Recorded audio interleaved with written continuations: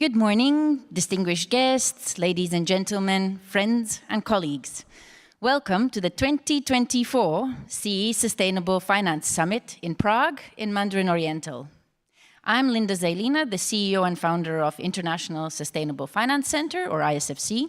And I'm Julian Toth, the CEO of ISFC and director of CEE. So, together we have created this edition of the summit to look deeper into the macro and micro. So how do we navigate the very complicated implementation path from macro frameworks to the micro bottom-up implementation? Now we have the EU Sustainable Finance Framework. Some of the authors and creators of this are in this very room.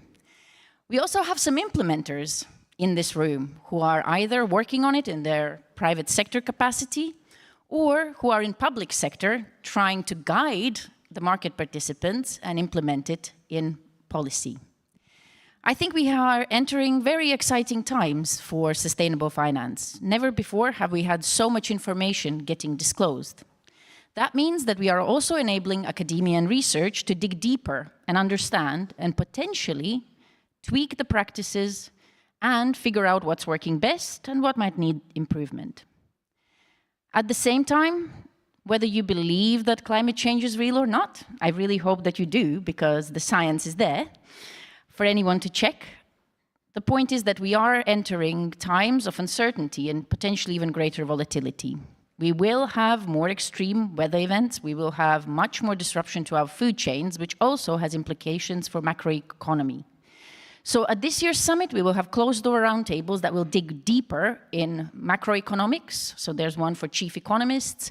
We also have roundtables about sustainable finance policy. We have roundtables about investing and about financing green infrastructure. So very packed, very interesting agenda.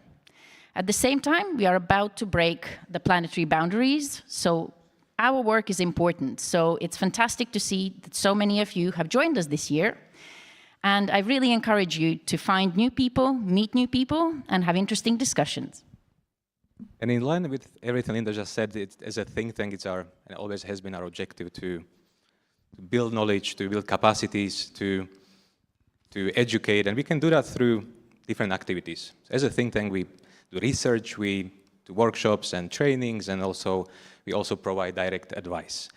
But one of the main activities is also events, actually organizing events, such as this one, which is actually the flagship, the biggest annual event we organize. And the aim of the event, as you may know, and many of you have been here in the past as well, is to create an opportunity for you to meet, for you to share knowledge, share practical insights, to connect with people who may be sharing or encountering similar challenges. You can discuss solutions, but also you can create new partnerships and potential collaborations. And if that happens, then we can definitely say that this event and this summit has been a success.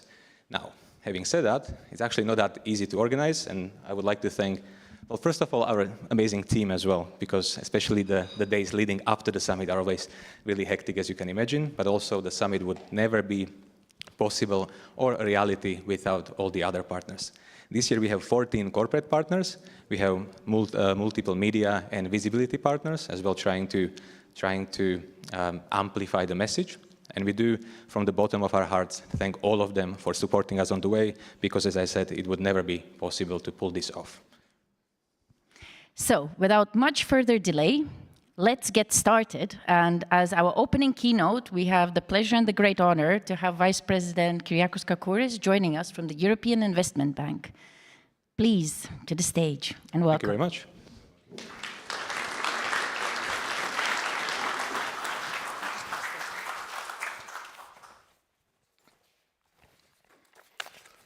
Good morning, everybody. I cannot start, this day without congratulating the country for winning the World Hockey Championship. Congratulations to you all.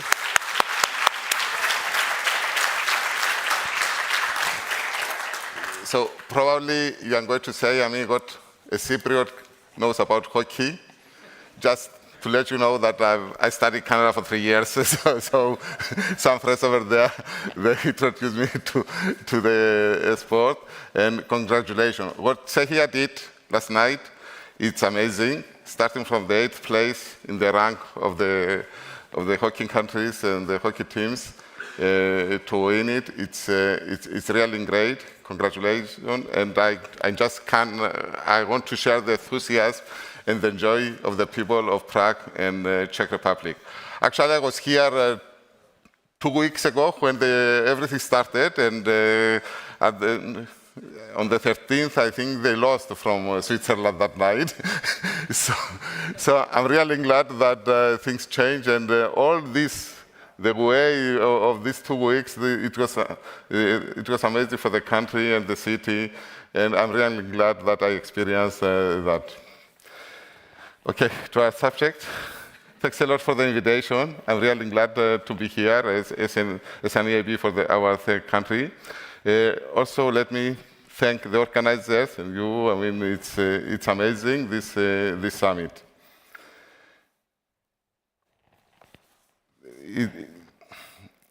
We are very proud as the European Investment Bank to be part of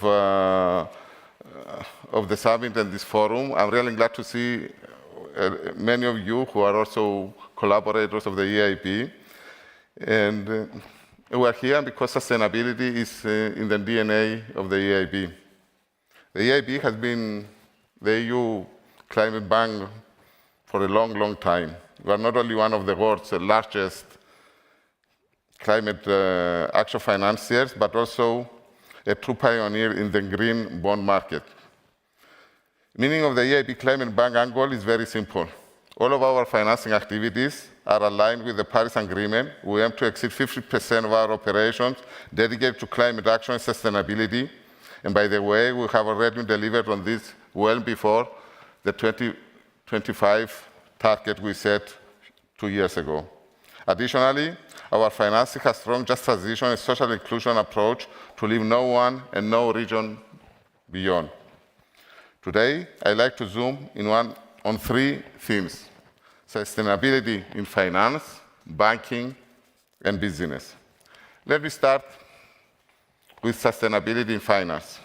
Sustainable finance underpins our approach at the EIB Group, and as well as being a member of the EU platform on sustainable finance. We are also well on track in our own phased integration of the EU taxonomy into our green financing tracking system.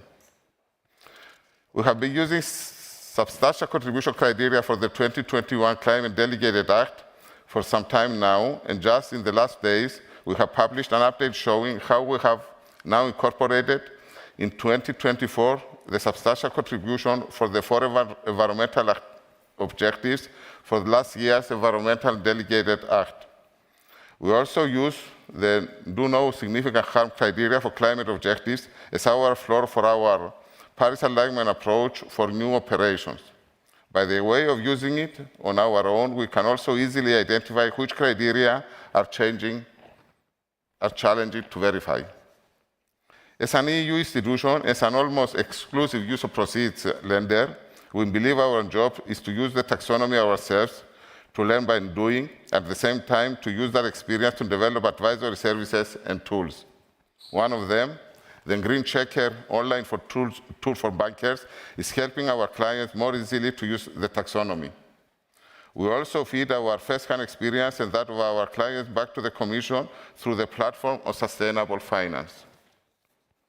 And on that point, I can just add that it is great to recognize so many speakers for the next sessions with whom EIB has worked so closely on the EU and international sustainable finance journey today. I'm sure we will learn a lot from them in the coming days.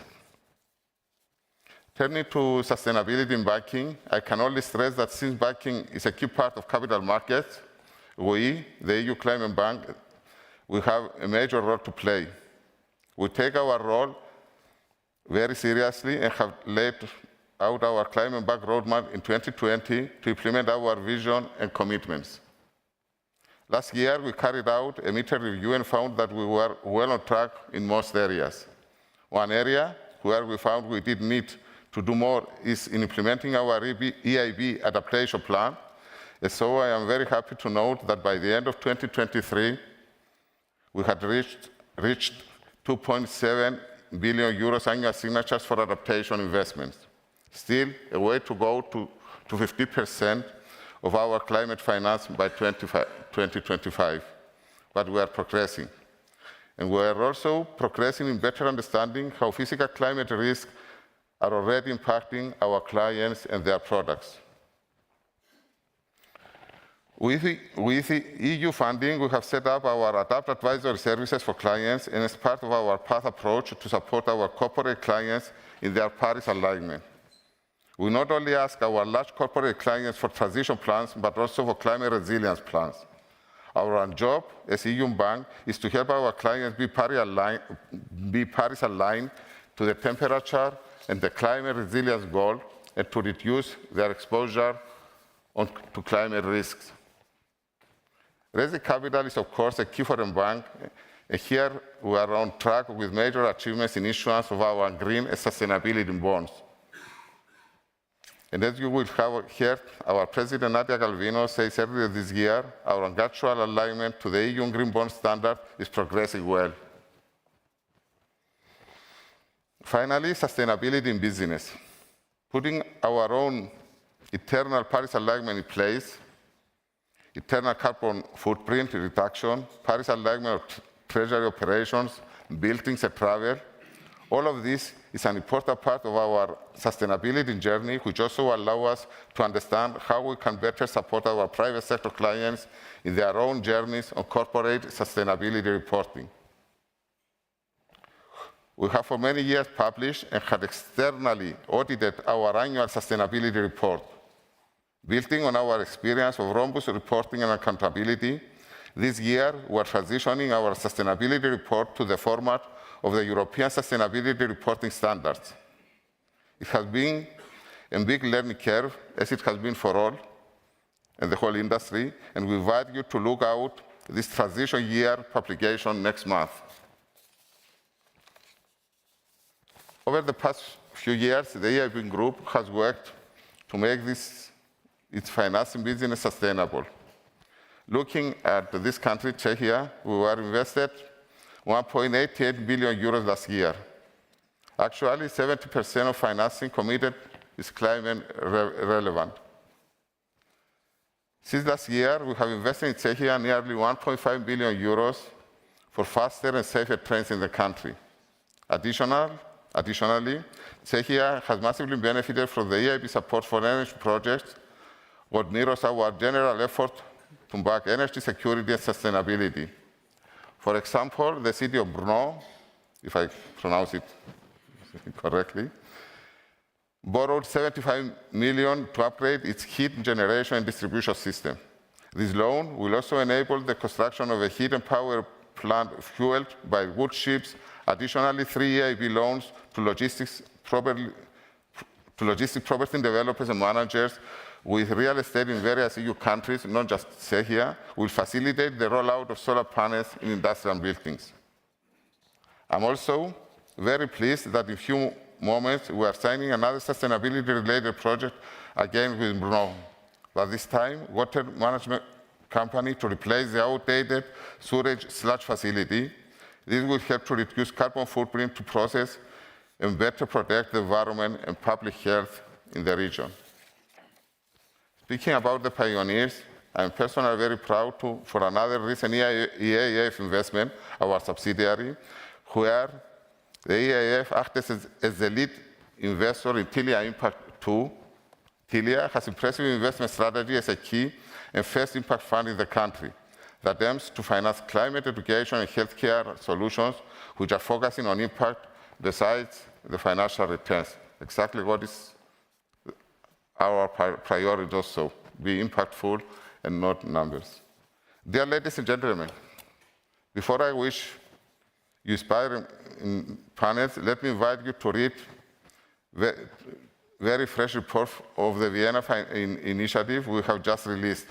This extensive paper reports that the climate transition in Central Eastern country region is particularly challenging, and commercial banks and international financial institutions must intensify their role to foster climate investment in the region. Thus, with this evidence-based conclusion, let us We wish fruitful discussions, so when we reconvene next year, we would have more positive results to comment. Thank you very much for listening.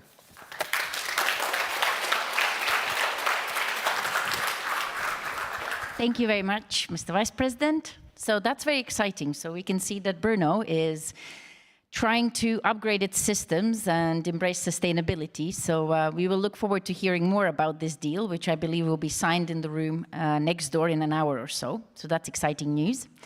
I would like to now introduce Mr. Munir Nanji, who is actually coming to the summit for the second time. And last time, his speech rated so highly that we have the pleasure of welcoming you back. So without much delay, I will let Munir introduce himself, because I think he has a very interesting bio of a global perspective. So he has worked across multiple continents, and we are very honored to have him with us today. So thank you very much for joining us again, and the floor is yours. Great, a pleasure. I guess I'm audible. But firstly, I must say, Czech Republic, congratulations. Fantastic, superb job. As Linda mentioned, I'm actually from Kenya, so ice hockey and Kenya are, oxymorons. But I just cannot, just imagine what happens on the ice hockey ring with the adrenaline, the power, the teamwork. I watched one ice hockey game, and last night at 9:20, I've never seen my house sort of shake as much as it is. So well done.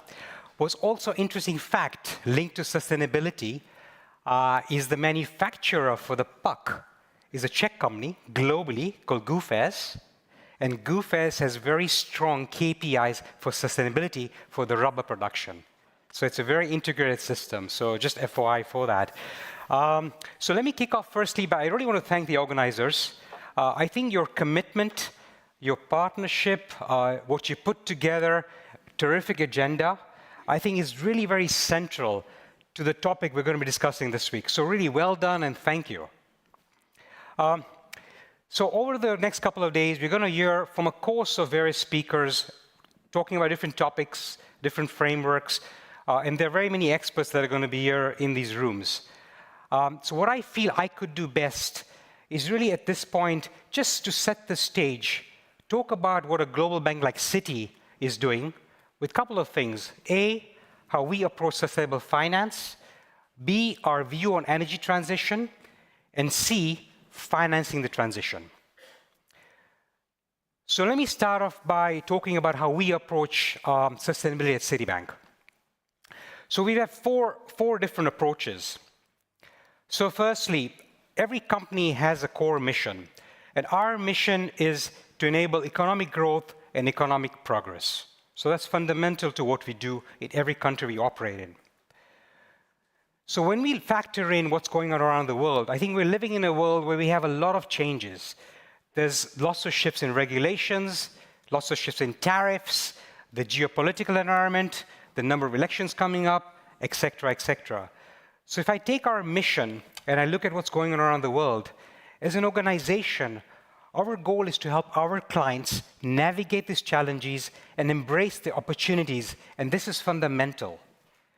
It's also very vital that our own business in the bank, we show that we deliver for our clients and help them sustain to the business towards sustainability for the future. So that's our first principle of approach.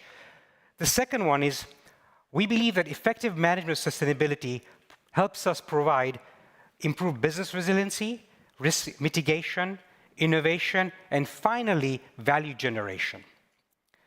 At Citi, economic success is linked with the well-being of economic health and to our people, our clients, our shareholders, and our communities. The third agenda is looking at what the societal topics are within the decision-making framework that matter for the business, but more importantly, we take a lens of our stakeholders. So we don't just navel gaze, but we look at stakeholder management. So there are 5 key topics that we look at in the bank on sustainability. The first one is climate change, which we'll talk about, very central. Sustainable finance, really how we strengthen our communities, financial inclusion, and lastly, employee diversity, equity, and inclusion. So those are the 5 topics in the bank that are central to us. All of these contribute to our business objectives, but more importantly, are linked to the global sustainable development objectives. fourth and finally, we consider the views of a wide array of stakeholders and believe that engagement helps us provide the best practice and products for our clients. So events like this, where we participate and we contribute to thought leadership, we take learnings, helps us frame our thinking and to become a better corporate citizen, and we can build together. So those are the, sort of the approaches we take in the organization. Let me now shift gears and look at the energy transition and what we do at the bank. So we as the bank are committed towards transition to a low carbon economy. There is no doubt and question about that. So we are actually in this pretty much whole hog. The two-pronged approaches that we see, and I clearly see this working in the markets I cover in the past months and past years. So we help our clients to seek decarbonization, looking them build resiliently towards clean energy solutions. While at the same time, we've got to be cognizant that our clients who are transitioning have to make sure that there is ample and affordable energy supply to meet the world's needs. So energy transition, energy security, and economic growth are not mutually exclusive and must be addressed simultaneously. And I think this is key. So just switching on binary from 1 to 0 or 0 to 1 isn't possible. One has to work on this very much simultaneously and in tandem. The next big thing is transition finance. Before going into details of how we finance this, I think investments to help decarbonize, to reduce high-emitting carbon across industries is viewed as the next multi-trillion opportunity for the industry. Energy transition hinges on many stakeholders and dimensions, including public policy, incentives, clean energy technologies, and critically, upgrades to our electric grids, transmission systems, permitting processes to catalyze deployment of more projects. And the transition will not be linear, and this is evident of what we're seeing in the past couple of months. It'll include a series of cumulative leaps and tipping points in the next few decades. So let's be ready, let's fasten our seatbelt. Our global success will depend on maintaining energy security, and we've seen this in this region, increasing resiliency, and sustaining economic opportunity around the world. I address and underline over the world because we've got to think about the world in its continuum. It's not a single country, but it's all the countries moving together in that vein. So Citi, we're actually uniquely positioned, and why? We have global scale. We're located in 160 countries around the world, and we're located in both the emerging markets and the developed markets. What does this mean? We see businesses across every sort of sector, country, every shade. We are learning that there is no one-size-fits-all solution for energy transition. Everything is going to move differently. Transition will occur at different speeds in every industry and every country. We know that an orderly and inclusive transition will take time. So we've got to be in there for the long haul. Now, let's switch to financing transition. I mentioned earlier that there's very many high upfront costs that must be financed. So we estimate that to get to a low carbon economy, it will require 125 trillion over the next 30 years. That's a huge number. And that will require both companies and governments alike to basically be involved in the financing, and it will require advisory and financing support. However, to reach the net zero for 2050 scenario, and as I mentioned, 125 trillion is a lot of money in 30 years' time. It will require deep and very much building together. If you look at the financial flows in 2022, they were about $1.4 trillion. And the estimated annual climate finance gap between 2030 and 2050 is 7 times the 2022 flows. So this is a huge amount of money and capital that's going to go to transition financing. Investment progress in energy transition is being made. We're seeing this every day. We're talking about the transition, every time, which is really good. We made a leap of a step. In developed markets, it's financed with private capital financing. And in emerging markets, we see that primarily public sector and then supranational organizations are involved in the financing. Now, to achieve very much already established climate goals, much of the climate finance is required in the coming decades in the emerging markets. And I underline that, because private capital supporting the developed markets exists, but in the emerging markets, there is a big challenge in terms of getting capital. The challenge to mobilize private capital in a lower risk profile and to invest in higher risk emerging markets where the funding is required. So money exists in the developed world, risk capital is cheaper, but money is required in emerging markets where it costs more and risk capital is higher. And this is the dilemma. The need, therefore, for a framework is required to actually make these projects bankable. Now, what is the framework going to entail? So we believe we need to create an enabling environment. It's very important. We have to look at projects through an investment prism, to make sure that we have a project life cycle. And lastly, we deliver successful outcomes. People like to see successes. So every win is a success, and the more successes will create the snowball effect.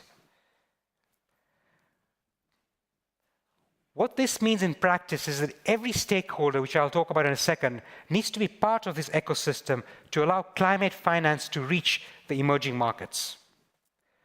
For public sector, this means developing a stable and predictable political and economic backdrop, and intentionally, and I underline intentionally, setting up a climate agenda.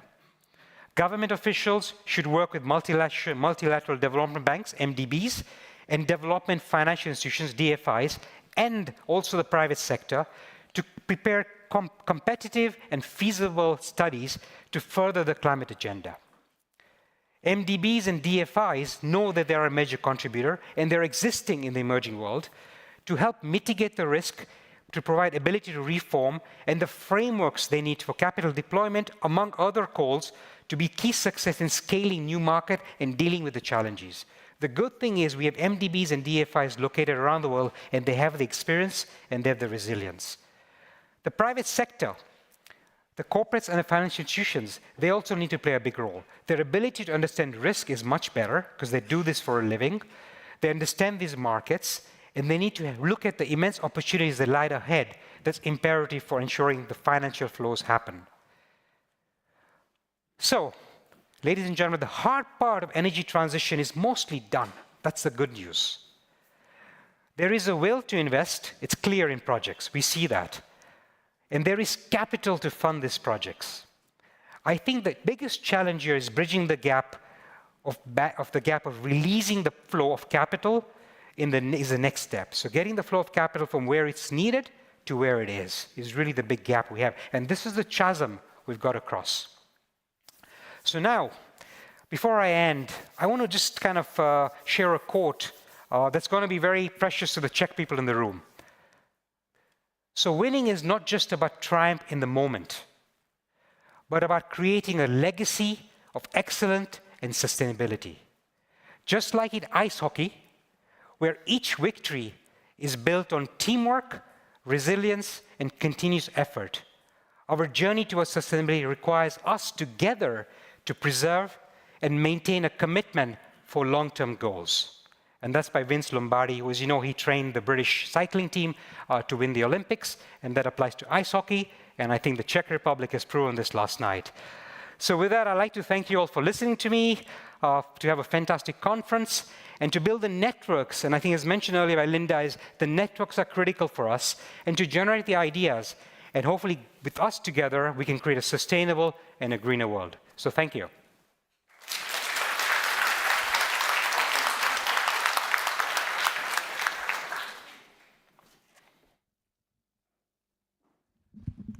Thank you very much. And a fantastic way to bring in the global perspective, because I think that's one of the things that we need more also in this region, because often we look more inwards and we don't make the big global connections.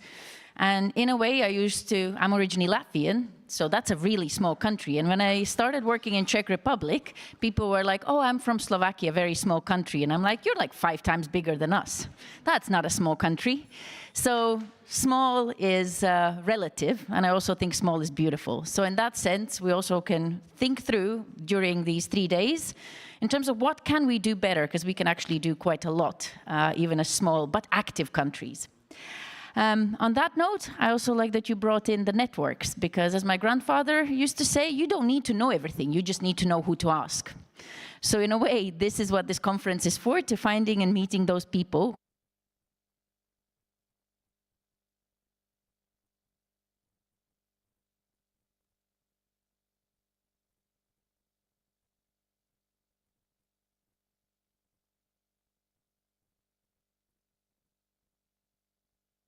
have anything you wish to ask, just put it there. Our moderators will ask those during the sessions quite seamlessly. We will also share your questions with the speakers. We will have a special folder that we will share with you in a couple of hours of already the first photos of the summit. The summit actually started yesterday with an informal dinner where we celebrated also the Czech victory, which we're celebrating today as well. And also there is a QR code, a separate QR code, where you can find the speakers list, the participant list. So all of that should enable you to navigate the summit and also meet some interesting people. On that note, I would like to ask the next panel to join me on stage. We will just remove this lectern so we have a little bit more space. And please, distinguished speakers, join me on stage and I'll introduce you one by one. So if we can start with Mr. Petr Polák from Raiffeisen.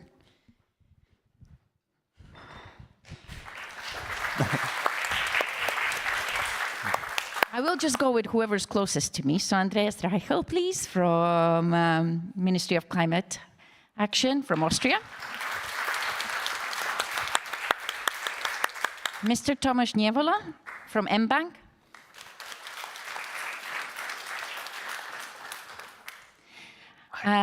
Mr. Martin Spotz, European Commission.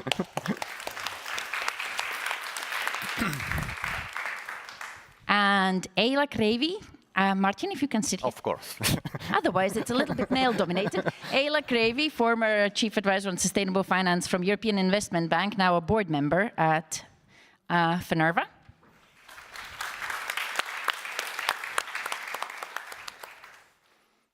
Okay, we're just going to remove that piece of furniture, and then we will get started. I can help you.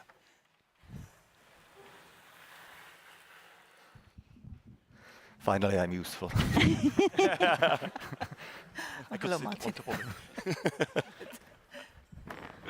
Okay, fantastic. No, let's not fight. That's not how we want to start this summit. Okay, so I have the pleasure of actually moderating this session. So welcome to the summit. Thank you for those who are returning. Thank you for those who are joining for the first time. So I hope you have a pleasant experience. So we have quite a big conversation to be had. And please, I would like to also ask the audience to join. Otta. Sorry, I was thinking we kind of don't have enough chairs. Otta Melcher from Ministry of Finance of Czech Republic. Apologies about that. Thank you.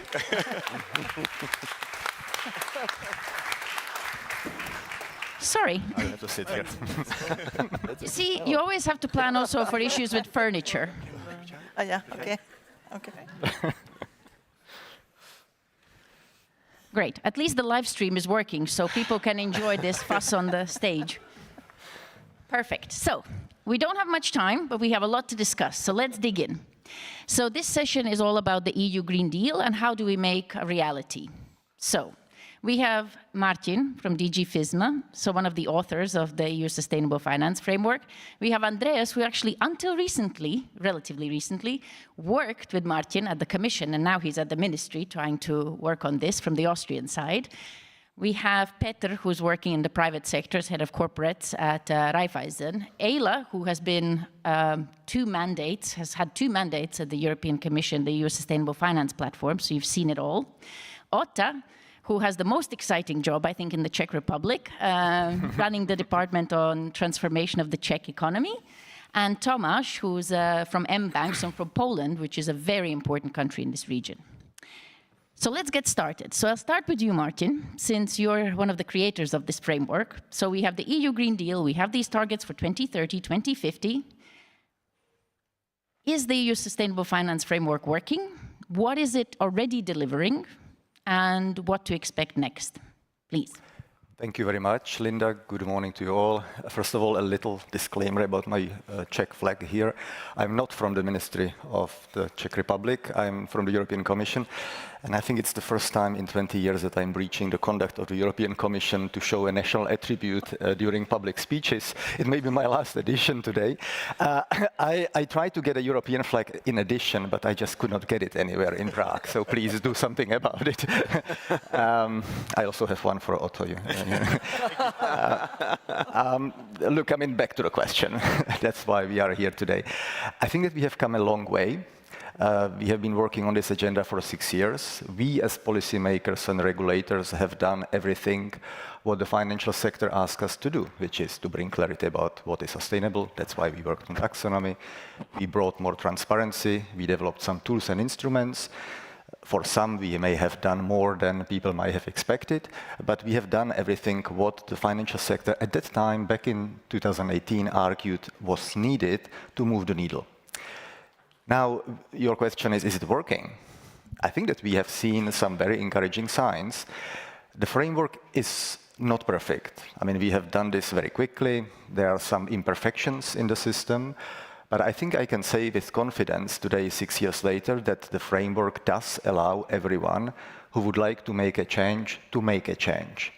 And to support it with some figures, the platform on sustainable finance, the expert group that we have established, has recently published a very comprehensive report that shows the impact. And just to give you some numbers, those who you are still kind of hesitant about the agenda and about the success, almost 250 billion of euros have been invested in projects that are aligned with taxonomy. There are approximately 180 billion euros of assets invested in climate benchmarks. We have seen an increase of the taxonomy alignment when it comes especially to the capital investment. So companies are using these tools, and not only to tick the box for regulatory purposes, but also to use it for internal strategic thinking, internal strategic plans, and ways how they can attract capital. So I think that we have come a long way. Now, is it enough in light of the ambitious Green Deal goals? Well, that's too early to say. We still have to wait a little bit longer to see how impactful and how actually is the scale of this change. But now we are coming to the next commission, and I don't think that it will be about more regulation. It will be more about how we can scale up the impact, and that's also why I'm here today in Prague, to learn from you what you think needs to happen next. Thank you. Thank you. Well, that's actually very interesting. What happens next? We will have the pleasure of Elodie Feller, who is actually the rapporteur for the platform, who will bring some insights from that compendium and show some interesting new data as well. Let me turn to Andreas. So you have moved from the Commission to the Ministry, and now you are faced with the implementation. So what is your unit working on, and how do you view this topic from the Ministry's side, and what are the kind of things that you hear through the grapevine in Austria? Because these markets are interlinked, so Austria is actually very important. So first of all, thank you so much for inviting me. It's a pleasure, and it doesn't feel like I'm switching sides. I'm still part of the same endeavor, the same goal, the same community in a way. I have to say it's fantastic to see also at a more national and local level how strong the sustainable finance agenda of the EU is. And I think it's a perfect occasion to start asking exactly these questions. How far have we come? How can we use the disclosures and the transparency to understand what's the progress that we're making? And because you asked what I work on, so I'm in the Austrian Climate, Environment and Energy Ministry, and we look at this from an investment need perspective. So we're looking at the Green Deal from a policy perspective, and then we're asking ourselves, okay, we have a renovation wave. How are we going to finance this? We need to decarbonize industry. How are we going to finance this? And so on. So we're looking at this from a very pragmatic, but also, in a way, a very urgent viewpoint on how the sustainable finance framework should help us. Because to be honest, we cannot wait another 5 or 10 years for these finance flows to happen. We need to see them now. And having said that, I think we have come a long way in establishing the taxonomy. It's fantastic, and we see the transparency now also moving how companies and also the financial sector thinks. Where we haven't come that far is looking at the company as a whole. Of course, transition plans play a big role, but I think eventually we'll need to see which companies are credible about their transition efforts and which companies are not that credible. And I think we will, in the future, maybe in just a few years, we'll see maybe even the financing conditions change based on that. So it's not only about having a transition plan, it's also about how ambitious am I? And it's not about the starting point. I think we all agree that it should be an inclusive transition with different starting points. But if we still talk about starting points in 10 years, maybe it's not going the right way. Thank you. And I think that's very important, the timing and the ambition, how to actually tweak it so it's not impossible, feasible, but ambitious enough. And I think that in a way, these different types of disclosures, and I actually would argue the EU taxonomy is very, very useful. Let me turn to Ayla. So you have seen the whole story of sustainable finance. You've lived it. I also love the fact that Ayla is one of the rare professionals who's worked on green bonds since green bonds were invented. So, so I would like to actually ask your opinion about these different types of instruments. Have we enabled the market now to create better instruments? And at the same time, according to some of our analysis, actually, I wouldn't really say that in this region, everybody's jumping up and down in excitement about green bonds. So the uptake of, for example, green bonds is relatively low. So I would like to ask your opinion, how can we actually encourage, because I know that from my personal experience, in the banking sector, a lot of banks, and we will turn to Otta and Peter next, banks are actually ready for the green bond issuance, but then there's no corporate appetite here in this region because it's seen as too expensive, too cumbersome. So how do we change that? Yeah, a big question, but let me just say 2 words about the ice hockey as well. I come from Finland, and our team did so abysmally that they have cancelled holidays for this summer. But heartfelt congratulations to the Czech team. That was really great. So. But to come to the green bonds and different instruments, so first of all, yes, as Martin said, it's the framework. It is not perfect, but I think it has started to work well. And also, you have to think about what was the objective. Objective was to give definitions to the green market, to the sustainable market, to avoid greenwashing, to give people some sort of guidance. And feel secure that if you do this, you can call it green, you can call it sustainable because you have criteria.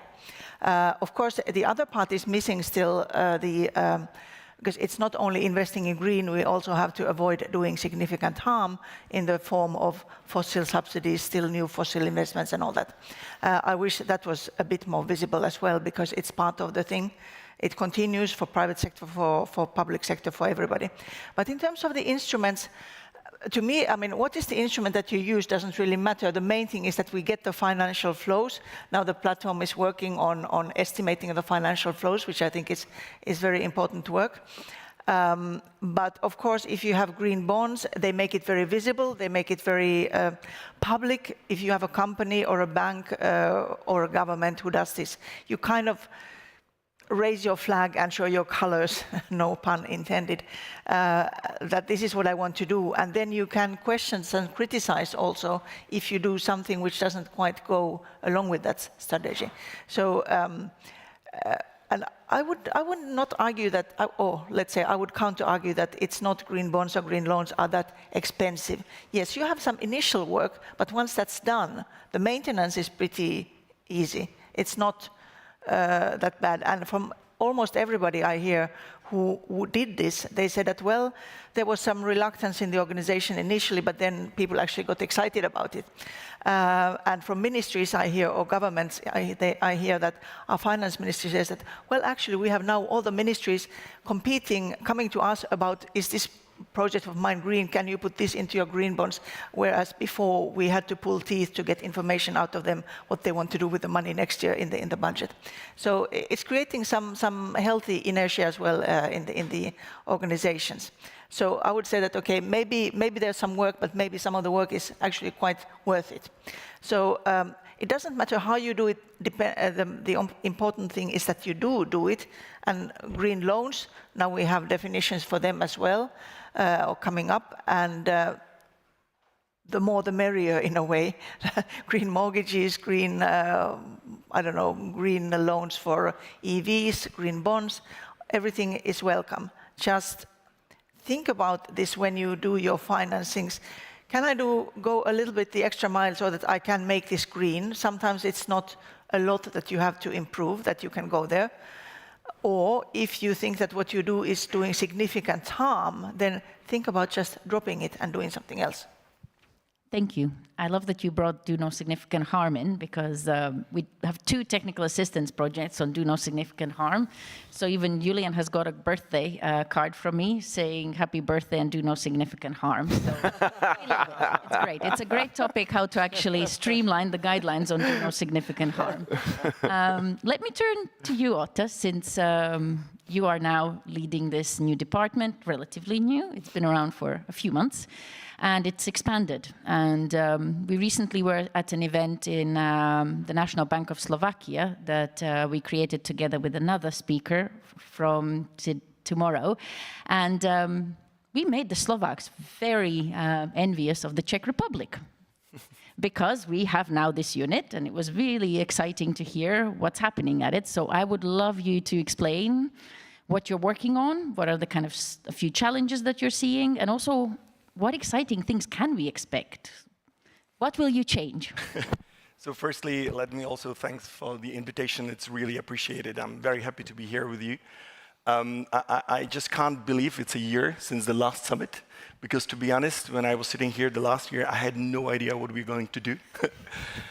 Now here we are. We are a full-fledged department, partially still on the paper because we are in the 6th round of hiring and recruiting. That's taking a lot of time and energy for us, but we're now built on 2 pillars. We have a policy dimension unit that's responsible for the sustainability agenda policies created at the EU level, and the second pillar would be sustainability analysis unit, which is supporting the policy dimension with the associated analysis. We're working on a couple of projects. We are running a big technical support instrument project with the European Commission, for which we're really thankful. Last year, we established a sustainable finance platform of the Ministry of Finance, which is a feedback mechanism where we meet with both the stakeholders from the private sector and also from the public sector. We went out for the first round of feedback to the private sector to get our heads around how we should prioritize our work, what we should focus on, because we have a limited capacities and personnel at the ministry so far. But we also talked to our partners from the public sector to help them navigate these complex waters of sustainable finance. Now, 2 or 3 important topics. We work on the governance structure, so we need to figure out to what extent we assign different roles to different stakeholders. We have Ministry of Finance being as one of the key messages out of the kind of best practices collection from other EU states, that Ministries of Finance tend to be in the center of the effort, together working with the central banks and also the national development banks. So we need to be sure that we build a robust governance framework, so coordination of this complex agenda works on the ground. We are trying to identify the relevant pieces of legislation that will have to be amended or changed or even created to allow us mobilize sufficient private capital, because private capital will play the primary role in financing the transition. We are also trying to focus on the issue of data, because we like to understand this as a data-driven, evidence-based transition. So it should be a measured sustainability.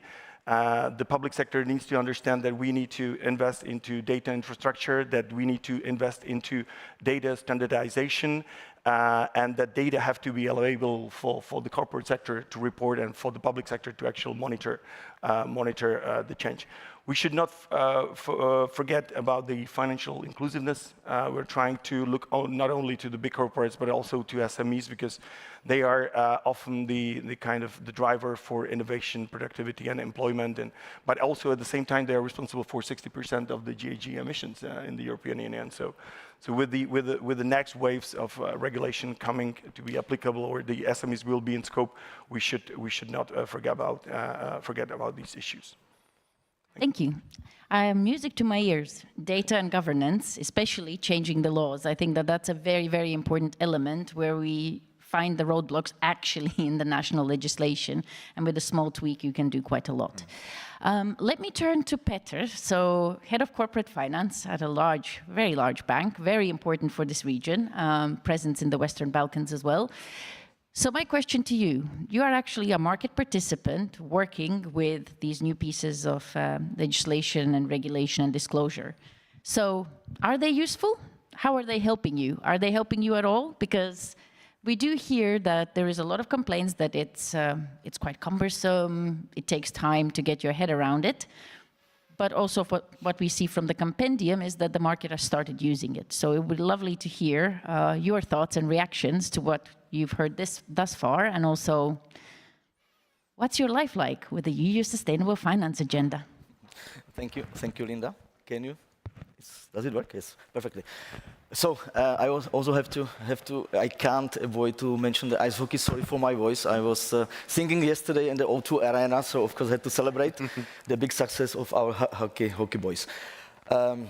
And thanks, Linda, for creating this great platform, because I have to say it has been already said by Munir that this is about the teamwork and bringing together people who are from governments, who are from supranationals, banks, business. Only then I think it can only happen then, because I think this is a co-ownership of the overall topic is so important, and only then I really feel these positive vibes as you put into your passport on the website, and this is a very good ground what you are creating here. So many thanks for that. When you mentioned the region, that's correct. You know how we position our bank is the transition. I mean, for us, the framework, for us, the EU taxonomy is a target picture. It's a North Star where we are heading, definitely. But when you look at green asset ratio of most of the banks, including our bank, and we already discussed this with Ota today in the morning, is extremely low. So that's why, you know, our role is to help our clients in transition. So we want to make them better. They are not green and they are far from green, but engaging in the dialogue with them regularly. So we have a very strong ESG advisory team who is going together with our account managers, with our product guys, directly to the clients, and bringing the topic across the line. Of course, we are in a very fragmented markets, as you know, and you mentioned, you know, countries like Albania, Kosovo, Bosnia, Herzegovina is very different to Poland, Czech Republic, Hungary, Slovakia. So it's very complex, of course, but we're trying our best, you know, to bring it to the very practical exercise. What we see, one of the important topics is that we were able to convince many of our clients to go for the green bond solutions, ESG linked loans, and so on. Because this is the way how they get some benefit, some price benefit from our side on one hand, and on the other hand as well, we can support their transition. We as a bank, we started as the first one in the region issuing the green bonds as an issuer, and by doing that, we also were able to engage our clients. And I have to say, and you mentioned, Ayla, the green bonds and sustainable bonds, it's not only about the price, but it's not only about being better as a citizen, but very practically, when you go to the capital markets, it significantly improves your execution power, because capital markets investors are interested in this product, right? So if you want to make sure that your deal on the capital markets happens, the best way is to go for the green format or to go for sustainable format, because only then you are much more attractive for investors. So I would say this is the whole environment, whole ecosystem. Investors want to invest. Clients are, of course, regulatory driven, but they are also driven by the capital markets, and this is what we want to cultivate together with our colleagues and together with our clients. And I think it works quite well, and I think we are quite happy. Of course, there are a lot of the road is very bumpy, but I think this is all about the future of all of us, and I believe it makes a lot of sense that the finance and banks can really contribute a lot into this exercise and story. Thank you, and I do believe that in this region where banks are very important intermediaries, a proactive education of your own clients is a very good idea, because they do listen to their bankers and their lawyers usually, at least you'd hope so. Let me actually move to Poland, to another M-Bank. So sitting in Poland where you face, it's a very important market for the region, it's quite a large market, so you've been working on the ESG related topic or sustainable finance topic for a while. So what are your insights from the Polish market? Because is it very active? Is it growing? We know that there's the Polish Sustainable Investment Forum launched this year. So that's becoming more and more active and doing some great work on trying to get the stakeholders together. But do you see acceleration, and what are the practical examples of this acceleration? Sure. So, of course, Poland is a very important part of the region. It's about 1/3 in terms of contribution to the region GDP, and therefore, as well, from the sustainable finance perspective, it is very important, especially that this was a country which historically had quite a heavy carbon footprint, and I believe that's very important, and the transition which is ongoing, because, for example, on our balance sheet right now, we've got 0.4% of assets which are directly linked to mining, which is an extreme transition over the last couple of years. And when thinking about what is changing, we've met with Pet like last week on a large private equity conference in Warsaw. And on one hand, it was all business, but on the other hand, for those investors, it is extremely important as well to include all ESG regulations in the investment strategies. And I think at the end, it's about that. It's about like really changing the business model through the influence of investors and banks. And of course, those private equity, they're as well impacted by the fact that on one hand there are European regulations, on the other they have as well as LPs, as the investors, EBRD, EIF, those type of supranational investors which are promoting sustainability. And this is very important. On the other hand, Ayla and Pat mentioned bonds. And I would say on the Polish market in the last 3 years, there were like 20 issuers with 20 issues of green bonds, 9 issuers. We did majority of the new issuers on the market. And I would say the feeling is mixed, because on one hand, banks, as Pat mentioned, we are promoting that quite heavily. On the other hand, I would say for large green bond issuance, it's quite all right, because I would say global and large regional investors, they are already quite advanced on on the sustainability path. For mid-size, for smaller issuances, it's really difficult to mobilize investors that would care about the fact that those issuances are green. So I would say that's from the investor's perspective. On the other hand, what is extremely important is, of course, to change the business models of the companies, and that's our work as well. And I think what we are doing right now, it's really we are trying, at least the framework, I mean the CSRD directive and the taxonomy, it's great because it somehow aligns everyone. It aligns investors, companies, banks. At least we know the path.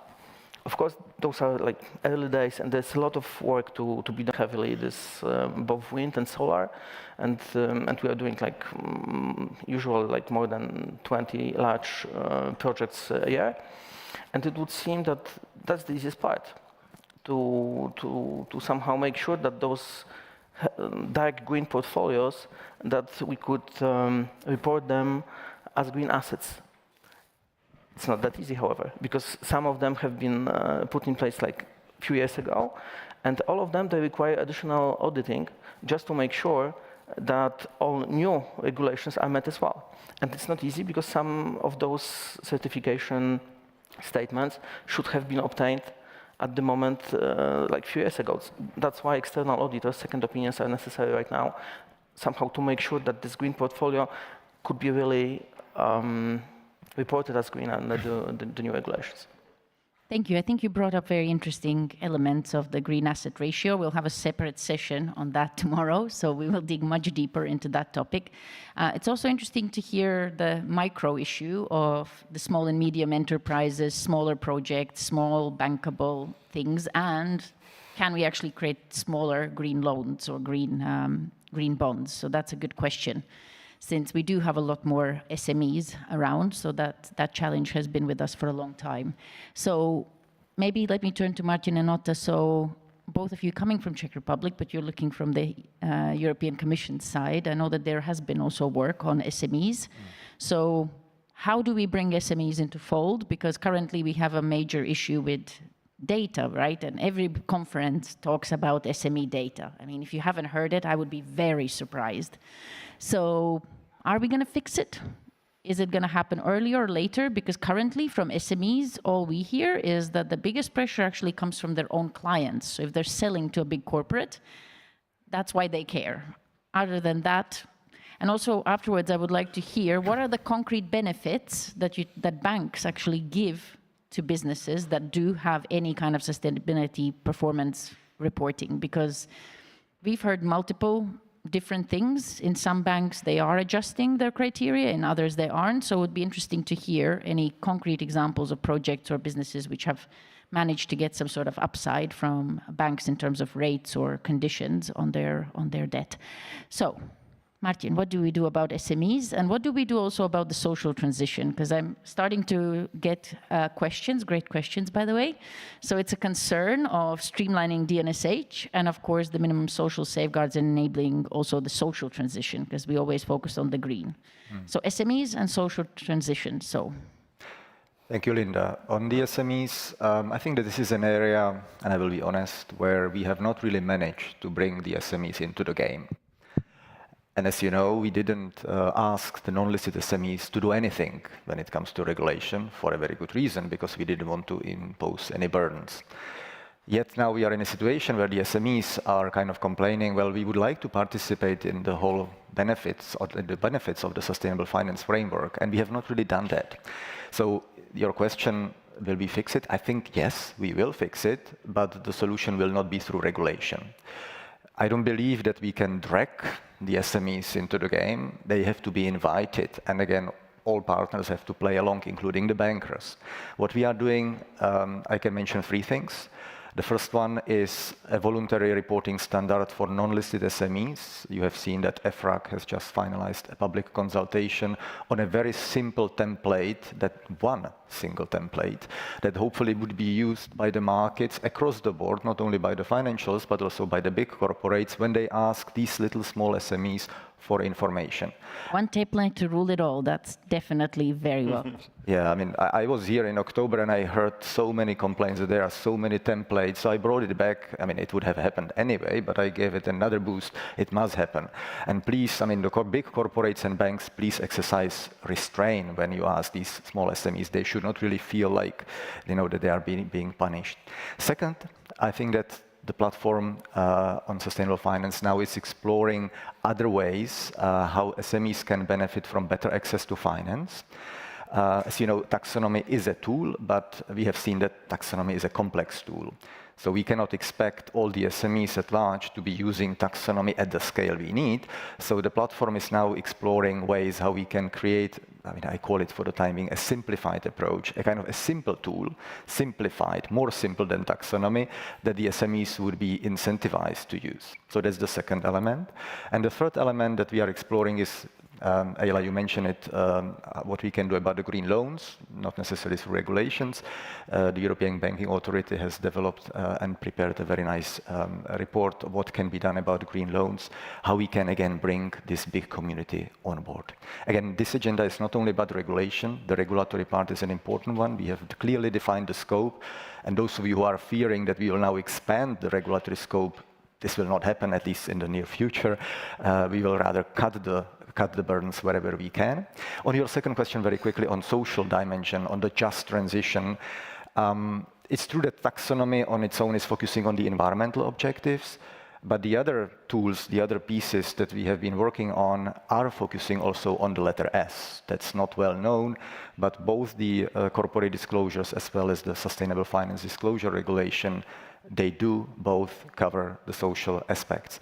We are not forcing any investors, we are not forcing banks to invest into social projects, but those of you who would like to do that, you have means how these investments can get recognition. Thank you. Atta. SMEs, as I mentioned, they are truly in the core of the endeavor. I think that it concerns the issue of financial literacy, the awareness, something that the public sector can work on. have series of seminars and approach the associations, the relevant associations, and just spread the information and about what's going on the European level. Bring the message down to the SMEs that it's a voluntary framework, but can be used for planning your transition and your transformation plans. The message also has to be conveyed that, for example, if an SME undergoes an environmental audit, they can really use the outputs of these audits to steer their internal processes. And we've had a couple of cases where SMEs come back to us and saying these are very successful stories, that only after the environmental audits they really understand what's happening inside the company, and this can lead to significant savings. On the social impacts, of course, the transition, especially in emission-intensive countries like the Czech Republic, will mean a significant structural change. It will bring a big transformation to the labor market, and the greatest impact will be on the vulnerable, on the low-income deciles. So this is one of the part of our efforts. We try to focus on the low-income deciles and try to come with an effective compensation measures, how to make sure they are part of the transition, and that there are no unfavorable impacts on these households. Also, in terms of information that we try to spread within both public and private sector, I should like to mention that we are just before launch of a comprehensive information devoted Ministry of Finance website that will encompass the whole sustainable finance agenda. We thought that we would be able to launch this website a little bit earlier, but it's a very complex issue, as Martin can clearly say. But we're trying to put the whole framework on the website. So this will be the primary communication portal of the public sector to both other departments in the public sector, but mainly to the corporate sector. Thank you very much. Thank you. I think that's a brilliant idea to have a website, a functional website for some of these things, because publicly available information, actually in local languages, I think can drive a lot of change. And that's something that we hear time and again. So that's why we often have to translate everything we do in 5 languages, because actually a lot of stakeholders just do not find this topic in professional English as accessible. So, so I think that's a very strong point. We also have some interesting questions coming in from the audience, and I'm going to turn to Andreas now, since you also probably have at least some experience of seeing different sectors trying to transition. So the Sustainable Finance Framework, is it easier or is it more developed in certain sectors, and is it lagging in others? And what are the kind of differences of these sectoral implementation pathways? And secondly, I think there's also interesting questions about DNSH principle, and is it actually burdensome in the EU funds? We would argue that actually the latest TSI that we did for the Czech Republic, you can, and I think the website has gone live. Woohoo! I think also with you a great help. But actually we created a lot of videos and interactive things where the participants can then learn how to use these guidelines, and we try to create the most user-friendly guidelines you can, also with visual elements. And I think that also making this information user-friendly is quite important. But the sectoral pathways, so if I can ask Andreas if you've seen different implementation differences across different sectors, and then I'll turn to the bankers for some examples. Thank you. Okay, so maybe to follow up on what Otto was saying, we're also looking at what we as a public policymaker can provide in terms of information to companies to plan their transition. And one such element is transition pathway. So what is the information that we should provide for companies to benchmark themselves, to see, okay, where is the sector heading? What is the sector target? Where am I? Where are the competitors? So I think this is an area where we could probably do more. But we're trying to figure out how we can do it and how the European level can do their job and how the national level can help that. And then, of course, I think the 2 most difficult sectors are, of course, the heavy industry. And I think a very good dialogue with the heavy industry is very important. I think we've set up a pretty good process here in Austria, where there is a constant discussion also on energy policy making, on climate policy making, on environmental policy making, and also bringing in the financial sector. Where we need to do definitely more is on the renovation side. I mentioned it before. And most of the public policymakers in Europe are now thinking about how to translate the buildings directive at the European level into national legislation. And there are low-hanging fruits there, because the European legislators, they told us, okay, you need to build up a database on energy performance certificates. And we'll need to think, how can we set up this database so that the taxonomy proving or the proving of green loans is already integrated into how construction firms are doing buildings, how they are renovating, so that the information flows from the beginning, and then banks can give out green loans, they can issue green bonds. So you have a full cycle of green financing in the local economy, but also at the European level. And then your second question on the DNSH principle. So it's not easy. It's not easy, I can tell you. But I see this becoming a mainstream in a way. You can see that a lot of member states are thinking about green budgeting. More and more member states have a green bond program. Austria has a green bond program. So the taxonomy is coming into that fold slowly and step by step. Of course, the taxonomy is made for private companies. So if you think about public expenditure, it's not always that easy. But the Commission is doing also a step-by-step approach. So, for instance, I'm also responsible for the Social Climate Fund, because you asked about social aspects in Austria, and the Commission is preparing guidelines on how the do no significant harm principle is used on this particular public spending. So I guess there will be a debate at some point about how and whether this principle should be used for European funding more broadly, or for public national funding as well. That's a good question, because there's a lot of public money going to projects, etc. So changes in the conditionality there can really change the markets and change a lot of business models through that. So I think that's an important thing to remember, because I find that in a lot of cases, and this is why I asked you, Martin, about the timing, etc.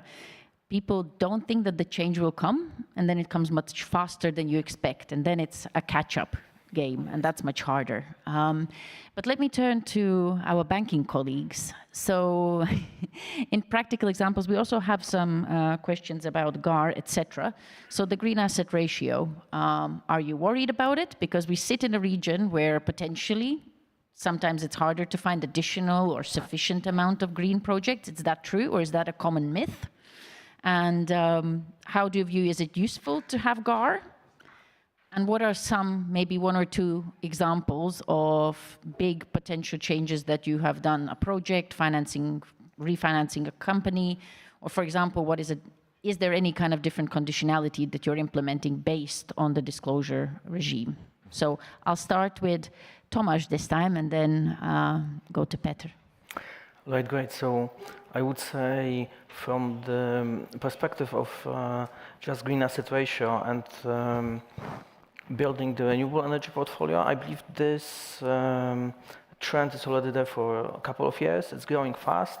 I think we are on a very good track to transition, and I think because in this part, of course, it's a strongly regulated business, and it's very important for the countries, both in Poland and in many other jurisdictions, just to make sure that the regulations are not being regularly changed, to make sure that the renewable energy sector keeps developing.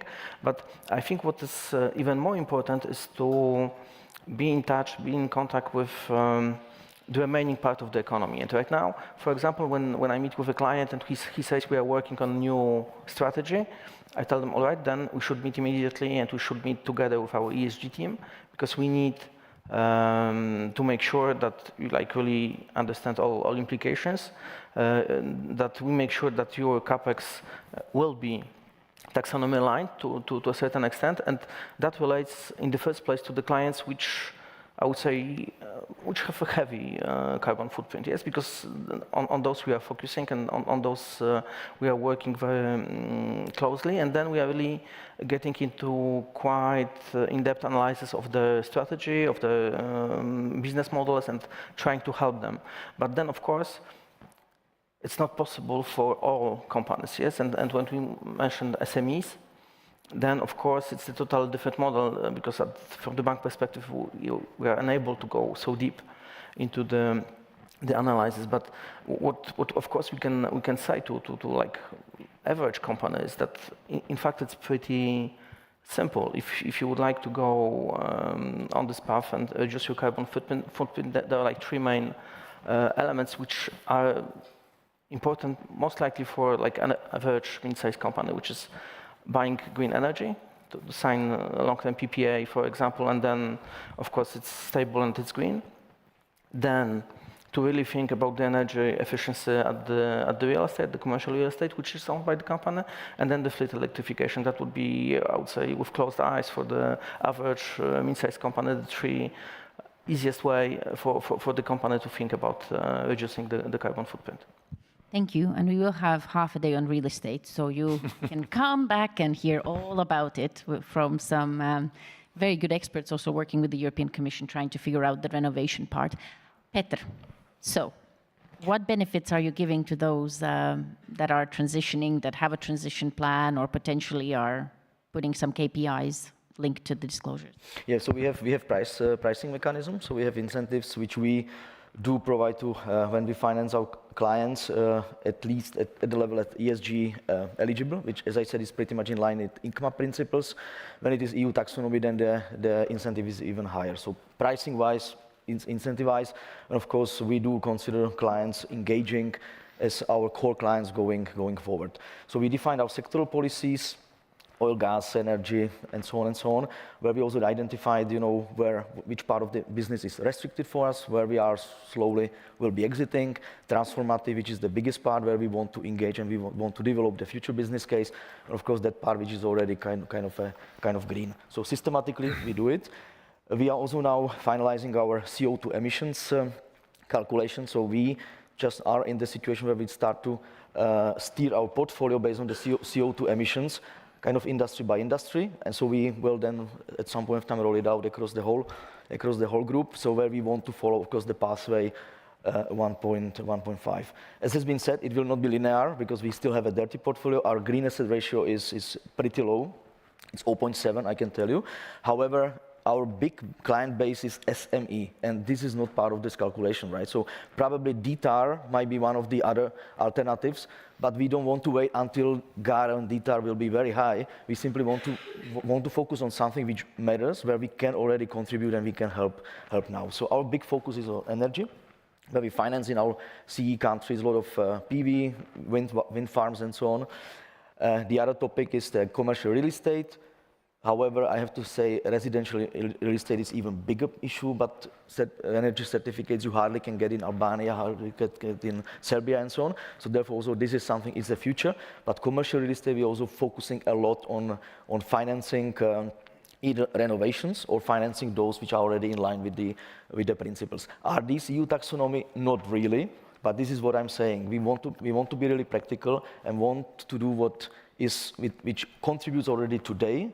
Firstly, and secondly, it's also economically makes sense, where the client is happy and profitable, and we also, of course, can make a business out of it. What we also establish is a EU advisory fund vehicle or team, which is helping our clients to find out identified potential EU subsidies in their financing the transitions, and then we combining it with a loan, which we can kind of provide as well to our clients. So overall, we do quite a lot. And as I said, taxonomy is for us a North Star, is a target picture, but we want to do the things which really are very practical, can help our clients today, and at some point of time, build a good base of assets. And ultimately, I believe when Andreas will build a platform and will help us with the data, we can really focus much more on the business. And this is also very important, not to be bothered too much with the technical details, but getting the good platform of data, centralized quality data, and then really to engage with the clients and run the business together.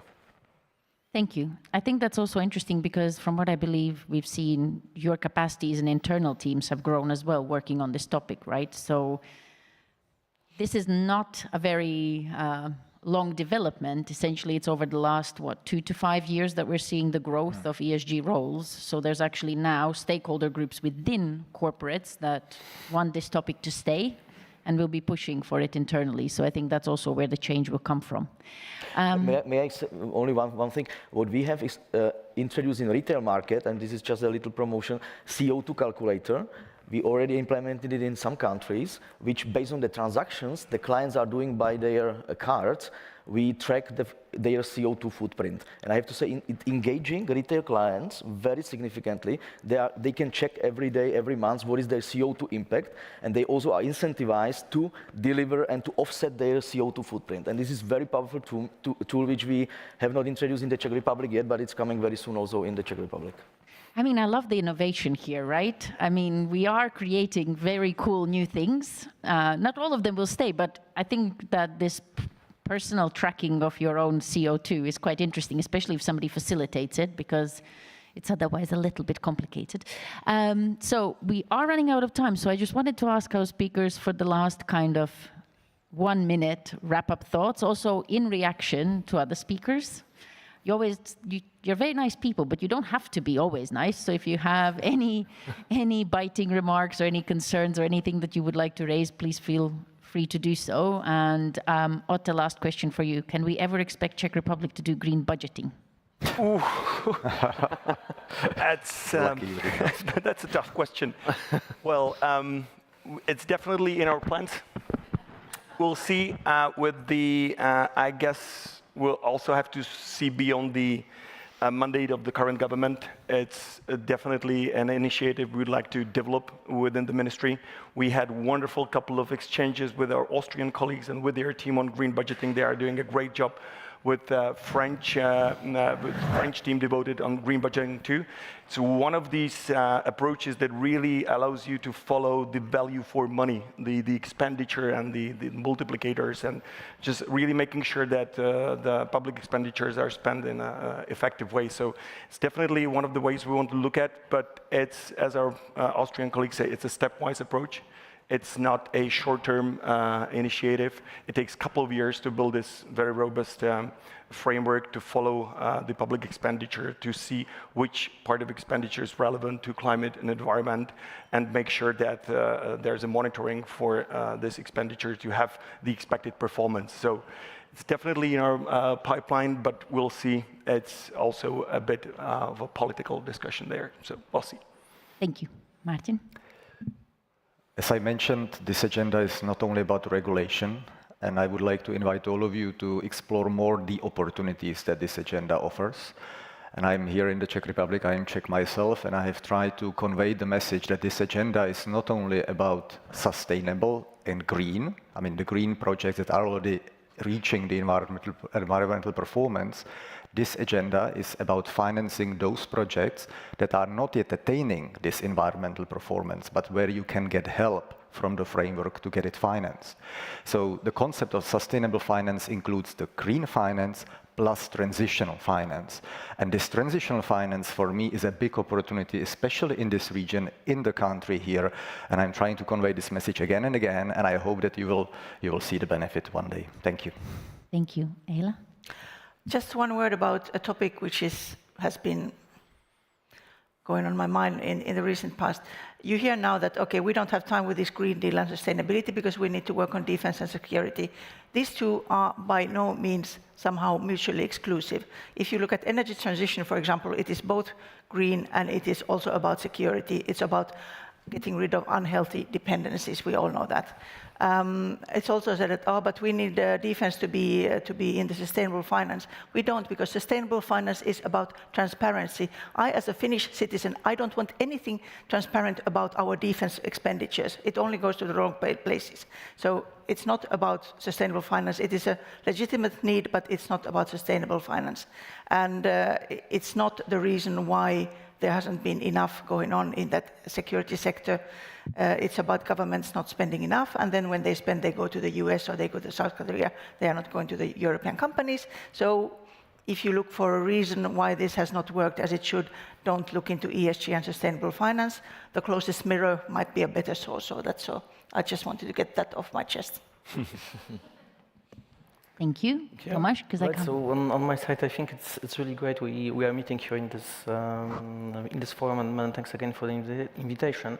I think it's really important to somehow use those events and the new regulations to make sure that it goes mainstream, and I believe the fact that those are regulations is very important for that. And for example, on our side, we use as well, we are not on lending, but we are as well having in our strategy target based on mobilizing other partners to participate in those sustainable finance structures. So this is important. And I think all those elements, they somehow make sure that it really goes mainstream, and then we have this like hockey stick dynamics that all those objectives of investors, banks, and clients are aligned, and then it really leads to a growth. Thank you. I love the hockey theme. This is going to be the hockey summit. Andreas? So I think the monitoring of capital flows is something that's very important now at the European level, but I think that could also be done at the regional level. I think for the CEE region, it could be very interesting to look at what are the investment needs in the sectors across, distributed across the region. And I think we need to look at both investment needs, but also at the pricing. And then we may be able to figure out what are potential obstacles for the flows to materialize, or what can be done more to really scale up the transition finance, scale up the green finance. And maybe my second point is on transition finance. I think this is the moment to do transition finance. And I think we should focus our energy on both green and transition finance at the moment, but we also need to realize that transition finance is something temporary. So at some point, when we know about the pathways in each of the sectors, we'll need to turn to green finance purely. That's the hard truth of how our climate policy looks like. And maybe last word, we've talked a lot about loans. I think this is actually a little bit of a gap in the framework. And I would like to see a little bit more at the European level on this. Thank you. Thank you, Andreas. Great. Martin, noted. Peter? Homework now. Yeah, so I think everything has been said today. Many thanks once again, Linda and the team, bringing people together, because it's all about the people. And if people are not enthusiastic, nothing will happen. So I would only say, let's make it happen. Thank you. Thank you very much. With that, we will end this session.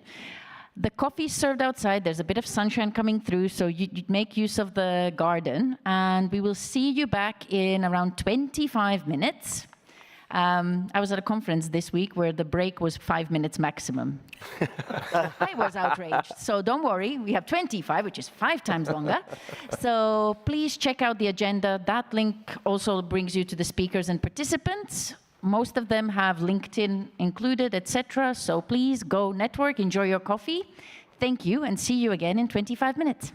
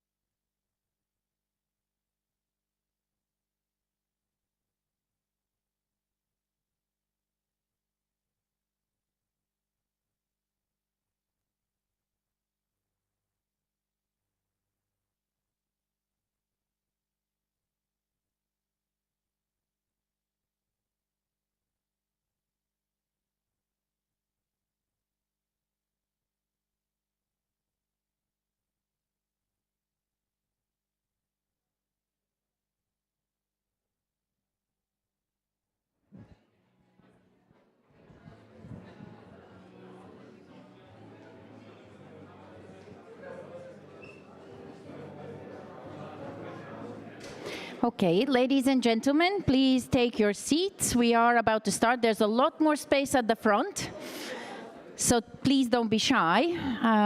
You also will have much better visibility.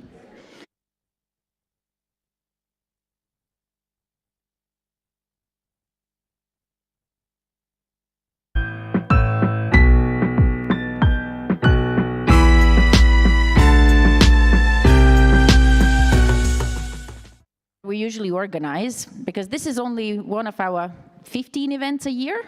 It's the biggest one, or at least for us the most important one, but we also do one-day events across the region. So we've done some in Warsaw, Bratislava, we'll be doing Bucharest, Budapest, and Warsaw end of the year as well. So there's going to be a lot of interesting things happening. But all of them are called sustainability in practice. So you'll see a common theme. And because of that, next sessions, 2 of them will be from practice side. We will hear from a bank. We will hear from a large consulting company. And then we will have a panel with 2 or 3 members of the EU Sustainable Finance Agenda and some of the local experts and practitioners. And we really hope that there's going to be some very interesting conversations and potentially a little bit of controversy. So now I'd like to invite to stage Mr. Petr Fiala from Raiffeisen Bank, who will join us for some remarks from the banking side. So welcome, Petr, and the floor is yours. Thank you.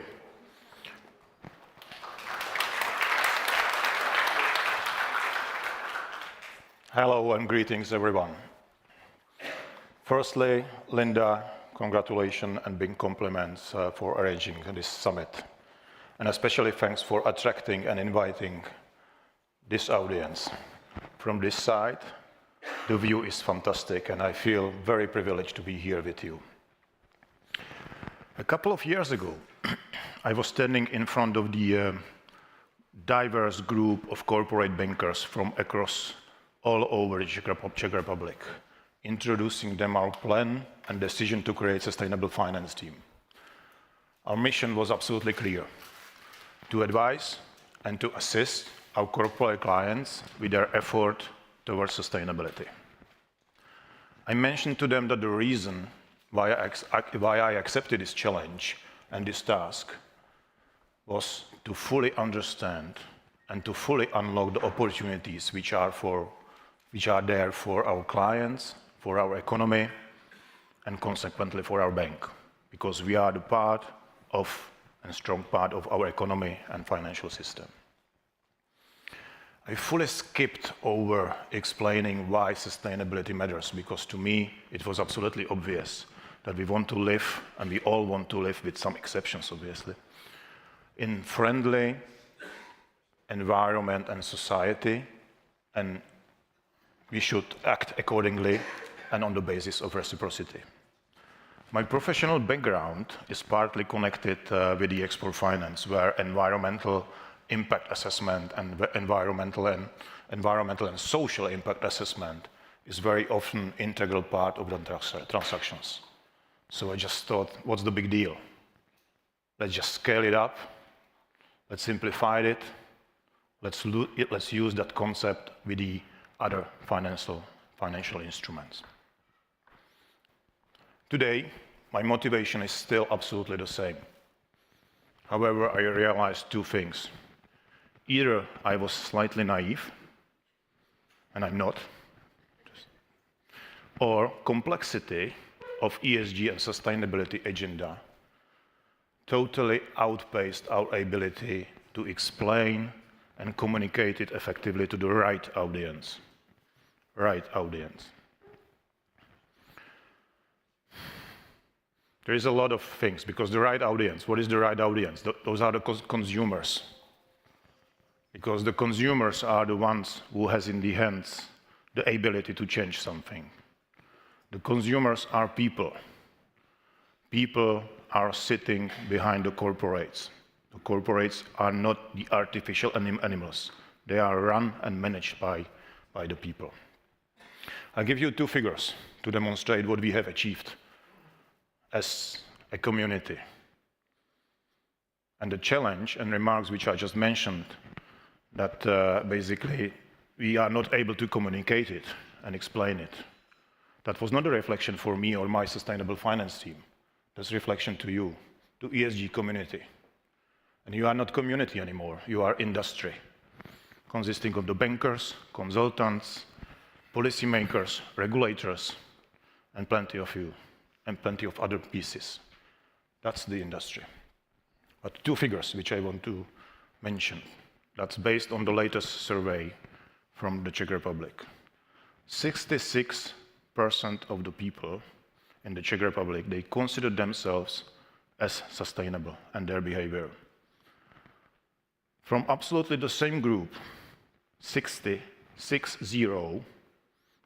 of the people is not able to explain what sustainability or the ESG means. Do you sense some disproportion there? I personally do. ESG community and ESG industry created own language, filled with plenty of the acronyms. It's understandable to the insiders, but absolutely confusing the rest. And we have to change it. My speech, my talk should be about sustainable finance in practice. In practice, we have created two clusters, ESG community and the rest of the world. The ability to have the common understanding of those two clusters is decreasing. And we have to come and get those two groups and two clusters closer as possible again. Current state of sustainable finance. We, banks, we are the agents of change. We have absolutely powerful tool to make it happen. That's financing. It's obviously obvious why we're promoting sustainability. At the same time, to make it happen, it requires enormous investment in data transparency, data quality, and capacity building. Financial instruments like green bonds, sustainability-linked bonds, KPI instruments, there are now very common practices and very common products which we are currently using in our daily lives in corporate banking. And I'm sure that we will hear plenty of figures, evolution of each and other instrument during this summit. But one particular trend which I want to mention is the shift from sustainable finance, sustainability-linked instruments, to pure green bonds. Why is that? I don't know, but you will figure out probably later on. But that's important. That's important because there must be something behind that. And we heard on the previous panel a lot about transition finance. For me, transition finance is sustainability-linked instruments because financing only what is already green, it will not make an impact. One good example which I want to give you, which I want to demonstrate that there is still very huge appetite for the green bonds. Recent move of E.ON, they were basically on the market at the same time placing two emissions, two tranches. One, the green one with 20 years maturity, and the other one was the regular for 8 years maturity. The green tranche was 4.6 times oversubscribed. The regular one only 3 times only. This is significantly demonstrating that there is an appetite for the green bonds. One instrument which is, when I'm talking about the instruments, one instrument which is particularly important in the Czech Republic or Central Europe are the Schuldschein, kind of a private placement fundraising instrument, usually according to the law, German law. This instrument is important here, and I think that we will hear about that instrument more often because it's easily linked with the sustainability goals. Our clients, our relevant clients, are very familiar with that concept, but I think that we will see it more often because it's a nice bridge between the regular standard financing and the capital markets. Impact investing is also on the rise, attracting those who want to align their portfolio with their values and redirecting basically the capital towards sustainable sustainable projects. Yet, we are living in the angels and devils game. We are celebrating the pioneers who are investing in the green energy, but there are the devils lurking in the shadow. We have to confront them. But confronting, just please don't take me wrong, by confronting, I don't mean to avoiding them, to pointing the fingers at them, to lock them somewhere and pretending that they don't exist, because they are usually the high emission industries. And this is where the transition finance plays the crucial role. Not the green, already green stuff, but the transition finance. That's the thing. One example which I want to put here, Swedish SSAB company and their announcement and their plan to establish and invest 4.5 billion euros to build an emission-free mill in Sweden. The ambition of the project is to decrease the Swedish CO2 emissions by 7%. Interesting figure, right? But what I like on that example is something different. The statement of the CEO. He obviously mentioned basically the decrease of the emissions, but equally important, he mentioned another two aspects. Why they do that, why they're spending such an enormous amount of the money. To secure jobs and remain competitive. We very often forgetting to mentioning those things, which is behind the sustainability. It's not only about the emissions, there's the economy behind, and it has to work together. Every coin has two sides. And I caught myself in surprise learning that basically the last year, coal power capacity increased by 2%, 46 gigawatts, which is actually the highest increase since 2016. The reason behind it is very, very, very, very simple. New capacity installed, 2/3 of them in China, but the other pieces of the world as well, and a slower shutdown of old capacity in Europe and the US. An even more interesting fact is, who's financing that? State organizations. If you look at the state banks, state organizations, in the period of 2020 to 2022, of G20 countries, they provided almost 100 billion USDs for fossil projects. And I'm not saying is it wrong or not. I'm not judging them. Because someone has to finance even those projects if that creates stability.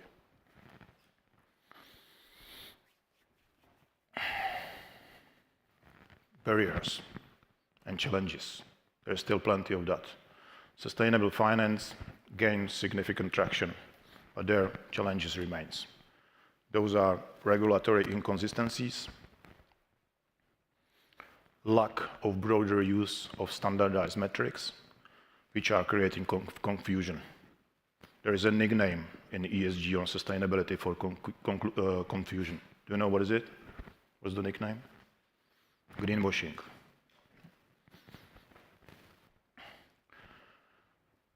Data transparency and data infrastructure is critical. Without solid bases, which are purely based on the data which we can trust, there will be no further development of sustainable finance. We can easily get in the situation as EVs are at the moment. I don't know who of you noticed recent, very quiet, the official decrease of the targets in the US. There was for 2030, there was a target to have 60% of light vehicles fully electric. That target was decreased to 31 to 40%. Very quietly. There is explanation. There's no infrastructure. And as the infrastructure, which is basically the charging boxes, critical for electric vehicles, Transparent data and data infrastructure is critical for the success of sustainable finance. Global inequalities in accessing the finance. Divestment from non-sustainable projects can easily create something what we don't want in the regions, in the specific regions, in the specific economies. We have to be very careful in that and not creating any gap. Like in trade finance, the experts in trade finance for the last decades, they trying to close the gap in trade finance, which is enormous and slowing, basically not putting not basically slowing the global economy. That's in the SMEs. With the sustainable finance, we should be avoiding to creating that gap as well. Well, that was the pessimistic part, right? Now let's move to the optimistic one, because there is a light at the end. That light is called innovations. Innovation, that's our biggest ally in sustainable finance. Technologies and collaborations can bring or drive ESG analytics, impact measurement, reporting.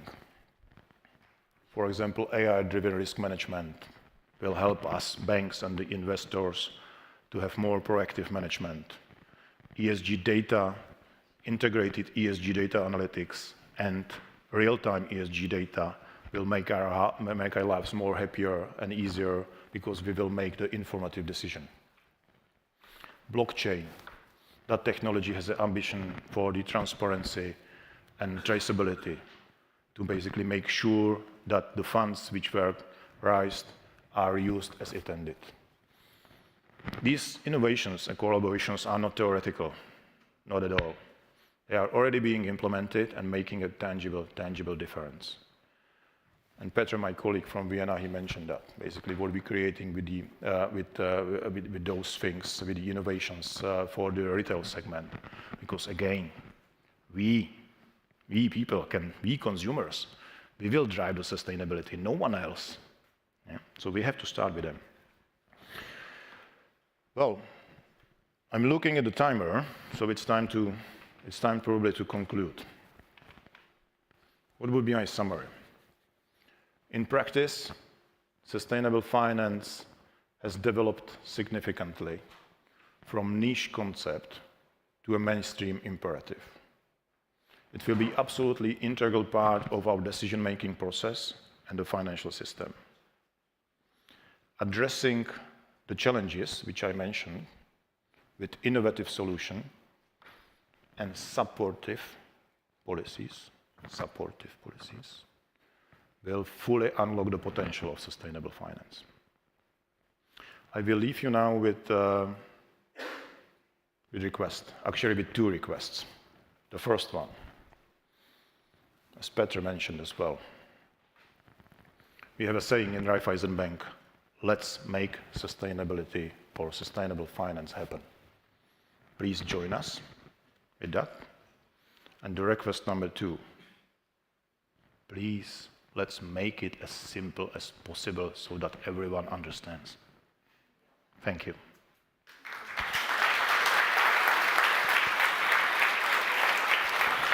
Thank you very much, Petr. So simple is beautiful, definitely, but in sustainable finance and in life, things get quite complicated. We will unpack, actually, some of the complexity in the next panels and show how the market is navigating it. But we have some exciting times ahead, and I love the fact that you did mention that there's light at the end of the tunnel. Let's just hope that the tunnel's not too long, and that we travel on a very fast speed train. And I'm sure that our Czech Infrastructure Association colleagues would agree. We need faster trains connecting the region. Let me now turn to our next speaker, Radek Lastavička. He's a senior manager at Ernst & Young here in Czech Republic, and he will tell us some more interesting things, and he actually has slides. So thank you very much for joining us. And also, once again, I want to thank all of our partners, because when actually Petr mentioned that we need to innovate and work together and collaborate, it's actually also about innovative partnerships. And guess what? Working with think tanks is not always that scary, promise. But now, Radek, the floor is yours, please. Thank you. So I wasn't so brave as my predecessor to speak without slides, so I have a few of them, hopefully, with me.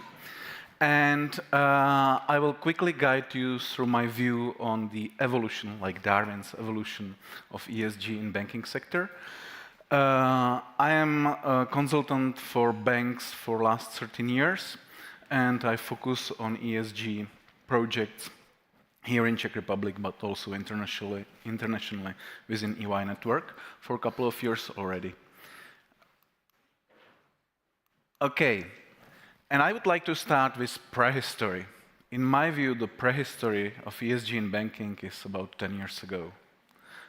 When it first came, it was just purely marketing-driven thoughts of, you know, hey, here is some sustainability, some clients or business partners might care about it, so let's do something with it. But it should cost nothing. We shouldn't spend too much effort on it, and it should be easy to market it.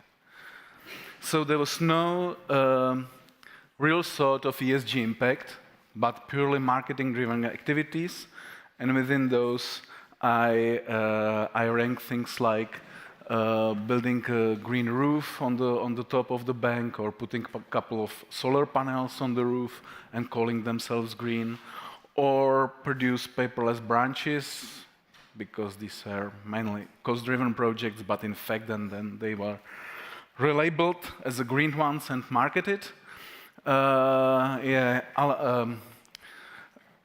Mobilizing the workers in the bank and going for joint Saturday or Sunday somewhere to plant a couple of trees and then report it and make some marketing around that, or buying EV car for a CEO of the bank. So that was the way how to label a bank in the prehistory as a green one. What happened then was about, say, 5 years ago, when in this region all the big banks came, and some smaller banks also came with hard commitments to exit something what they considered not ESG aligned. And some of those commitments were really hard, and some of those commitments were not so hard. So for instance, if the commitment was to exit a coal, some banks said, well, we are exiting the coal, but not the black coal for steel production purposes, the other coal. Fossil fuels. We are exiting fossil fuels, but not natural gas, because it's a mean of transition which is approved by EU policy as a transitional mean. So fossil fuel exiting, but not gas. Nuclear energy, weapons. I think there was most creativity in exiting weapons. I have seen banks exiting all military weapons, but not the sporting weapons. I have seen banks exiting sporting weapons and just a few military ones. I have seen banks exiting military weapons, but not those delivered to NATO armies. You know, you can imagine all of those. Hazard, pornography, and other candidates for exiting commitments. And regarding the kind of intensity of the exit, some of those were really hard ones. I would consider the most hard ones where there was really number in the plan saying, next year we will reduce our exposure in coal by 20% from this number to this number. The year after, another planned reduction, and the committed numbers really provided. A bit slighter version of exit was no new business to the things we are exiting, but keeping the existing clients. And some of my clients were really creative, like saying we are exiting a couple of those topics, unless the board approves otherwise, or we are exiting unless the client provides a transition plan for more sustainable business. So really great creativity. And as a funny fact, I remember one bank when they decided to make a really strong exit commitments to exit from, they made a threshold on their ESG rating. So they created ESG rating, very simple one, and said, well, below this threshold, we are not investing. But the rating was made by key account managers. And when I asked one of the key account managers how it comes that none of your client is below the threshold, and he said, well, I have all good clients, therefore all of them have good ESG rating. Yeah. So the variety of commitments was really different. If they were hard, and the big players had really hard commitments, it cost them nothing operationally. It just reduced revenues, and it has substantial ESG impact. Now, where we are now? Now we are under the water with most regulations coming now and being implemented now. You know, if we talk with sustainability people in the banks these days, they all talk about certain regulation, being it EU taxonomy or CSRD as probably the main candidates for, or main pain points for banks these days. Really, in my view, sustainability in banking these days is not about saving a planet, it's about saving the bank in the stream of regulations. Which means a lot of operational costs, investment in new teams, investment in new IT solutions, investment in data gathering, no immediate impact on revenues, and no real immediate impact now on ESG. However, I should confirm the view presented in the previous panel by Mr. Spolz, that the regulations are, well, not perfect, but going in the right direction. So they are kind of, the implementation of ESG regulations and all those costs now are putting banks on the right track. Which brings me to a very positive conclusion. I believe that in a short time, the costs will stabilize, the banks will have the new teams, will have the new IT solutions, will have the data in a couple of years, so there will be no big operational cost issue. There will be substantial ESG impact to follow the commitments the banks are setting now, the trajectories which they are now preparing, and there will be also substantial revenue impact. One of the big banks reported to me just last week that according to their statistics, out of the new production, already 40% has some sustainability element.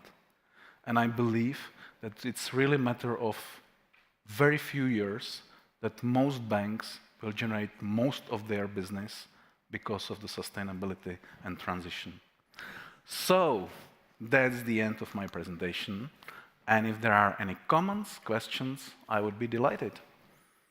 Please, we also have the opportunity for the audience to ask direct questions. So you don't need to be shy and use Slido if you don't wish to. You can also just raise your hand and you will get a floating mic. So anyone brave enough to ask any question? No? Not at all? There is one. Jacob.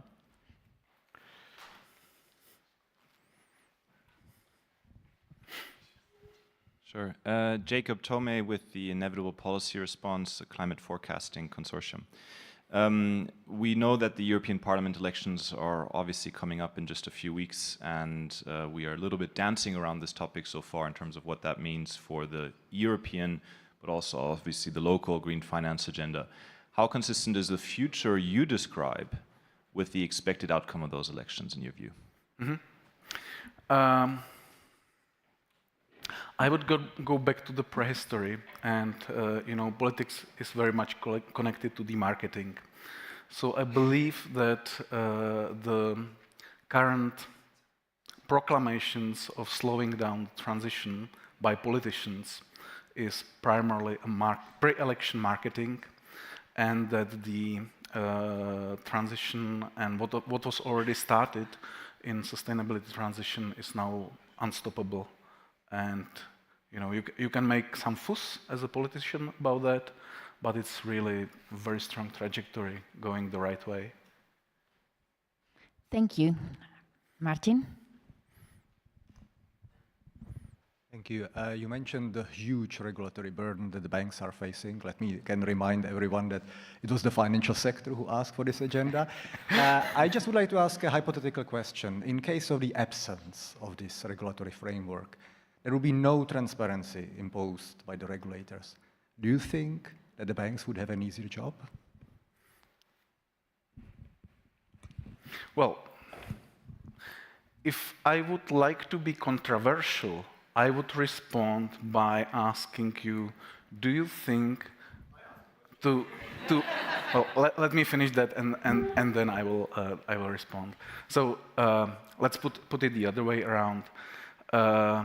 Recently, the banking sector copes a lot with adopting the CSRD reporting, and it was communicated by the politicians that as a favor to the banks, the industry ESRS standard for banks will be delayed and not published now. So banks do not have specific guidelines for financial industry how to produce the CSRD report, and it doesn't help at all. It's a big burden and creating big inconsistency. And generally, if you are asking whether the regulations do help to banks to kind of speed up or to kind of make it more coherent, the transition and the ESG agenda there. Frankly, I would say that from local region, from this country particularly, and maybe Slovakia, which I know, the regulations are not the driver. The regulations are the driver on the headquarter level, and the banks here experience what their headquarters ask for. That's how they go to ESG and sustainability. And you are probably quite likely that the headquarters are impacted by the regulations you draw and prepare, but I don't have visibility on that. Thank you. It's a good question. I mean, market did want transparency and it wanted a standardized approach. Now we've got it. Let's just see how we improve also the usability and streamlining. I believe Ondráš has a question. Please introduce yourself. Ondráš Přibyla, Fakta o klimatu. A recent report from Bloomberg basically says the world is on a transition trajectory. It's economical to go sustainable or more sustainable than we are now. But this economical scenario, this economical trajectory is very slow. It basically doesn't deliver 1.5, neither 1.7 degrees Celsius of warming. So basically we are slow. What do you see as main constraints from the banking or from the finance sector to speeding up? Very good question, discussed on many events like this. I think one of the obstacles in banking, or one of the key obstacles in the banking sector, is the way how the banks adopted or reacted to EU taxonomy. It is easier to finance green and stop financing brown rather than to finance transition in response to EU taxonomy and some of the other regulations. So I believe the regulations were not intended this way, but in their practical adoption, they lead to insufficient financing for transition. Yeah. Thank you, Radek. I'm afraid we've run out of time, but Radek will be around today and tomorrow, and you can ask many more questions, because, yeah, hopefully he will not run away from the summit. Okay, and with that we move to the next panel discussion, which will be hosted by my dear colleague Julian, and which will have some slides also to kick us off and some interesting analysis. So Julian, I invite you to take over. Thank you. And those who are standing at the back, if you want to come and sit down, there are seats, so you don't need to remain standing if you wish. Thank you very much. So it is me again, as you can see, and I'm going to indeed moderate discussion behind me, which actually is called Conversation with the Audience as well. Now, some of you may be wondering what that is exactly. I'm really glad to see there are so many questions, because here also with the speakers and the panelists on this panel, we will try to take as many questions from the audience as possible at the end, but maybe also you can use the Slido as we move on. Now, I'm really genuinely excited to moderate this panel specifically. And maybe as you noticed, what we try to do in this summit, even in the previous years, we try to mix the speakers really well when it comes to their backgrounds and wealth of experience, but also the angles under which they approach the regulation or the topic we talk about. And this panel is definitely not an exception, but I'm genuinely excited to have exactly this mix of speakers, and I will shortly explain why. But maybe now, without any further ado, I will kindly ask all the speakers maybe to join me on the stage one by one. So I will start with Elodie Feller, Global Policy Lead at UNEP FI, please.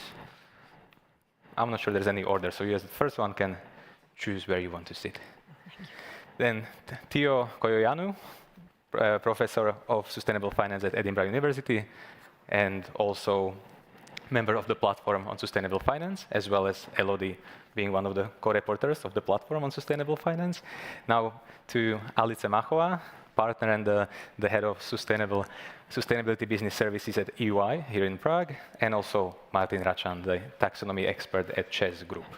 Hi, Alice. Hi. Good. Welcome to the stage, and that leaves me with this chair. Good.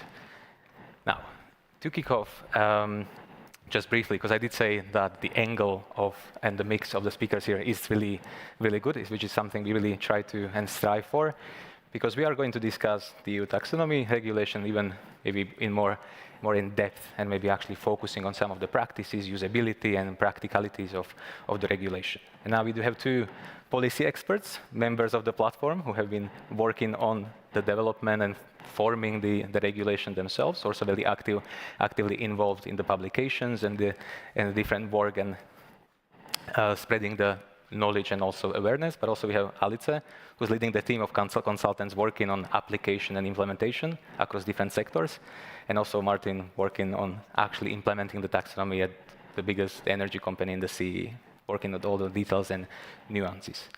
Now, so especially given that, I'm really excited about the direction we will take it.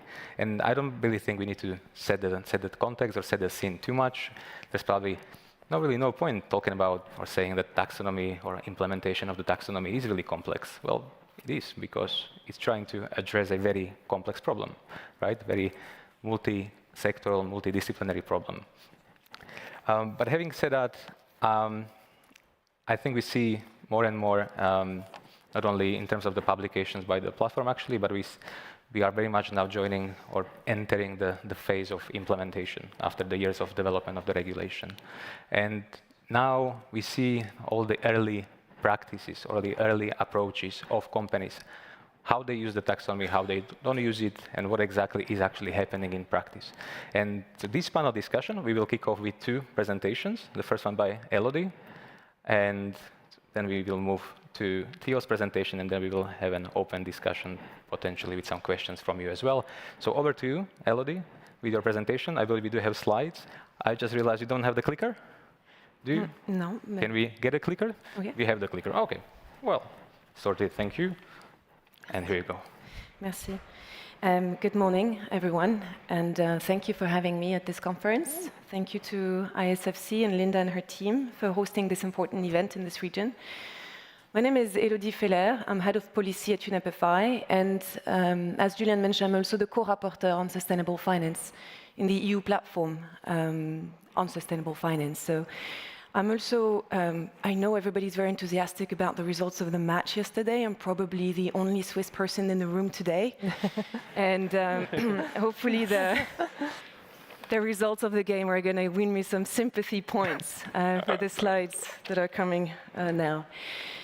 So the EU platform, we are an official advisory body to the European Commission. So we're a group of experts from the academic world, from the civil society, from corporates, from the finance industry, and what we do is we advise the European Commission on the development of the EU Sustainable Finance Framework and on its implementation. And 2023-2024, this is our mandate, and really our mandate is to focus on usability, implementation, and making sure that the regulatory framework is being picked up by the market participants and that we are able to adjust the framework as needed and necessary and to support the stakeholders on the ground. And I assume, so what I'm going to do now is present you a compendium of market practices, which were produced and published in January. And next is the right OK button. Yeah. What this market compendium of market practices is very much a stocktake of case studies that we managed to gather during 6 months of outreach to corporates, to investors, insurers, banks, SMEs, to consultants and auditors that are equally struggling, right, with their company clients, and to the public sector entities to understand how they are using the framework on a voluntary basis, so not just for compliance purposes, but how this is supporting them with their sustainability practices. And also, what are the challenges? Because we wanted to start gathering challenges so we could start addressing, or at least we could start thinking about solutions and opportunities. One last thing is, we saw the slides coming from the EY colleagues before, and indeed we have numerous amount of different frameworks that are into place, and so one of the role of this compendium, but also of the platform overall, is to try to connect the dots. Now try to connect how the CSRD functions with the EU taxonomy, how the CSDDD now, so the Corporate Sustainability Due Diligence Directive, is going to interact with the CSRD, and so on and so forth. So we have all this framework for us to try to make it interoperable across and usable for the market this year and for the coming years. So we got the contribution of 7 stakeholder groups across the market with substantive outreach.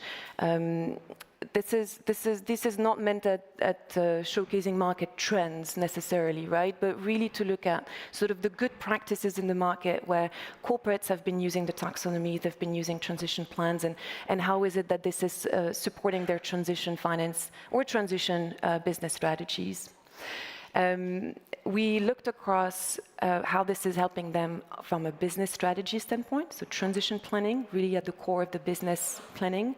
We looked at transactions and financing, so really how this is supporting them issue green bonds, how is this working for green loans for banks, sustainability-linked instruments, and we also looked at the reporting challenge. So how do you come from having a business strategy that integrates taxonomy KPIs into being able to report that to the regulator according to the different templates. And what we got out of the market practices were 2 types of insights. We got qualitative insights, so market practices, where everyone went at explaining how they're using the taxonomy for target setting, how they're using the taxonomy and to do no significant harm to engage with their corporate clients. So really qualitative case studies, and then illustrated with market trends, because data is starting to come up, and we try to put them together. So here are just 4 examples of case studies that we managed to bring together. We looked at transition plans of corporates and how to associate entity-level transitioning with economic activity transitioning, which is what the taxonomy framework provides. And so we found, for example, from utility companies, a very nice merge of how CapEx plans, so capital expenditures that are aligned with the taxonomy, can feed into a corporate strategy and can help inform the strategy of the company.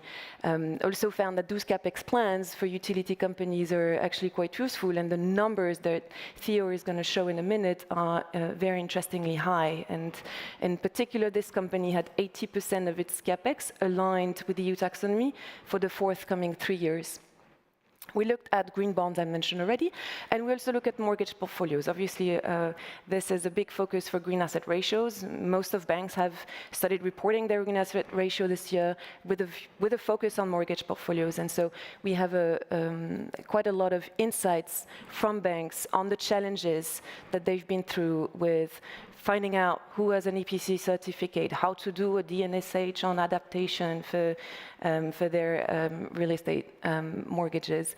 And so we have a long list of challenges that banks are struggling with across different jurisdictions and processing them as we speak. And last but not least, we also looked at banks' transition finance strategies. A lot of banks, especially in the EU, have made voluntary commitments to meet net zero. And we were interested in how they're using the taxonomy, how they're using the CSRD and elements of the framework to substantiate their commitments and to support also their engagement with clients and use that as a tool really to engage with clients. And these are just like picked up numbers that we got from the different trends, from Morningstar, from Bloomberg, from different data providers. And what we found is that the data is starting to speak for itself. What we found is is that companies on average have 18% of capital expenditures that are aligned with the EU taxonomy. So CapEx expenditures are essentially looking over 5 to 10 years. So the regulation says you need to have a plan to substantiate your CapEx to be green over 5 to 10 years, depending on the industry where you are. 18% is quite a high number. Utility companies went up to 69% on average.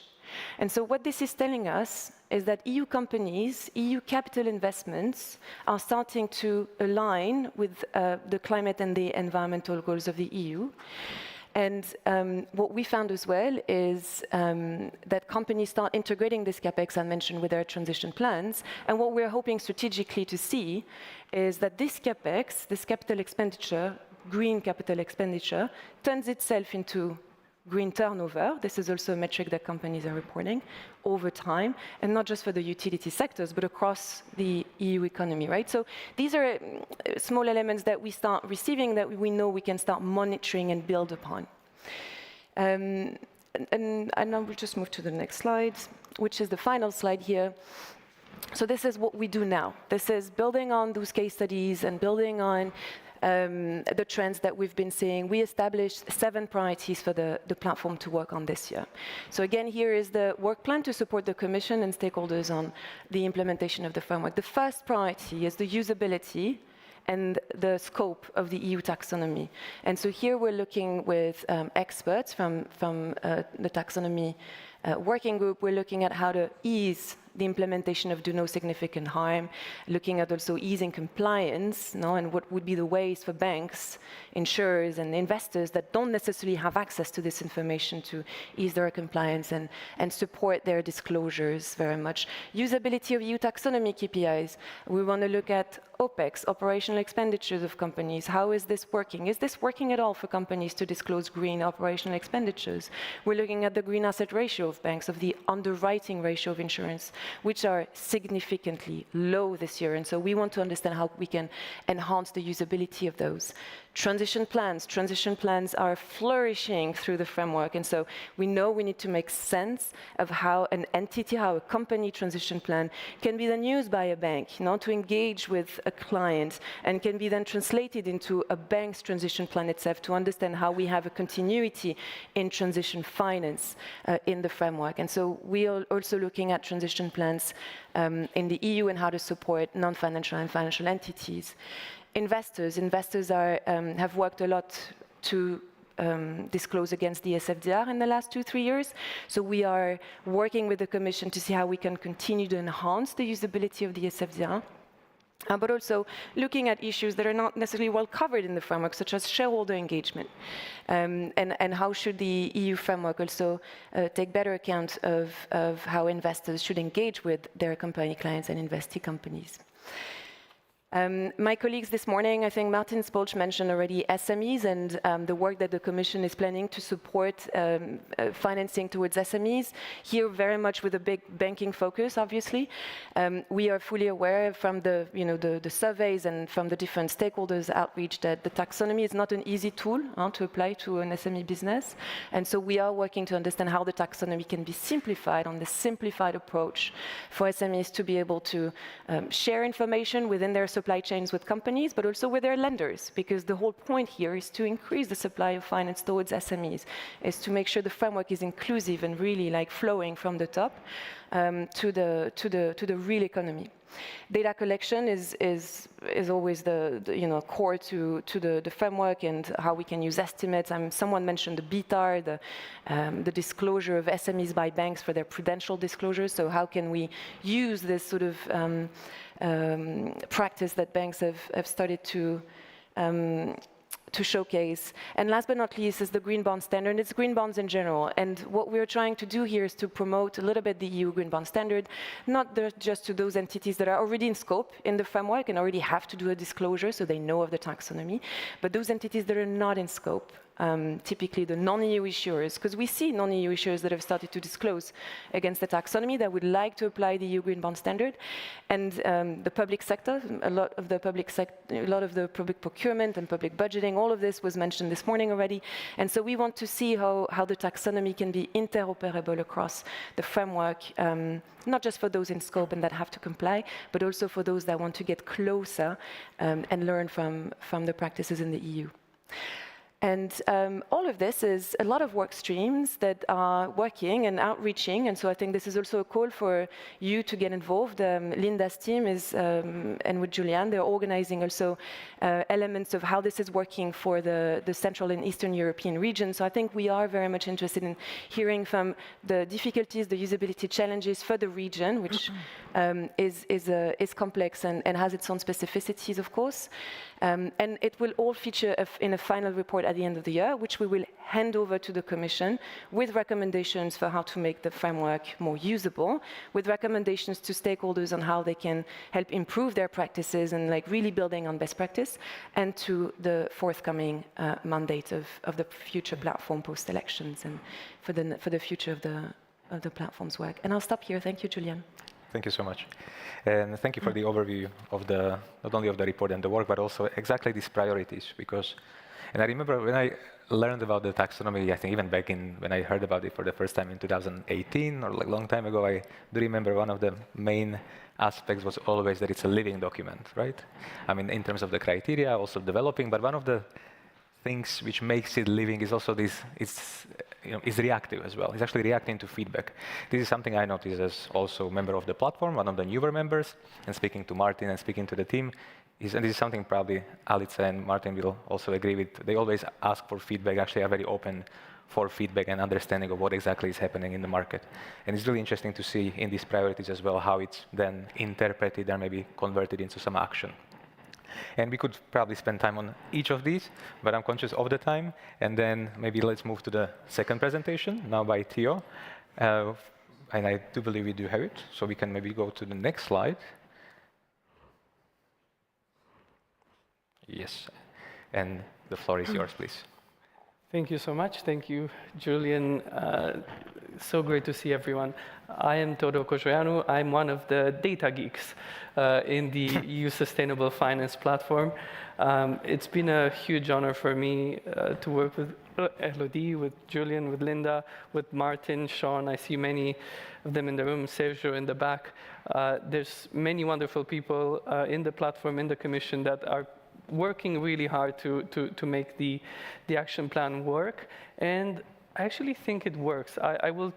It works really well, actually. I'll give you a bit of an optimistic view because we're going to look at the numbers, which we've compiled last night. We wanted to give you literally the most up-to-date pre-Czech Republic hockey game stats, okay?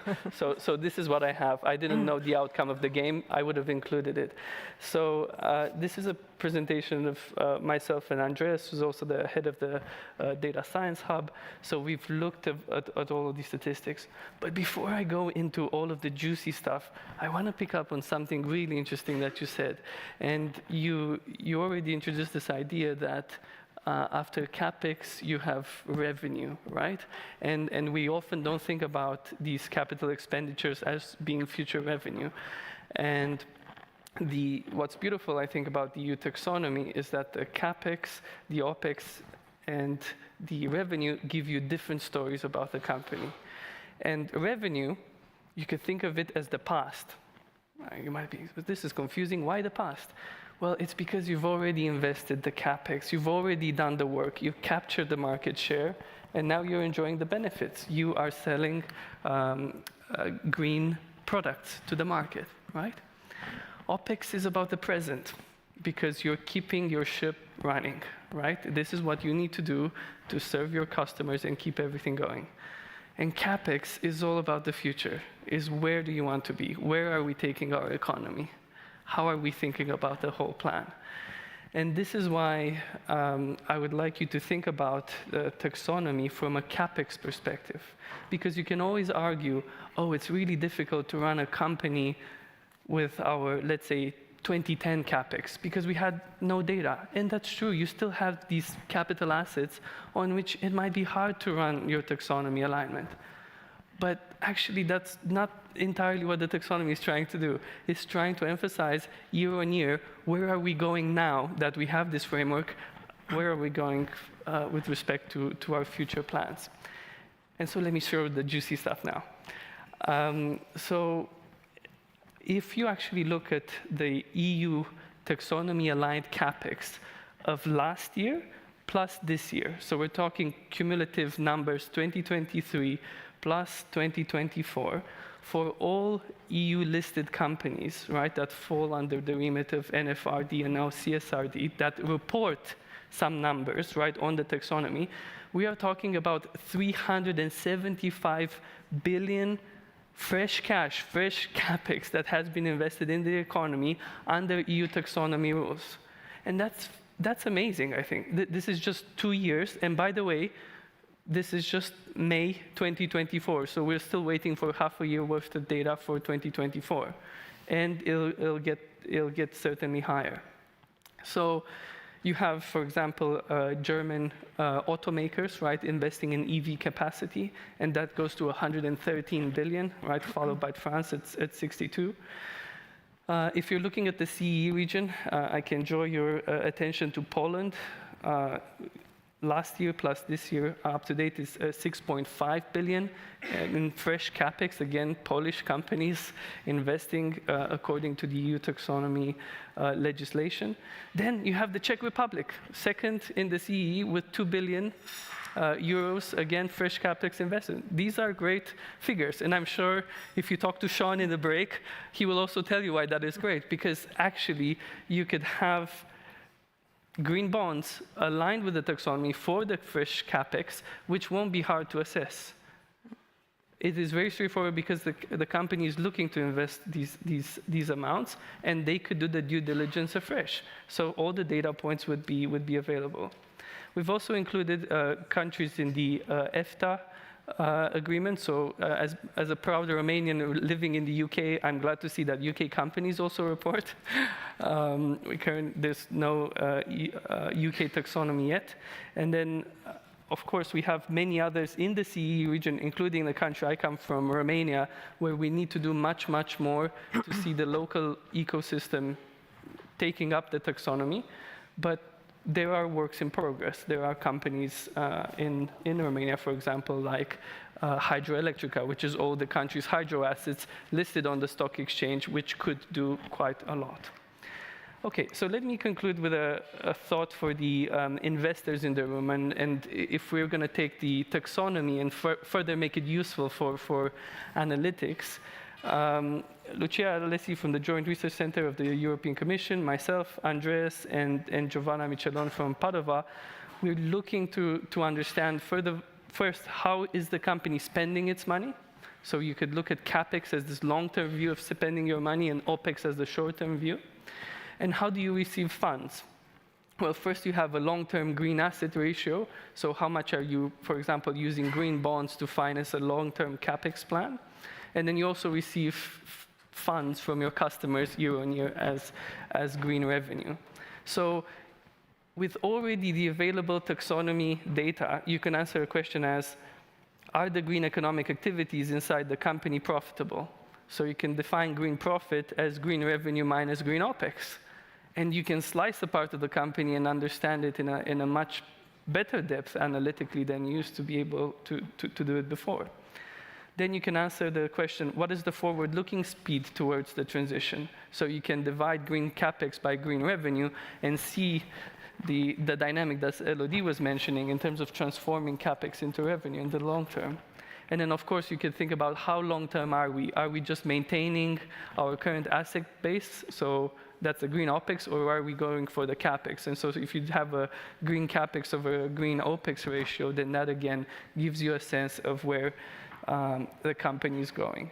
So I will conclude to say that, again, as an academic, I think the numbers are very encouraging at this stage, so we'll still have to the end of the year to see how the overall taxonomy CapEx reporting is looking like. But I do think CapEx should be literally in the next 5 to 10 years what we should be focusing on as a priority, and then revise OpEx and revenue numbers once we deployed all the CapEx needed. I will conclude with that, and yeah, I'm so looking forward to the discussion. Thank you. Thank you very much. And so Linda and I actually work on the engagement and communication of the platform, and I must say that especially having colleagues like you who can talk about the topic so passionately and interpret it so clearly actually makes it really easy for us as well. But now we have heard from Elodie and Theo, who do work on the EU taxonomy, also are policy experts. But now let's move to not only the practical implementation, but also even in this region, right? Because this is actually two angles we do want to explore here. And maybe I would go to you, Alice, maybe even instead of just trying to find the questions here, but I would actually be interested in your reaction to some of the discussion points so far, because you oversee EY work on the EU taxonomy as well, and sustainability reporting, which, as I said, is across different companies, different sectors, and in this region and countries in the region. So does it resonate in terms of not only CapEx, but when it comes to transition planning, for example, application of the EU taxonomy in more strategic way or approach? What currently is the take in the region here? Well, I thank you for the numbers. Actually, no surprise for me, because we do EU taxonomy barometer every year as well. For me, actually, the numbers every year are set for our region, because there are no numbers. So I think a big part of it is that it's our capital markets, actually. So there are not that many companies, right, who are listed, so they would have the obligation to actually produce the numbers. And being on the ground, working with the companies, I think that this is the biggest task that we currently have, is to actually implement this methodology so that we can show progressive numbers like Germany and others. My other ask, and whenever we talk to the clients, is please bring your CEOs to the table, because I think it's still, there is a big gap between the understanding of us who sit here, bankers, consultants, CFOs, but actually the board very often, or the owners of the company, not always understand, and then it's difficult to convince them that CapEx, OpEx, based on EU taxonomy, is important. So I would, stress that in our region, actually, this is, again, a big task ahead of us that we are trying to tackle together with Martin. For example, we had a big event at EY just last week. And there are still a lot of large companies who are just trying to understand what EU taxonomy actually is. What is a climate risk? How do you measure climate risk? I asked the question in the room because we had one of our clients with whom we are working on the project right now. We had a full room, and I asked how many of you are currently measuring the climate risk. There was no single hand. So I think there are these challenges, but obviously we will tackle them, but in our region we have to be very fast in tackling them. So in that sense, I think it's good that we are part of the international network. It's great to have events like this, so that we can actually learn from the countries who are already ahead and from the large companies. Obviously, Martin will talk about chess, so we do have examples of companies that are already ahead, but for a vast majority, there is a lot of work in front of us. And maybe on that note, by the way, because I completely agree with you in terms of, I mean, the difference is not only in the region, but also that it's bringing some specific examples or case studies and so on. And I know that Martin also speaks at many conferences, actually shares some of the approaches of chess. So maybe, Alice, just from your perspective, quickly, given that you speak to different companies and also have this overview of the practices, do you feel that companies like chess trying to share their practices proactively and this knowledge sharing from other success stories is one of the driving forces to maybe influence or maybe motivate some other companies to be more active? For sure, but I think that is working really well now in the Czech Republic. There are many associations who are actually doing a great job based on industry specifics. So if I was energy, we will discuss it with Martin, but for example, the Czech Green Building Council, with whom we just issued the EU taxonomy guidance. So there are some very specific things that are already happening, CBCCD and others. So I think that knowledge sharing between the companies is actually working, and the experts are meeting each other, and they are really learning from each other as well. I see the same. Also being part of these associations, definitely. Martin, to you, anything you would want to react in terms of presentations, maybe? Yeah, well, I have just one thing to mention. I'm really happy about the Czech data because that's basically 99% of our disclosure there. Yeah. So I am happy to say that we are majority in Czech region currently. Maybe in the next few years, finally we have other companies as well, but we will see. Sounds good.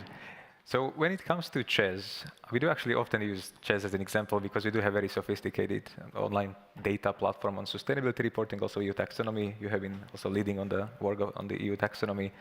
And as we discussed, yes, there is need for, it's not even success stories, but practical examples, right? Because when it comes to practical insights, exactly to Alice's point, and we've spoken to some CEOs as well and board members, and it's difficult to, it's a very complex, often abstract topic to actually implement currently because people are normally, especially at that level, focused on numbers and financial aspects, and this suddenly is introducing slightly different elements.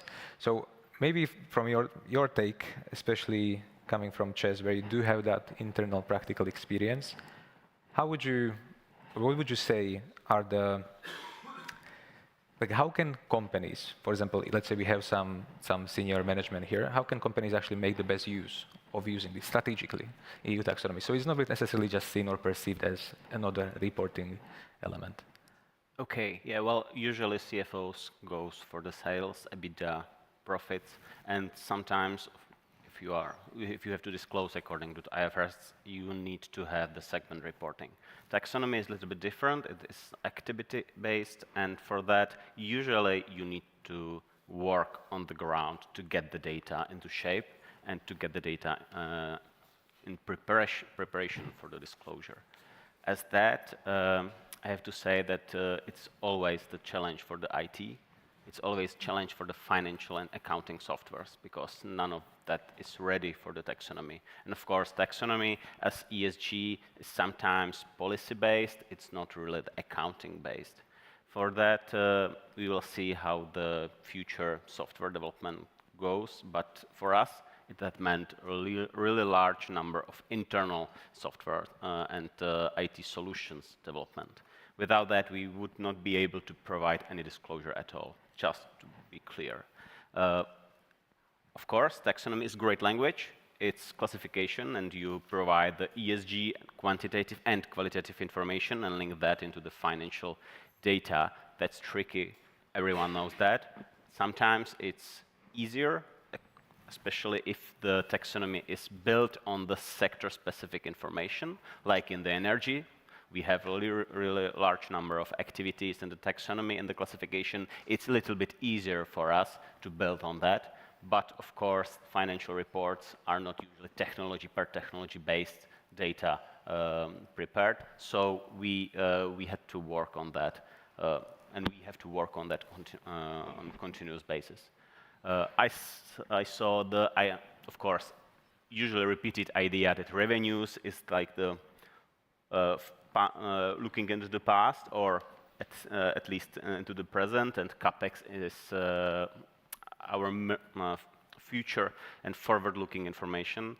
We are using that into our communication. We are building on that, and we are checking what are our planned CapEx actions. But it's not the causal link between CapEx and revenue there. You cannot claim that each addition into the CapEx will generate revenues, especially if you are in the infrastructure sector, as we, and we are not only in the operation companies with operational control of the infrastructure, but we have several other activities out of the scope of taxonomy. So at the end, the revenue disclosure, even though I can reasonably claim about 80% alignment of our future CapEx and our CapEx plan, I'm not able to say that it will be on the revenue side there, because more than half of the revenues comes from the out-of-scope activities from the taxonomy. So that's one thing as a somewhat disclaimer, that whenever we are dealing with that, and I'm not sure about the metric about the revenue and OPEX, because OPEX is really strict defined, revenues is not, so it's like apple and oranges sometimes. For us, it would be great, for example, for the natural gas activities, if they would be aligned to have green CapEx, to have green revenue, but for the OPEX, you do not have any UETS allowances there. So it's not really clear picture. And I'm not sure I could claim that it's green profit there. So I would be aware about that communication, a little bit at least. Maybe it's sector specific, of course, but maybe there. I have to say we are using our green and ESG information in financing. We have 2 years experience with sustainability-linked instruments. And we are happy and somewhat surprised sometimes to see that our loans are someone's green bonds activities. So it's interesting how the financial sector works in that way. And we updated our sustainability-linked framework, and currently we have a few days, I think, green bond framework. So we will build on our taxonomy disclosure, and we will market our outputs and our CapEx and try to finance them more green way, a little bit more prosperous way, we hope. So, thank you very much. That's actually a really good overview of the situation also back at CES. Theo looking at me as she wants to react. Yeah, no, I'm really grateful for the feedback. It's also the first time we present the concepts, so actually that's really good. And I wanted to agree with you that indeed there's no causal chain between necessarily your CapEx and then revenue. But sometimes, in the case of adaptation, for example, you have some CapEx for adaptation on which you might not have revenue, but your revenue might be more resilient in the future, not necessarily increased. But your CapEx, for example, can be someone else's revenue, right? Yeah, sure. And that's also the beautiful thing with the taxonomy.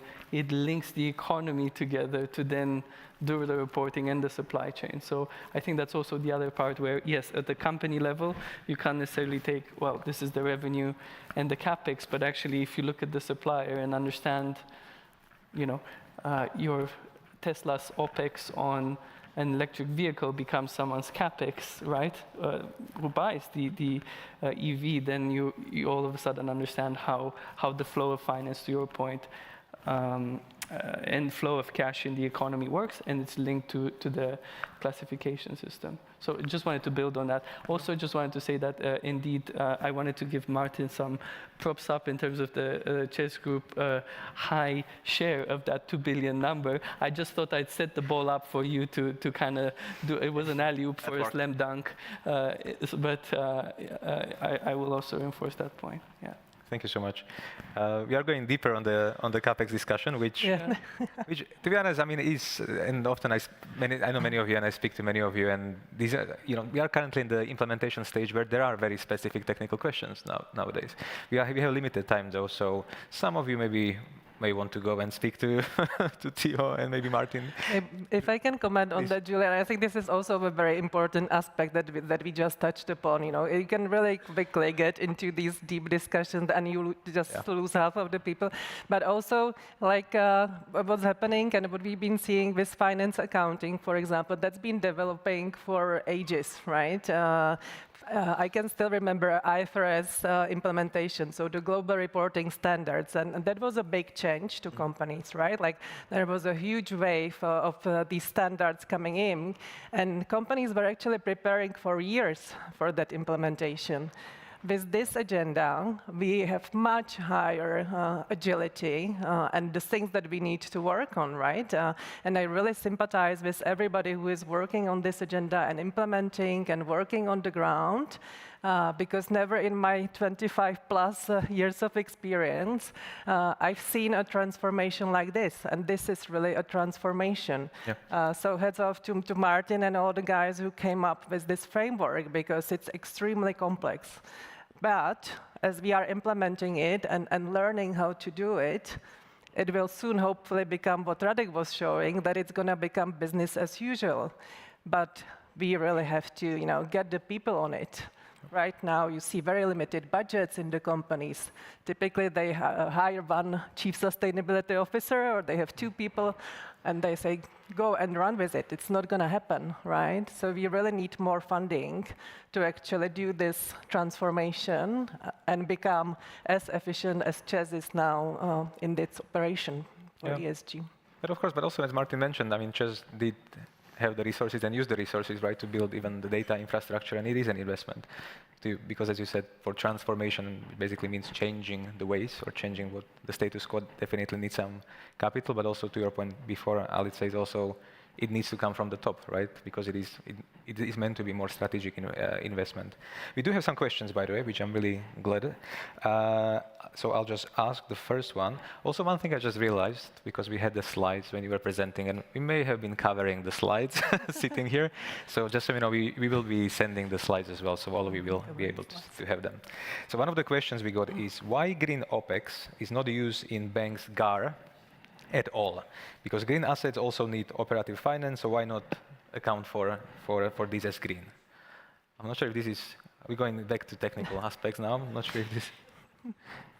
This was placed, so this is indeed in the disclosure regulation for the taxonomy, so in the Article 8 Disclosures Delegated Act, which mandates the disclosure of the green asset ratio. You find the obligation for banks to disclose their turnover, the turnover of the companies of their clients and the capex of their clients, and to compile that into their green asset ratio. And it's true, there is no obligation on banks to disclose the OPEX of their clients. The rationale was mainly based on the feedback received from the stakeholders at the time of the elaboration of the framework, that banks were a little bit concerned about accessing this type of information from companies, where OPEX is not easy to compute for companies today. It's not always easy to find green OPEX and the purpose of what green OPEX is going to do for the transition. And so it was decided politically that OPEX would be left out of the disclosure. We are very happy to reopen this question if we think that banks should disclose the OPEX of their company clients. But before we do that, we need to understand the state of play on OPEX disclosures. Because right now what we see is great levels of incomparability of how companies are disclosing their OPEX and compiling their OPEX to align with the taxonomy, and great difficulties. So I think across sectors we need to understand how to streamline this, and then think about whether banks should disclose that for themselves. Thank you very much. It's good. So as you can see, this is the opportunity to ask also technical questions. And speaking of that, I do believe we have one floating microphone somewhere here. I can actually see it here. So I will open it for questions in the audience now. So if there's any questions, hands up. And I just need to remind you that the name of the session is Conversation with the Audience. So, or you can ask questions of the audience as well then. Can we ask questions to the audience? Or yeah, we can do that as well. So unless you want to be asked a question by Elodie, maybe you should raise your hand. Let's see if this works. I mean, I have one mic already. Any questions?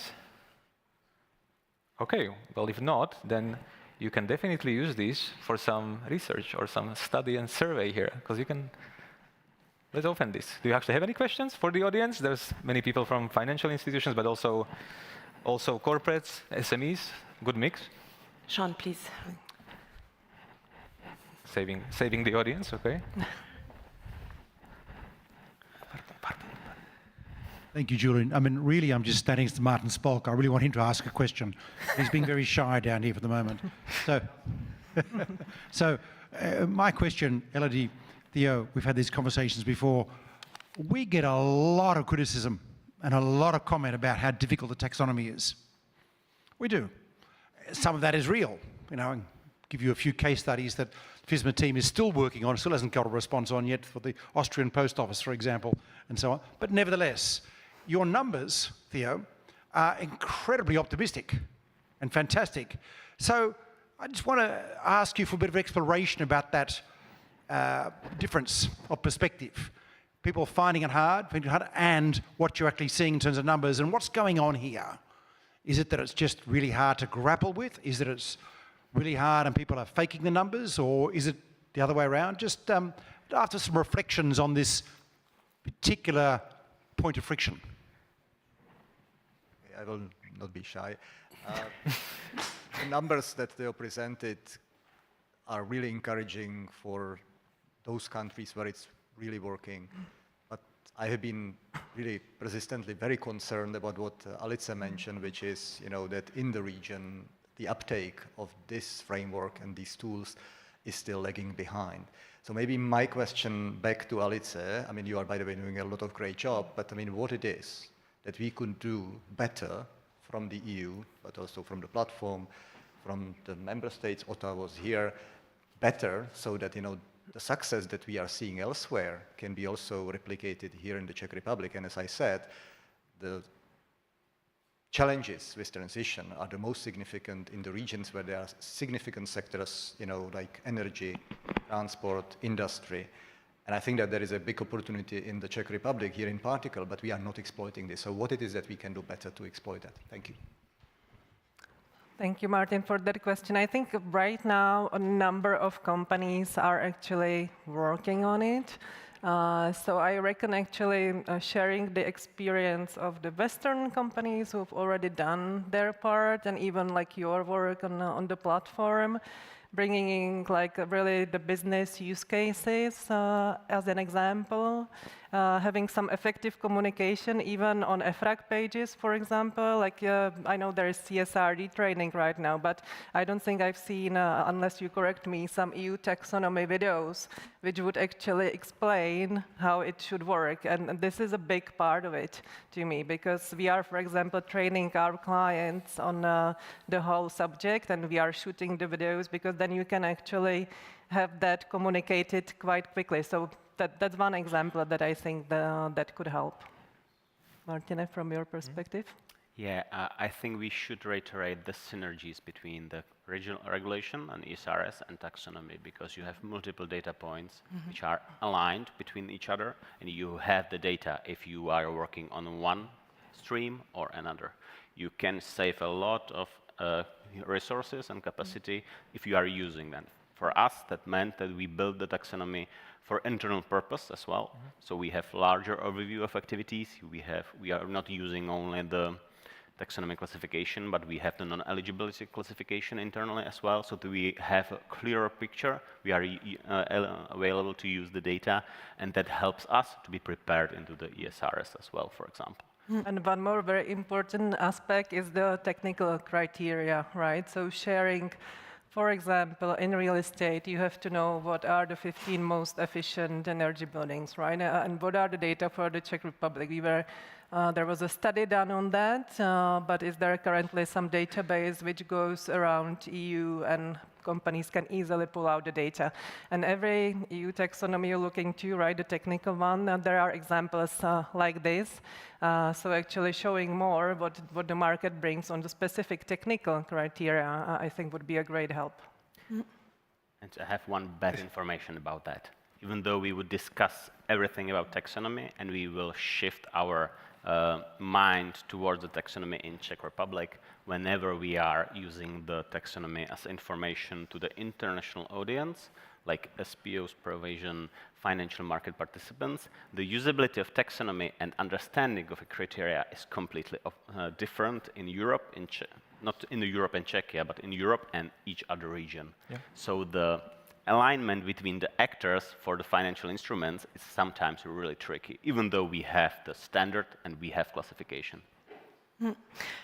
If I can just build on what you're saying is, and from the positive trends here is, yes, we're struggling with the implementation of our framework here, the interoperability of how the different data points point to one another, but we also have 40 other taxonomies globally that are being developed by Brazil, that are out there for Mexico, for Colombia.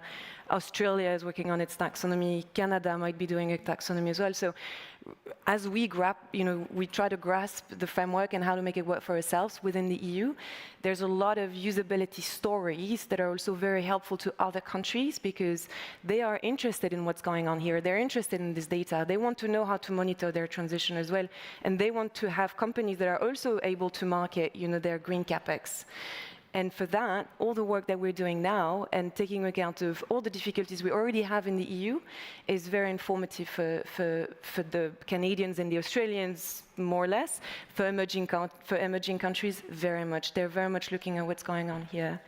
And so thank you for trying. I think this is very important. And also for the audience, you said if I could ask a question to the audience, it's really to bring those struggles, right? And especially from the banking sector in connection to the SMEs and in how this interaction is going on. We know it is not as well covered by the framework, and so we're very much interested in learning from banks and SME experiences with the framework. Thank you.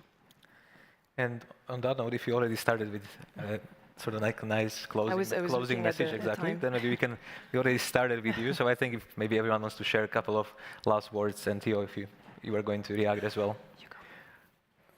Just to Sean's prompt on a quick exploration and actually what we're not capturing. So this is a conservative number that we've presented. And why? Well, because there's a lot that we are doing also in the area of private equity, where, again, we do not see what's happening. There's a lot of what the commercial banks are doing, some successful and it works, particularly in the area of project finance. So actually the way we finance a lot of the huge infrastructure, renewables, 90% we're talking project finance. So all the revenue is ring-fenced to the actual cash flow of the wind farm, and you have a bank putting all the loans behind it. So I know there's a big issue in the CEE economy because we have SMEs, and we're looking at this 90% of SME population, and we're trying to overlay the taxonomy. But actually, from a CapEx perspective, let's look at the large infrastructure projects. How do we attract large companies in the region? How do we get the automakers and so on? And you would be surprised that actually you have a lot of experience in the local subsidiaries of the companies that are listed right in France, in Germany, and so on. So I know of a few Romanian companies that don't report the numbers because they reported into the number that makes it, let's say, into Austria, right? We have quite a few successful Austrian subsidiaries. So again, I think even that number that looks great, it's actually very conservative in what the taxonomy is actually delivering. So maybe I will conclude on that optimistic note that we are even being conservative with the good news. Thank you very much. And we are still in the beginning of collecting the information and some of these, exactly, the report on market practices. There's more and more in the pipeline of the platform as well to come up or to showcase even more of these practices as well. And maybe just to close as well, Alice, I don't know if you have any specific remarks or maybe overall, working with the companies, do you feel that the EU taxonomy is achieving or helping to achieve the Green Deal in practice? I think here we will see the results soon. We don't see them yet, but I'm sure we will. But what makes me really optimistic is when we actually work on the deals. You can see that now there is no transaction without due diligence on sustainability. When companies are thinking about going public, again, it's not just their financial information, it's actually the part that's even more interesting for the investors is on their sustainability and their journey towards net zero, for example. So that actually makes me think that the principles that we are talking about here and that maybe we don't yet see the high numbers are already installed in the economy, and we just have to wait and see for the outcome. Thank you very much. So on the positive outlook, any last remarks as well, Martin? Yeah, well, we should work on our transition in your companies, in ours, and at the end, it's your regulation. You have basically three options. You can use and exploit that, you can comply, or you can complain and then comply. That's where we're standing. And that's a really, really good finish for this discussion. I am conscious that it's really hot in the room. I understand we are trying to fix that. But also we do have a lunch break, so I very much welcome you to enjoy your lunch, potentially take it to the garden for some fresh air. And these are really hot topics we are discussing, so it makes sense that it's so hot in the room as well. So thank you so much, Elodie, Theo, Alice, and Martin for the discussion. And as we discussed, and as we mentioned in the beginning, this summit is also for you to connect amongst each other, also with the speakers, and continue some of the discussions over coffee or lunch. So we very much encourage you to do that. Thank you so much for your attention, and bon appétit. Merci. And one quick note.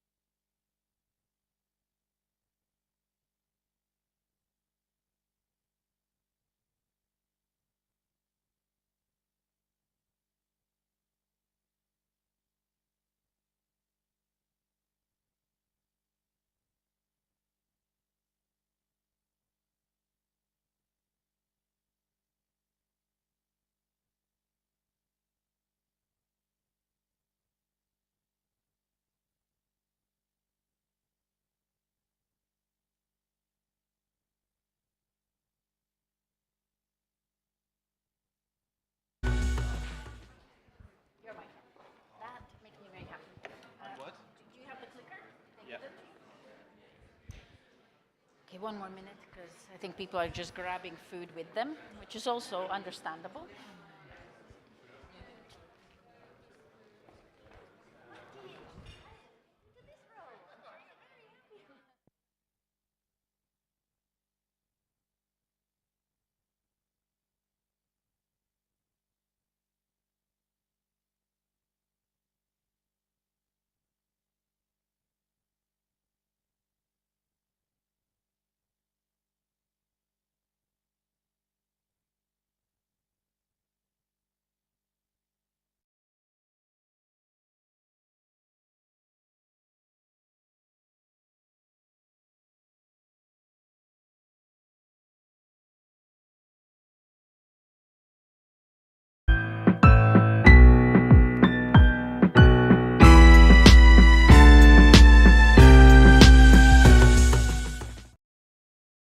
For tomorrow and also for the afternoon, there are multiple sessions, the whole length of that hallway.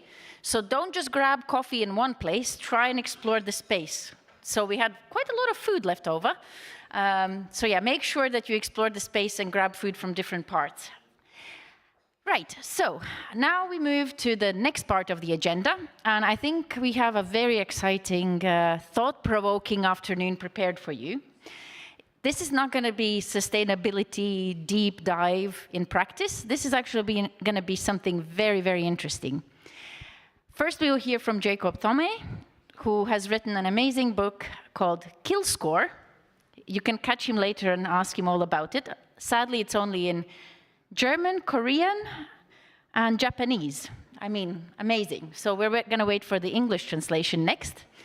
Then we're going to move on to Professor Alexander Köves, whose presentation last year in Budapest created a whole uproar. We had so much fun. So I think it's going to be very engaging. And then the final session, we will actually talk about the future of investing in the CEE investment landscape and how it's changing, moderated by Simon Mundy from the FT. And then finally, we will have Ulf Erlandsen, who is landing just about now in Prague Airport, and who's going to tell us all about his new guidebook on sustainability-linked and green debt instruments. If you haven't seen it yet, that book is amazing, because these guys have been doing this for years and years and years, and their main audience are the financial institutions. They don't work with anyone else. So for general public, you probably have never heard of them. Right, so let's get started, and I want to welcome to stage, so these are our before I welcome Jacob, these are our partners, so you can see how many people have been involved in structuring the event, attending, helping us to promote it. Right, so Jacob Thome, the stage is yours. Jacob is also a co-founder of multiple think tanks and NGOs, and one of my favorite public speakers, so welcome. Thank you, Linda, and thank you for the... I hope the applause is for the partners that Linda put on the page, because it is, as she rightfully said, a really impressive list and really so wonderful to see. This is not my first rodeo here, joining this conference, and it's really getting better and better every year. And Linda said she's going to explode if she hears any praise about this conference, so I hope she'll still be alive by the evening. All right, if we could have the slides, that would be wonderful. Thank you.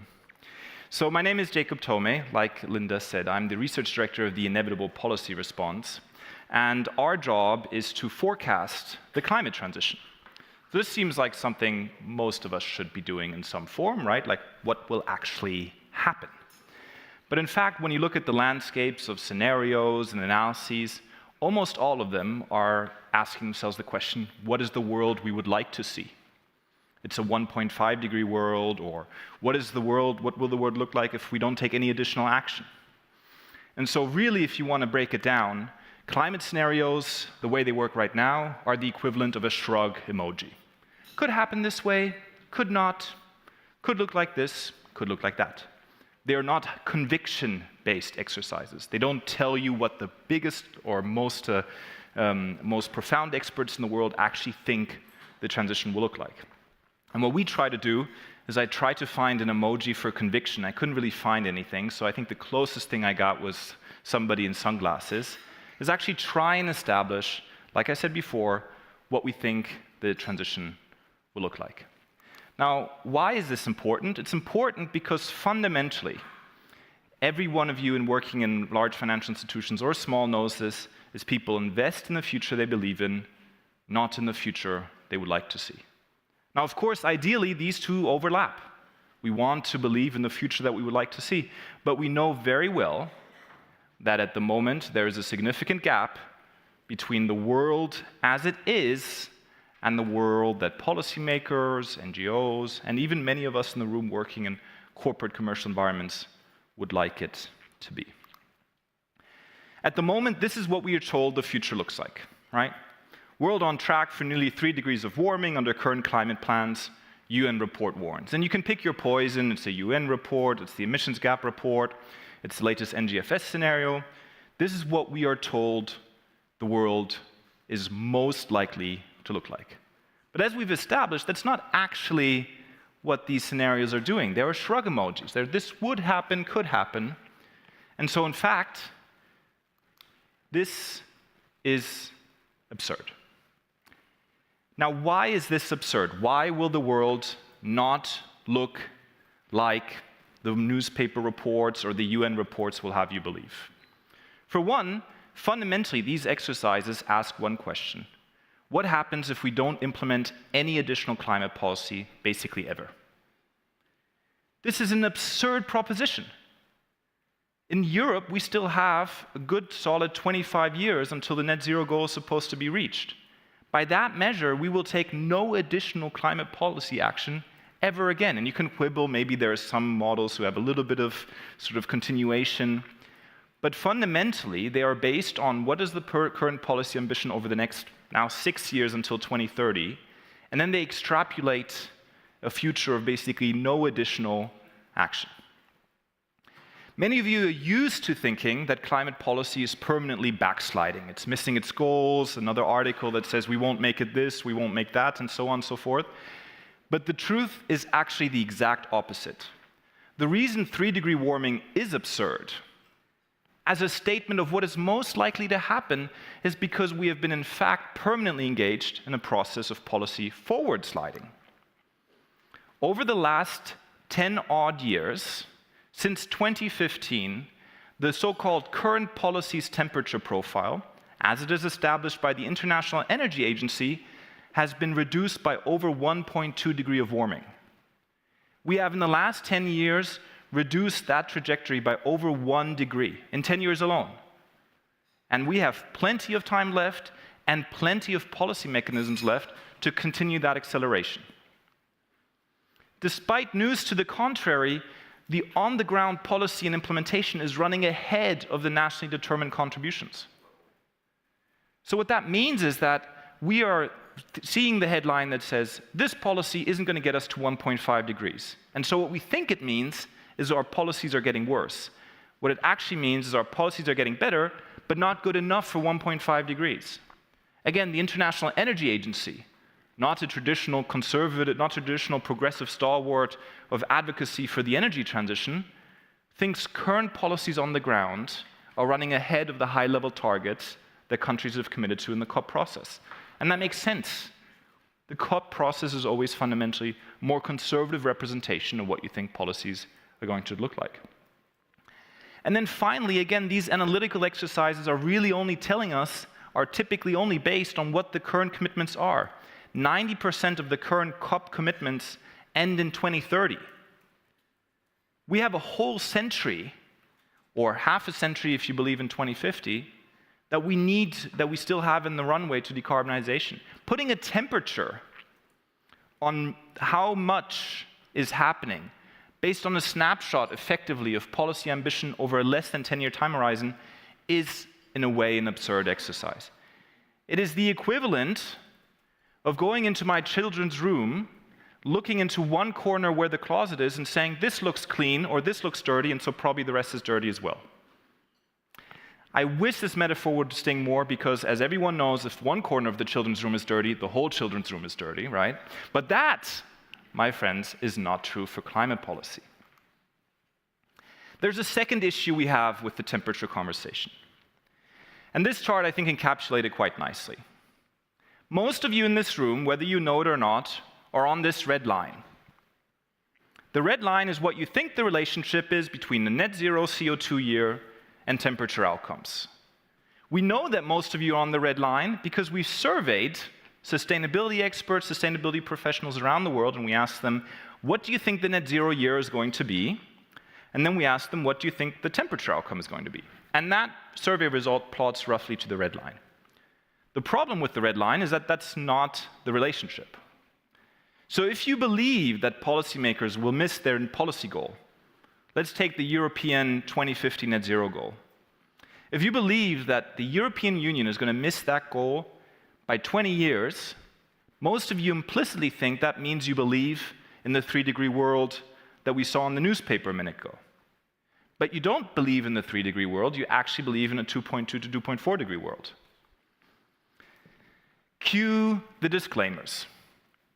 Tipping points, further policy deceleration, other climate forcing effects, climate uncertainty. We know them, I'm sure many of you are thinking them.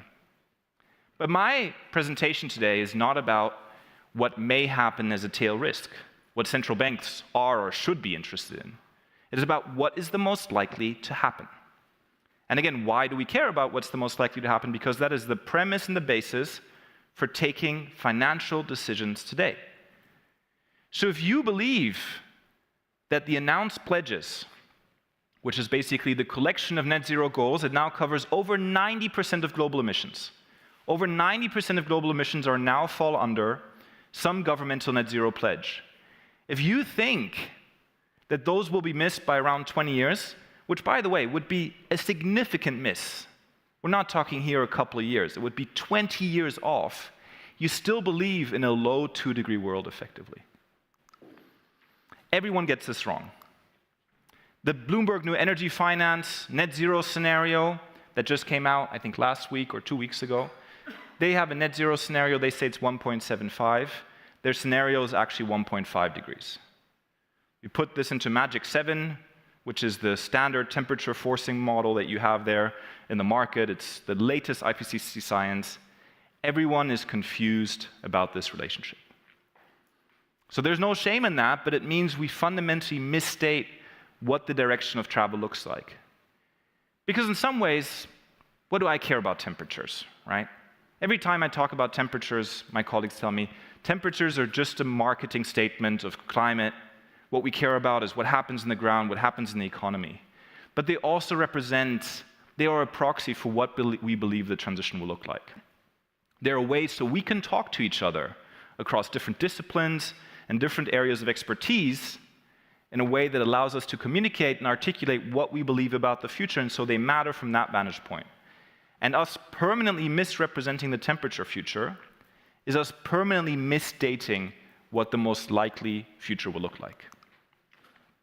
This is where we come in with the inevitable policy response.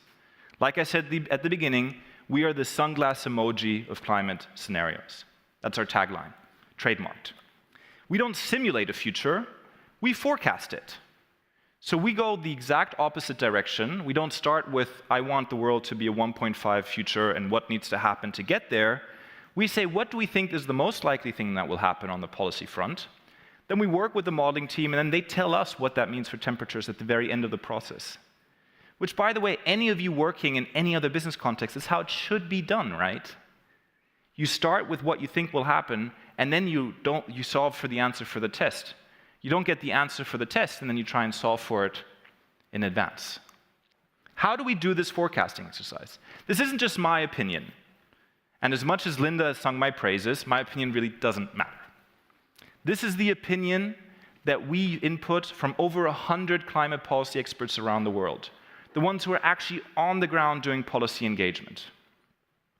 This is the actual policy ambition that we're tracking across over 300 individual policy levers in 21 jurisdictions, 15 key industries. What is actually the policy status quo? What are the market trends? What is happening with deforestation in Indonesia? What are we seeing actually in terms of deployment versus the high-level targets? And that universe of information allows us to forecast. Our experts think we will reach global net zero CO2 by 2065. That is the median response of the plus 100 climate policy experts that we surveyed around the world. Yeah? 2065 is basically a 5 to 10 year lag between what we are saying, what we are seeing in terms of the underlying net zero policy ambition and what these experts believe. 2065, net zero, means we will achieve the Paris goal of well below 2 degrees. I was in Paris in 2015. And I remember that when that well below 2 degree goal was anchored, I thought there is no way in the world this goal will be met. The fact of the matter is that over the last 10 years, well below 2 degrees has now become not just a pie in the sky goal, but according to climate policy experts around the world, the most likely future. We are seeing this not just as an opinion survey, but in the on-the-ground policies. Over 60% of the policies we track are now supportive of confirmatory of this goal. Now, 60%, is that a lot? Is that not a lot? Sure, there are different perspectives here. But 60% means that we still have, mind you, until 2065 to close that policy gap. There is plenty of policymaking left in the tank, plenty of ambition left to action. And of course, some of these policy gaps also make sense. We're not going to have the industrial heat policy all set up now for industrial heating processes in 2045. That is, whether we like it or not how policies work. The policy map is turning green. It is turning green at an unprecedented rate. This is the kind of analysis that we should be doing. What are the actual on-the-ground policies, right? Where are the policy gaps? What is actually happening? This isn't the world the way we would like it to be. This is the world as it is. So if you think you're pessimists, and you think policymakers will miss their goals by 10 to 15 years, you're pessimistic, you think these policymakers, they don't know what they're doing. Bad news, you're actually an optimist, as you believe in around 2 degree warming. If you're a pessimist and think we will never reach net zero, you think, you know what, those last 5 gigatons or 10 gigatons that we need to take out of the system, we'll never get there. Policymakers are going to do the clean power stuff, sure. Electrification of the road, maybe with some humps and bumps. But industry is going to stay carbon intensive. People are going to have their meats, right? Especially, obviously, in this part of the world, an important cultural conversation. And so at some point, we'll just go close enough. Even if we go to that point, we will slow warming to the point where this 3 degrees, fear-mongered by some of the reports, won't happen until 2200. Now, that is not an attractive proposition. I mean nothing further from that. But it's also a very different statement to saying we are on track now for 3 degrees this century. If you believe this, and many people do, and they would be called pessimists, right? If you believe this, you still effectively believe that 3 degrees is 100 years further away than the UN report says it is. Here's the bad news. The bad news is that the 1.5 degree no overshoot goal is effectively a dead policy proposition. Of all the policies we track, only 3% are pointing us in that direction. If we wanted to make up that case, you have to make up 97% of the policy legwork to get there. Here's the other bad news. This isn't an NGO report. This is Zurich Insurance Group, who is worried about over 1 billion climate refugees by the year 2050. Divide that number by half. Let's say it's 500 million. Look at me, I'm the optimist again.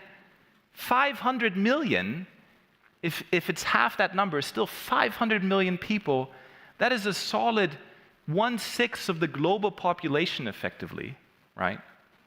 That's become a climate refugee in some form, internally displaced or otherwise.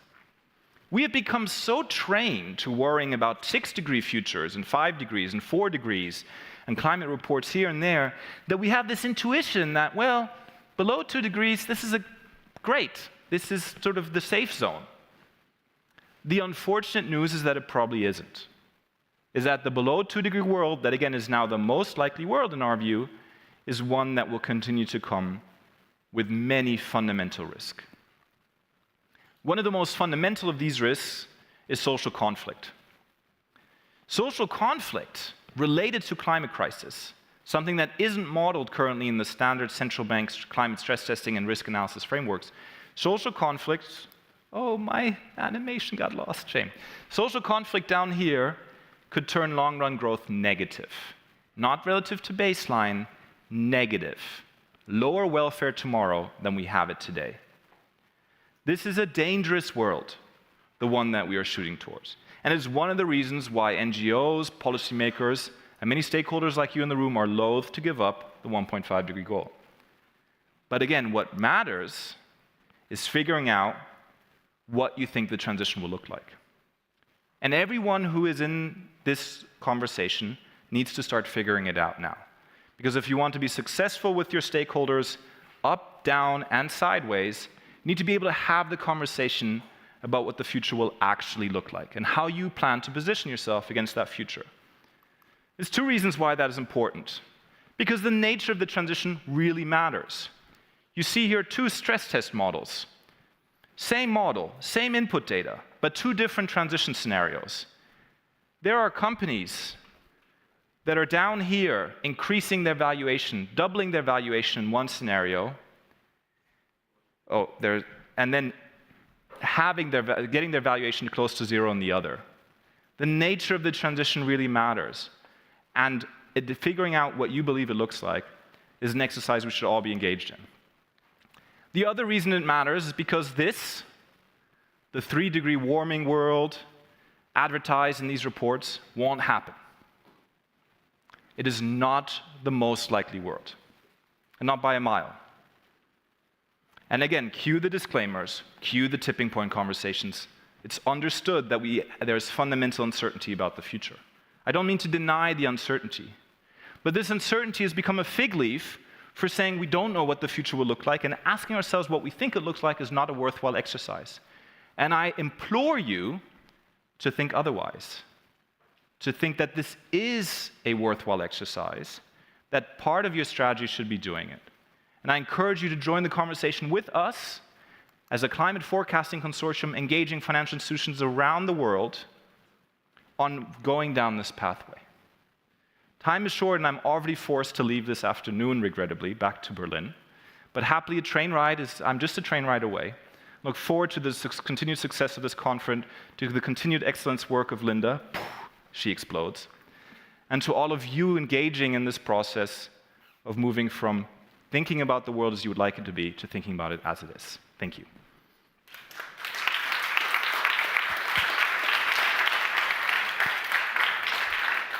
Thank you so much, Jacob. I mean, it's always thought-provoking, and I'm sure that a lot of you have many questions about the likelihood of the scenarios and the analysis.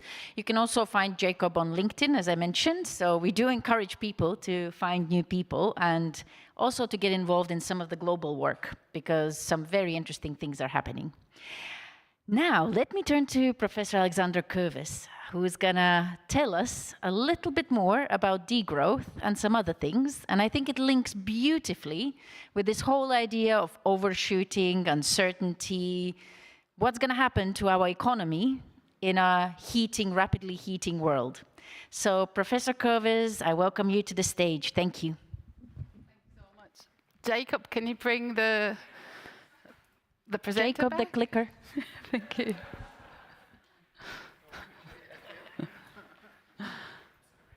Thank you so much.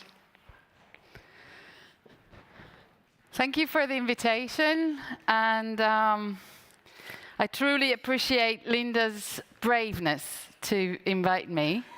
And I think she scheduled my talk for the after lunch so that the food coma can go away and I can wake you up a little bit. My talk is on degrowth, and whether I am here as a provocateur or an evangelist, only time can tell. But certainly it's something that we need to talk about, and this community needs to know what degrowth might mean. If you think,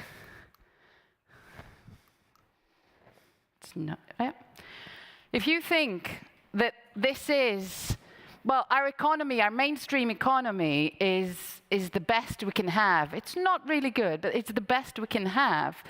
Then my talk is not really for you. I'm not going to start, be truly convincing. But if you think it's the best, then I truly ask you, why the Great Pacific's, the Pacific Ocean's garbage patch is 20 times the size of the Czech Republic, or why we've lost 69% of biodiversity in the last 50 years, or why the top 20 billionaires' carbon footprint is 8,000 times higher than the below 1 billion people, sorry. So it's probably not the best of all worlds, or at least it's worth thinking of better ones. And donuts, yeah, they're sugar-coated carbohydrate bombs. But to ecological economists like myself, they cover a truth that's a little less sweet. These are the donuts that we look at. Based on the idea of Kate Raworth, she's an Oxford economist, based on her idea, instead of looking at the GDP, we could start looking at more complex issues. For example, we could start looking at, on the outer rim of the donut, you will find the planetary boundaries. What Jacob was talking about, the climate, and the CO2 emissions regarding the climate, is just one of them. We have 9 planetary boundaries that we've established, and bad news, we've already overshot 6 of them. So on the outer rim, we find these planetary boundaries that we're not supposed to overshoot. But it's not the air that's screaming to us, don't emit more carbon. The air doesn't care. It's us who need to set these boundaries, who need to set these limits. So basically, when we do it because we want our current civilization to flourish. So we need to set these boundaries for ourselves. But okay, why is it worth setting it as a boundary, as a limit to our limitless growth, economic growth? Why would we do it if we didn't live well? And yeah, that's a question. We do need social foundations. We do need housing, food, life satisfaction. We need to have education, social support, a lot of things. So in the inner rim of the donut, we have these social foundation indicators. And when researchers looked at these donuts for 147 countries, what they realized was that those countries who met the social foundations, they all overshoot, but overshoot significantly. That's the one with the Czech Republic. That's Czech Republic's donut, yeah? You meet all the social foundations, but you overshoot. So the safe and just space of the donut's dough is not there. With countries who do not overshoot, that's for example Malawi, they don't overshoot, but they don't meet the social foundations either. So it's not a country where it's worth living. Okay, so what does that say to us? It says that we need structurally different economies. The way we handle our economy now can't replace this idea of having economic growth and staying within planetary boundaries. Okay, so if we want to stay in the safe and just space for humanity, the role of the economy should be the following: provide a good life for all within planetary boundaries. Okay, we have 3 things here that we need to have a closer look at. What is a good life? And we all need to start thinking about that. What are the elements to the good life that need material and energy throughput? And what are the elements of good life that don't? Because nowadays, we don't tend to focus on them at all. It's material wealth that we're pursuing, rather than looking at all the things that provide us with a good life without these material throughputs. For all, we understand that as soon as we start talking about limits, as soon as we start talking about planetary boundaries, we're talking about distribution. Yeah? Distribution and redistribution. How do we provide a good life for people? How do we distribute those things that we need to stay within the limits? So that's the role of the economy in that framework. And yes, in this conference, I've heard quite a lot of techno-salvation stuff, yeah? And most investments, when we talk about green investments, we talk about technology. And yes, we think technology will save us. There are 2 problems. One is that we tend to problem shift. So when we're solving, let's say, air transportation, they're saying, yeah, we're going to have our emissions by 2050. How are we going to do that? With sustainable air fuel, with offsetting. Don't get me going on offsetting, because that's like, wow. But sustainable air fuel, yeah, you might be able to solve the CO2 emission planetary boundary, but you're shifting the problem to things like soil quality, to things like land use change. So you're solving one problem, you're pressing the button here, and then somewhere else it pops up.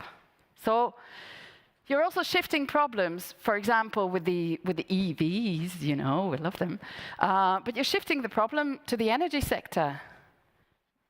From the mobility sector, you're shifting it to the energy sector. They need to go carbon neutral with increasing demand for energy. And the other thing is, decoupling is not happening.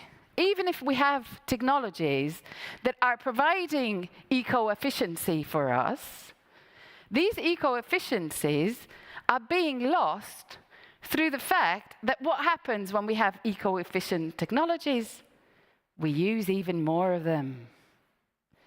So technology is not saving us. If technology is not saving us, then what will? And as Jason Hickel wrote in his book, we think degrowth can save the world. But degrowth, contrary to what you're thinking, degrowth is not about reducing the GDP. Yeah? It has nothing to do with reducing the GDP. If now you're concentrating on policies that reduce GDP, what you're getting is called recession. Yeah? It's not degrowth. Degrowth is about removing the growth imperatives from the way our economies work. So we're not talking about shrinking the elephant or inflating the elephant or doing something with the elephant. We're talking about transforming the elephant into a snail. Yeah? So we need to have the snail, and we need radical structural changes for that.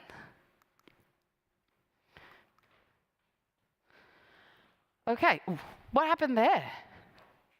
That wasn't there anyway.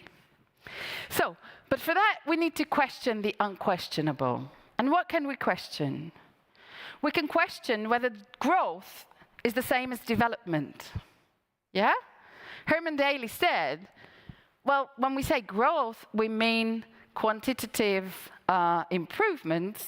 When we say development, we talk about being better. Not having more, but being better.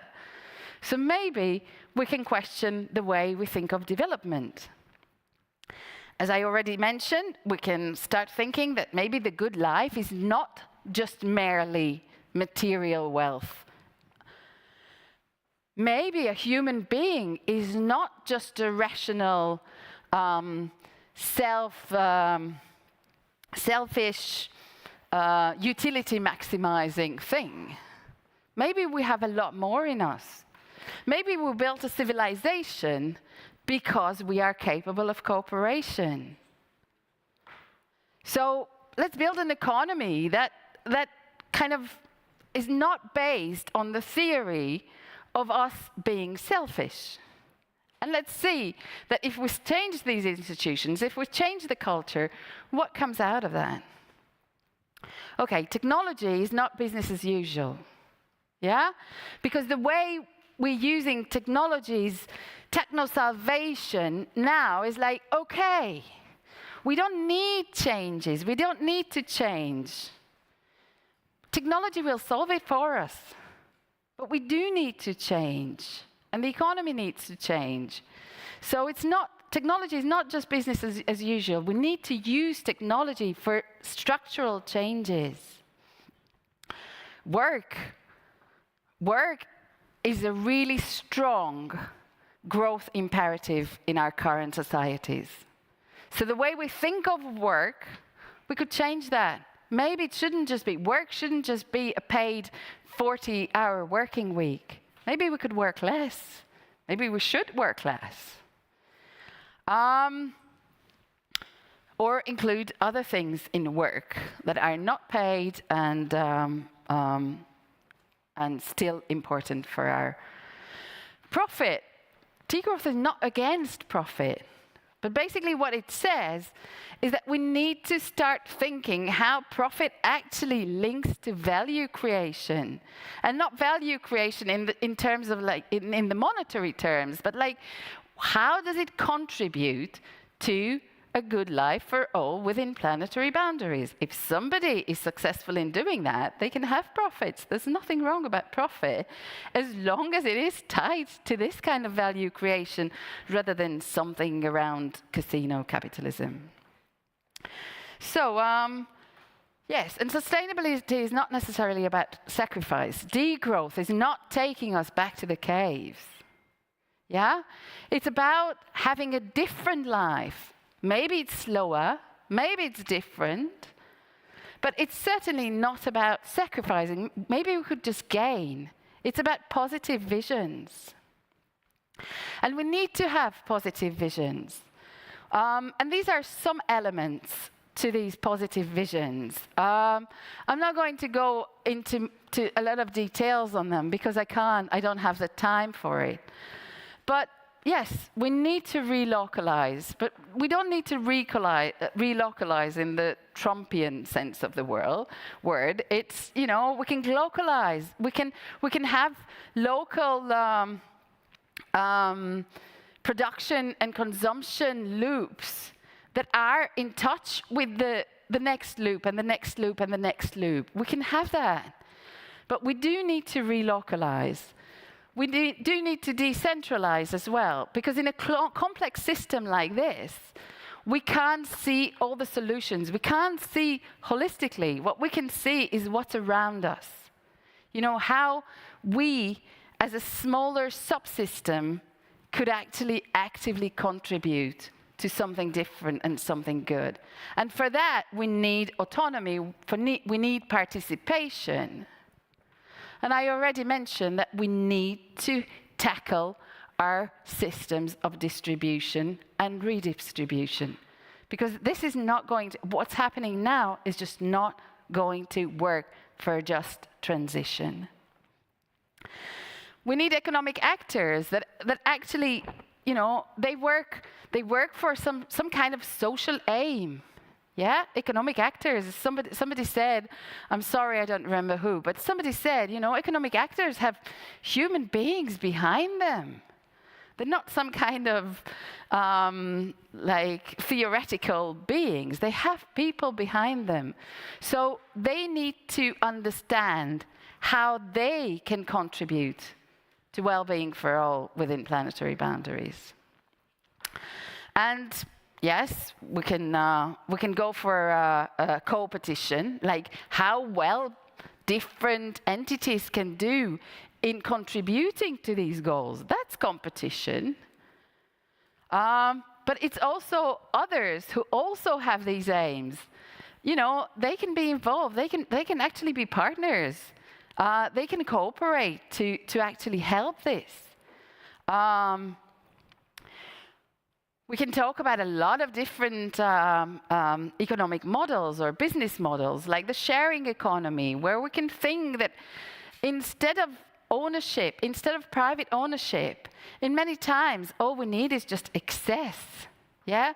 We don't need the property. We need access to what covers our needs. We can talk about the service economy.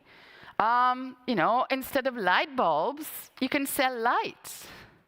Instead of, you know, needing a washing machine, you know, I don't need a washing machine. I need clean clothes. Maybe as a service, it could have less material throughput. Circular economy. The circular economy is being co-opted by this whole idea, just because it also tells us that we don't need structural change. What we basically need is, you know, for people to put the rubbish into the right bin. But we don't need structural change. The circular economy is a wonderful idea, because once we take something out of nature, we should use it for as long as we can. But until we have the energy problem, don't circulate rubbish. Because it takes a lot of energy to circulate something we don't need, something that doesn't contribute to our good life. So, so circular economy is a great idea as long as you're relatively critical to it. Solidarity economy, private sufficiency, public luxury, meaningful work, working time reduction, these are all sorts of things that are part of this vision, and I'm not going to go into much detail on them. But you have an incredible responsibility to contribute to this. And when you decide what to support, where to invest, think of these visions and say, this is what we need. We need structural change. And so, yes, I'm here to actually try and convince you that this is the way forward. And basically, well, to talk to you about degrowth in 20 minutes is like, it's scratching the surface, yeah? So for exactly this reason, I have two podcast series. One is called Economics for Rebels. That's in English.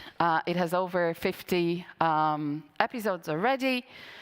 The other one is just for the Hungarians, because it is in Hungarian, and it already has like more than 160 episodes. So, so if you want to dig deeper, understand it more, find these, because degrowth and ecological economics has been with us for over 50 years.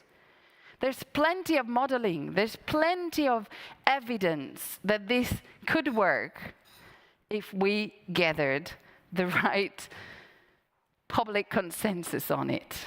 And for the public consensus, we need you. And just as some closing words, I'd like to bring in one of my favorite quotes, and that's from Václav Havel. And Václav Havel apparently said that hope is not the certainty that we're going to get somewhere. Hope is our conviction that it's worth trying. And this is what I'd like to leave you with. I truly hope that this community will understand why it's absolutely necessary to think of radical change. Thank you so much for your attention.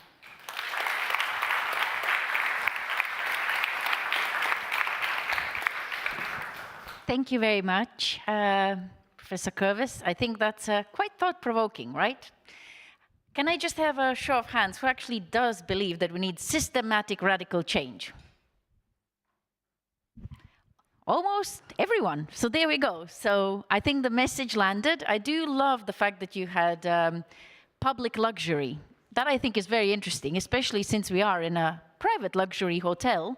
I think that's a very interesting, thought-provoking thing, right? Because we have been privatizing profit and socializing the externalities that are driving climate change. So how do we tweak the model, or do we need a change completely? That's for this evening's conversations over a glass of wine, beer, or champagne. Let me move on now. So don't forget that you will have opportunities to ask questions. So the Slido is over there. Agenda and speakers, etc., are via that QR code. And there's also a QR code and a link for the photos that we will circulate. I believe my colleagues have already circulated it once. They'll circulate it again. And you can let your friends and colleagues know that this is streamed, and it also is recorded. So these things will be available later also for you to check. Now, if we move on to the next panel, so we can have the next session slide up, please. Just a moment. Actually, talking of, yeah, we'll need that, thank you.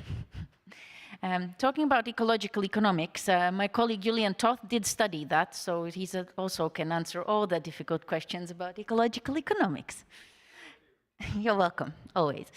Okay, let me start welcoming the next panel to stage.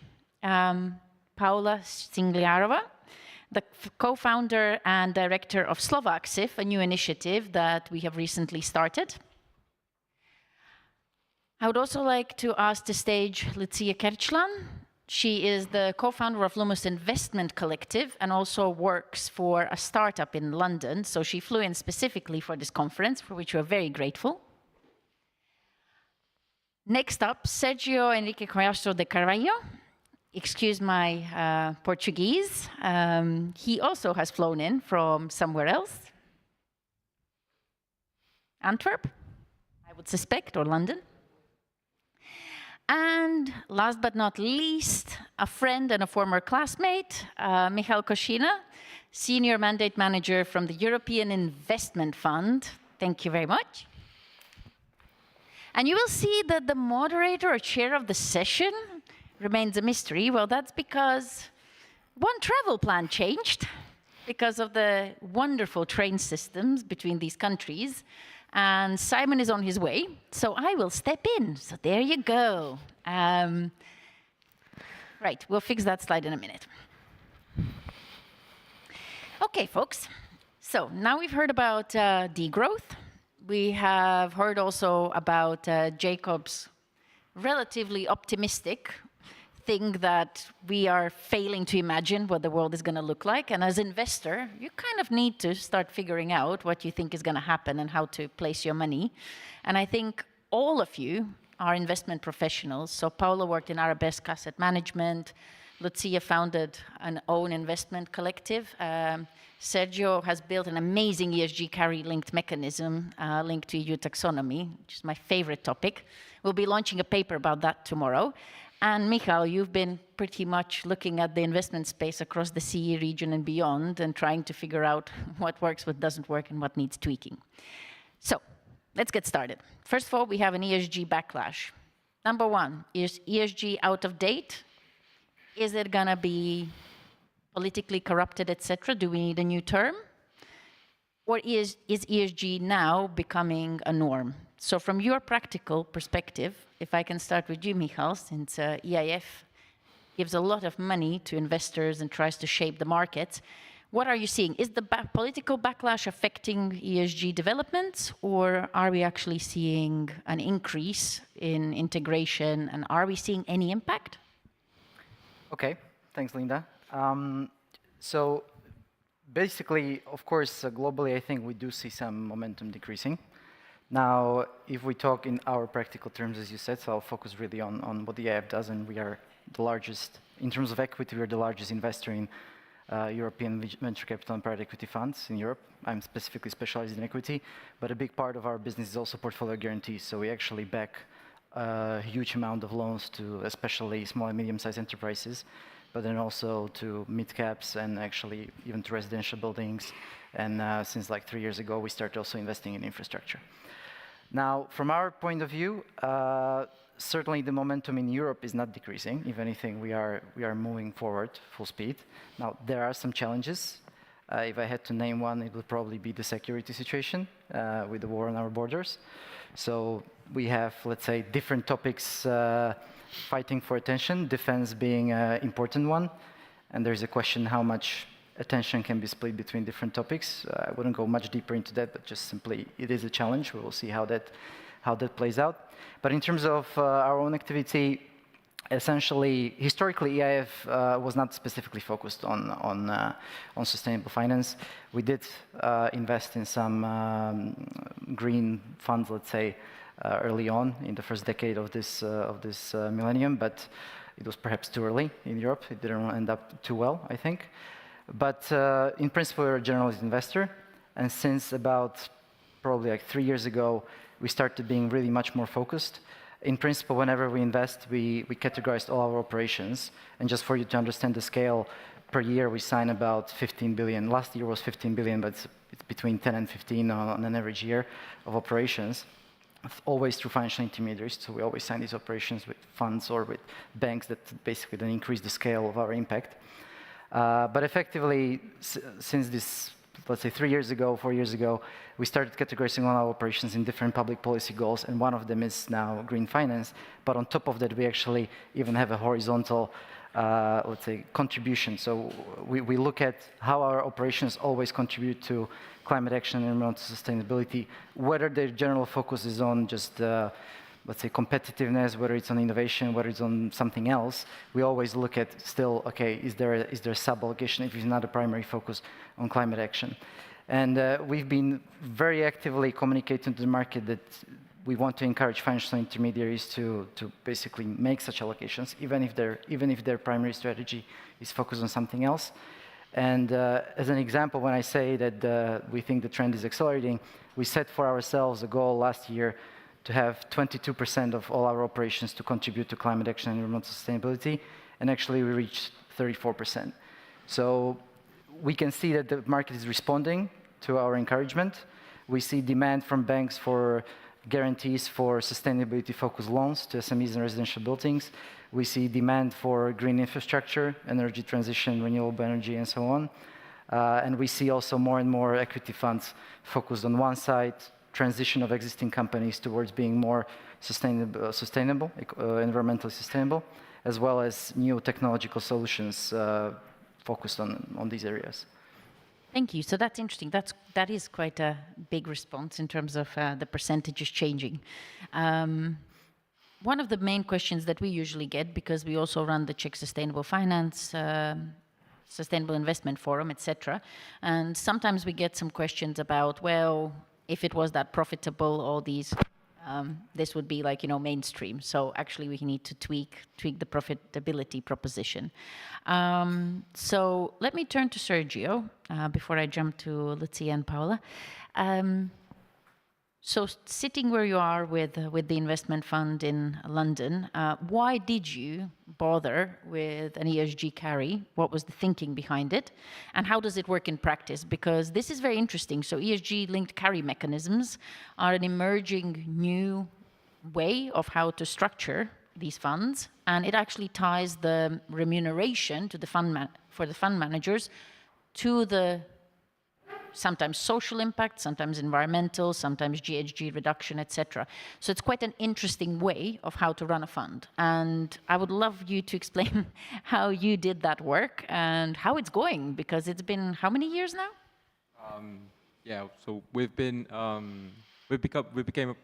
officially launched 3 years ago, and I think that there was a foundational motivation behind Planet First Partners. Our executive chairman was really keen on bringing his experience as a growth stage investor to sustainability, and most of our fundraising strategy, as we are an evergreen platform, was really couched on family offices, and it really communicated a commitment to sustainability to have 25% of carried interest linked to sustainability performance. On top of that, because we were hit, as many of the funds that were launching at the time, with the question by a regulator in Luxembourg of, are you 6, 8, or 9?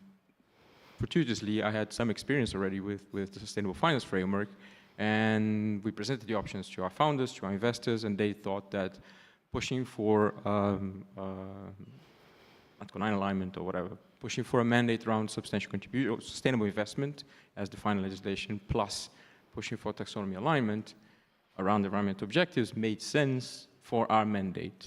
So growth stage, private equity, minority stakeholders in European companies, that made sense. Having the 25% was the lever that we used to convince our investors that we were committed to actually pursuing the taxonomy alignment, because especially at the time, 2021, where there wasn't much clarity on what happens if you miss.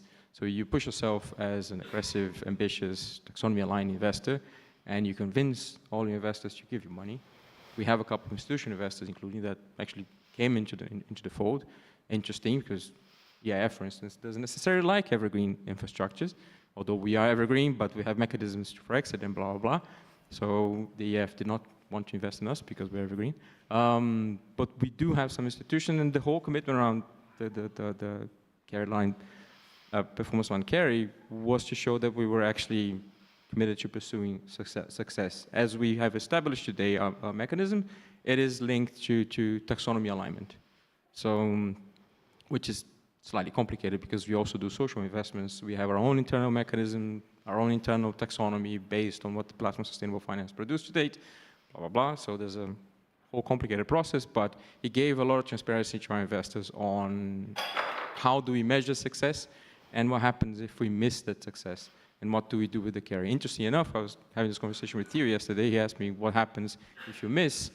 If we miss, the resources are allocated to a specific project aligned with the sustainability objective that we missed performance on, and that goes into an independent institution to implement this project. So it doesn't go back to our investors, and we don't have much of a say on what happens. So there's a special committee to decide. So I think it's helping us to put our money where our mouth was. Thank you. It's a part of, I guess, trying to walk the walk and show that you can get penalized if you don't. So it is very, very interesting. As we discovered when we did, I think we did around 47 consultations globally on ESG-linked carry mechanism, from lawyers to consultants to the funds that actually did it. And it's interesting that there's also an evolution of the practice already, even though it's not such a mainstream thing. But it's very interesting how you can also game the system, and that we can discuss later in terms of how this allocation works, etc. Let me now turn to Lucia. So you founded the Lumus Investment Collective, so I'd like you to tell a little bit more about that, and also what you're seeing from the startup side, because you have managed to cross both sides, and you've seen both sides of the equation. So if you would like to explain essentially what does the landscape, the financing landscape looks from the startup side, is there an upside for being sustainable? Is it easier than to fundraise, get investment? What are the priorities that people look at? And yeah, also introduce the collective, please. Yeah, thank you, Linda. Thank you for the easy questions. So what we do with Lumos, or our mission with Lumos, is that we represent very different asset class that was discussed here. So we do early stage investing, so venture capital, especially business angels. For those who don't know, it is the very, very initial source of funding for majority of technology companies. And our special angle, especially like the part in the ESG framework, is the social framework, because we try to promote diversity in investing. So our mission is to bring more women to cap tables of technology startups. That is something that is missing here, that is missing everywhere in the world, so that's our big mission. And then to your questions, so maybe a little bit of background. I lived in San Francisco, now I live in London. I'm from Slovakia, so I saw different ecosystems. And what is very obvious to me is that the ESG, the importance of ESG as a framework and the importance of the whole ecosystem differs based what kind of region we are talking about, which is obvious, right? So if you go to the US, if you go to the UK, especially Nordic countries, very important. Also quite present in early stage funding in the venture capital asset class. If you go more east, if you go towards our region, it is in early stage funding not very present. And in terms of the asset class that is literally business angels, not really discussed at all. I think we can compare it to what was happening with venture capital and investing in general. So Silicon Valley has like 70 years of experience or history. And the whole terms and conditions of early stage funding were defined there, were evolving there in a very different rate. And I think that we are slowly catching up in that as well. So historically, when we were basically digging deep, what is the history of the region, of our region, in terms of early stage funding, it was very obvious to see that the initial investors were taking large chunks of equity in companies, and then it took a lot of time and a lot of learnings for these investors to realize that if they want to have competitive investments, they can't be the majority owners when it comes to early stage funding, and that started to evolve slowly. So what I'm trying to say with this lengthy response is that I think we will catch up, but I think there will be significant delay in how fast we will progress. So that's on the investment side. Maybe one more thing to add from the perspective of the UK early stage investment ecosystem. There are few firms, namely Atomico or Down Capital, that are very progressive in their thinking how to incorporate ESG into the evaluation of startups. However, I don't think so that there is any agreed method, any agreed structure yet. So it's all more like let's the investment committee to get together and run through this intellectual exercise of what could happen in the future, what kind of harm this technology could have, what kind of societal impact we might see, but there is very little structure. And the optimist in me is actually thinking that this is a huge opportunity for someone to step in and bring that kind of knowledge leadership in. And the last part of your question, what does it look like for early stage startups that are trying to raise? I think that's the short answer, and probably also the truthful answer here, is that it's part of, it's equal to one slide on a pitch deck, but I don't really know like how much depth is there, since there are not known frameworks that both sides can use for evaluation. Interesting, thank you. I mean, I have a very practical example. So I was a non-executive director for a startup in London, which deals with urban logistics. So I'm sure you've seen occasionally these funny people with funny-looking bikes and parcels in them, that kind of a thing. But they build their own purpose-built bike that they own the rights to. So it's unique, because it's actually people who were bike couriers that built the bike, produced it by Urban Arrow in Amsterdam, transported it, extremely successful. Growth went really quick, from 5 people to 70 over 2 years, huge end-of-line deliveries, right? So makes kind of sense, especially in a city like London, where you don't really want massive vans going around. They could go in pedestrian streets.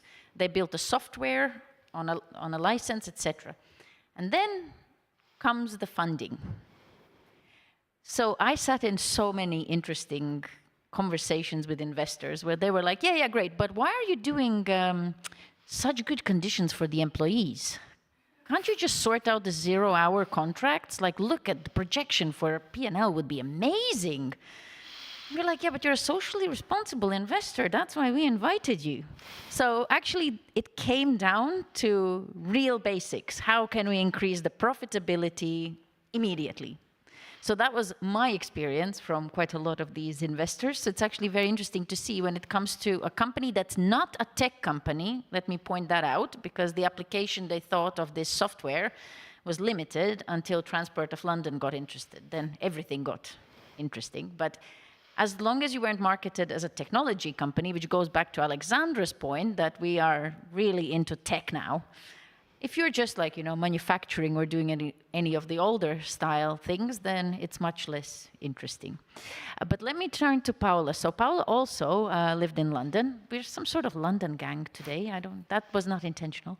And then you moved to Bratislava, and now you're based there. And you've been working with some of the big private equity funds there. You work with several here.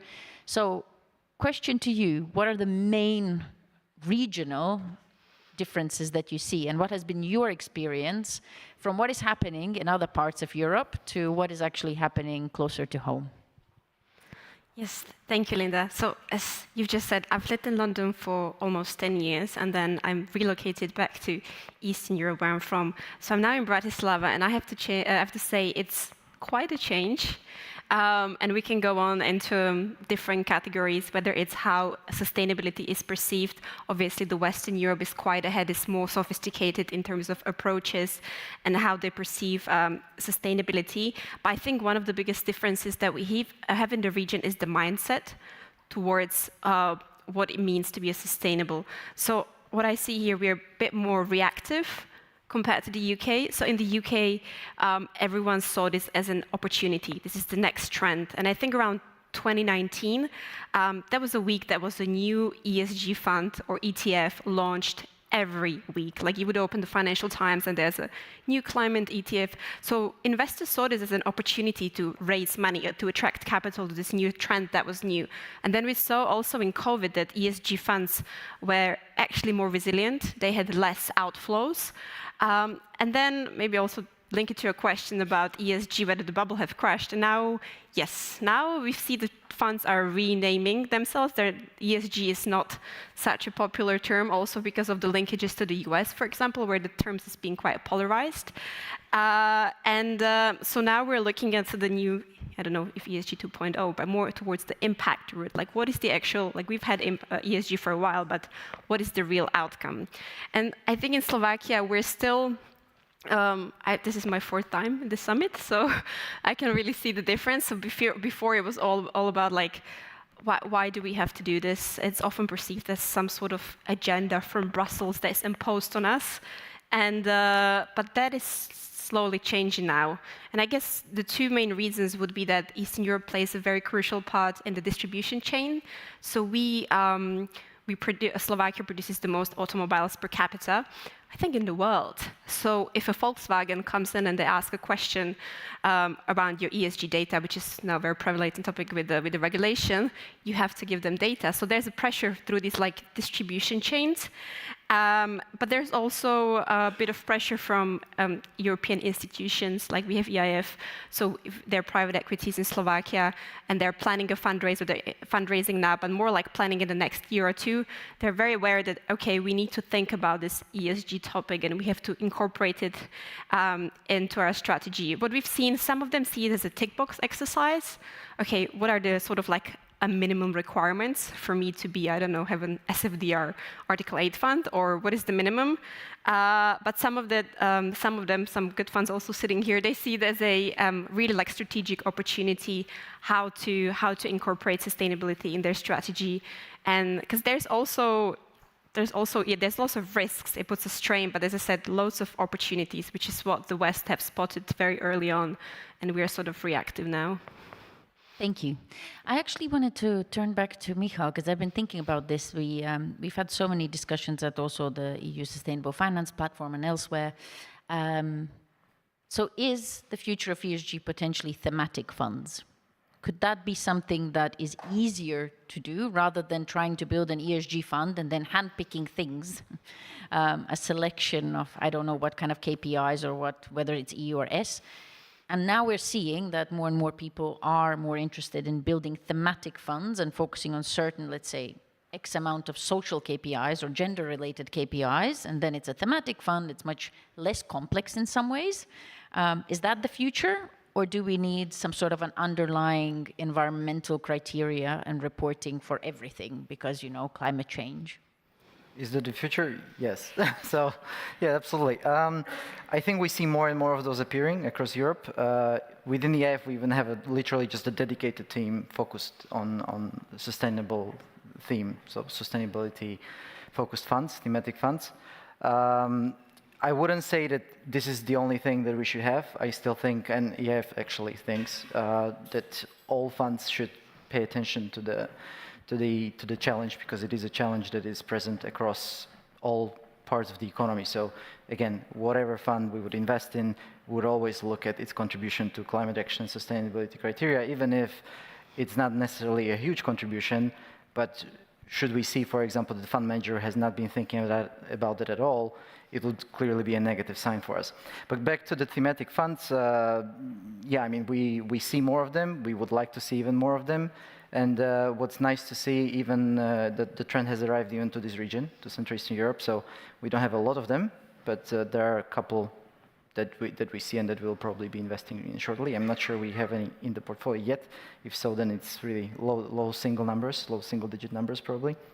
But it's probably it's also helped by our top-down approach by some extent. So we are clearly communicating to the market that there is funding for such funds. Therefore, people who are thinking about raising such funds have some cornerstone investor that they can rely on.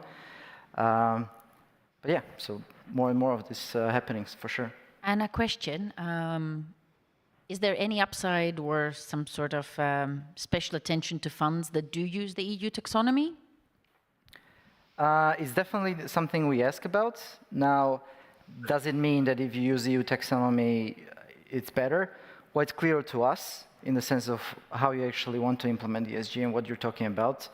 But is it a necessity? Maybe not, but it certainly provides for more clarity for our due diligence process. Okay, interesting. Let me move back to Lucia and then to Sergio.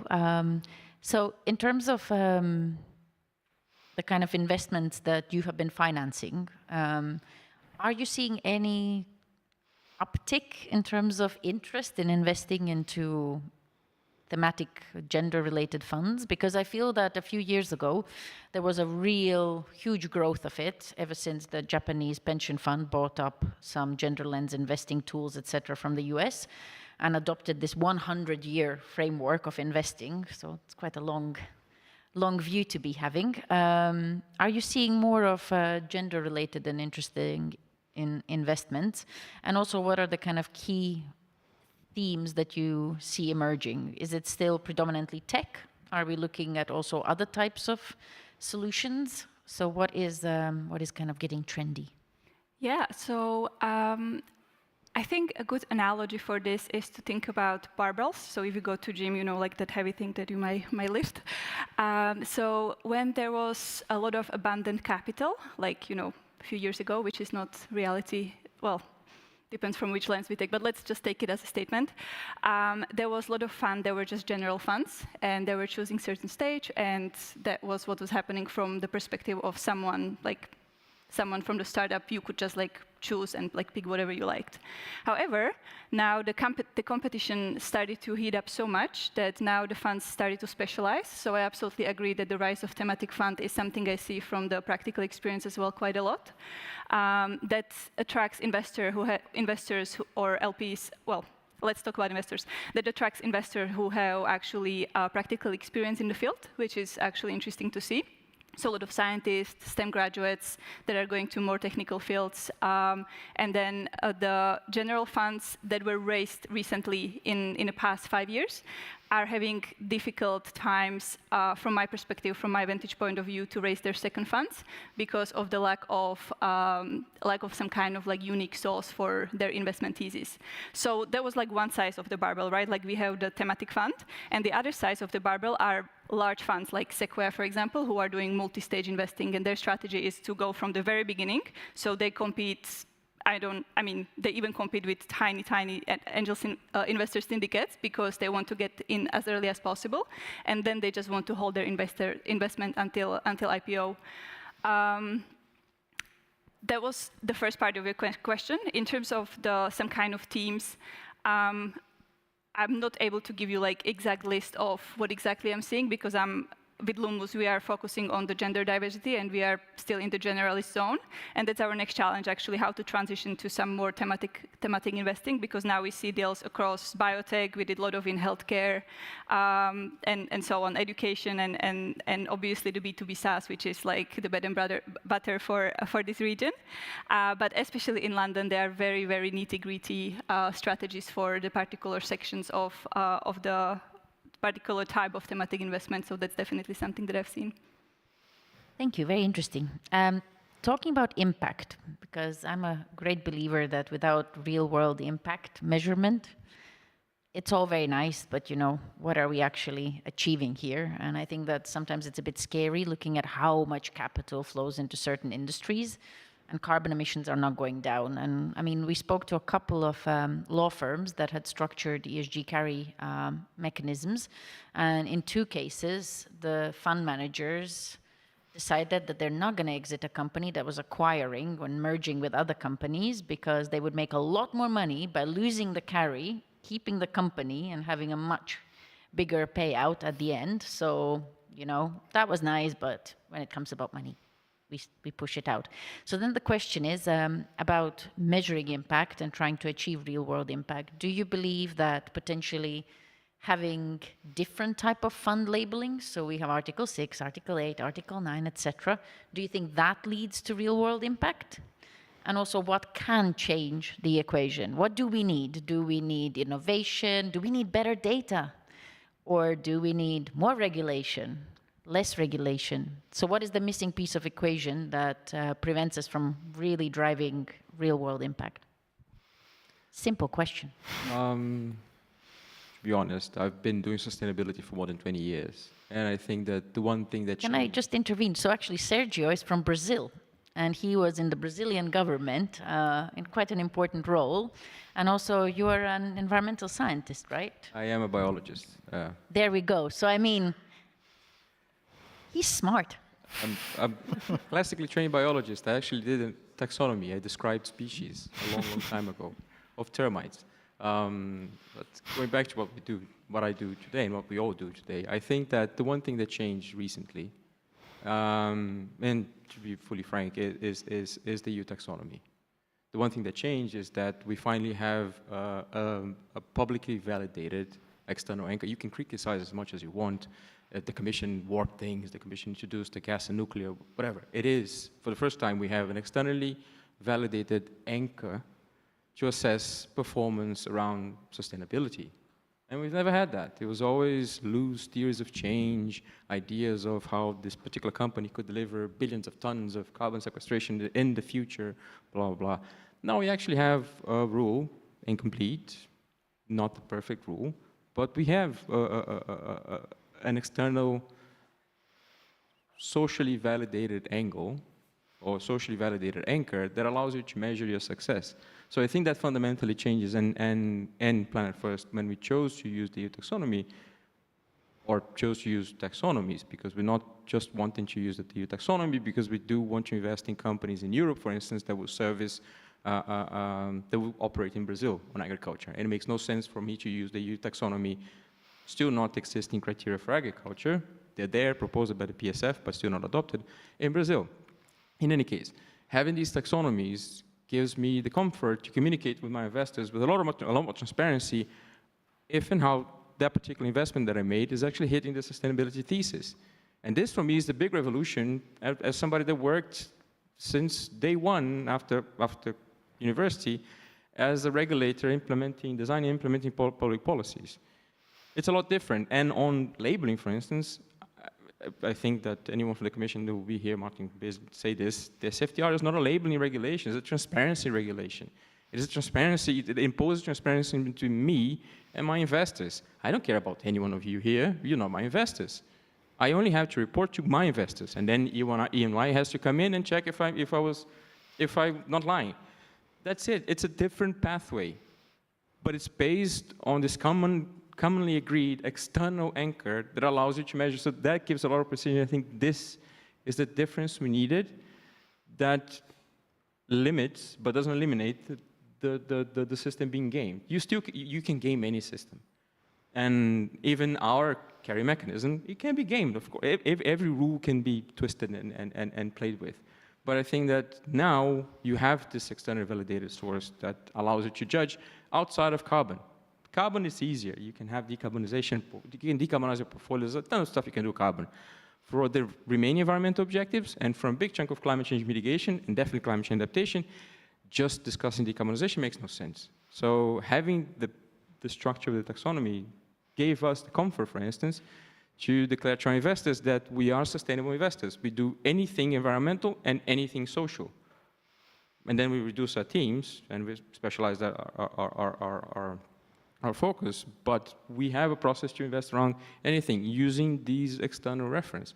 It's a huge difference. As somebody that has worked around this and saw the emergence of ESG investing in Brazil, for instance, as Ministry of the Environment, for me it was like, meh, this doesn't count.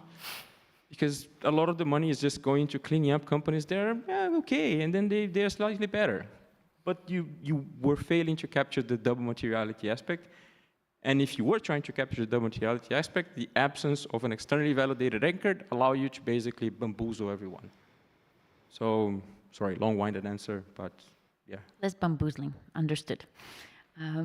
I mean, double materiality and materiality assessments in themselves are a very interesting conversation. We will have that conversation tomorrow, so I'm really looking forward to that session. There's some good slides coming as well. Can I turn to you, Paula, now? So the same question. What do you think would be a real game changer for this region in particular?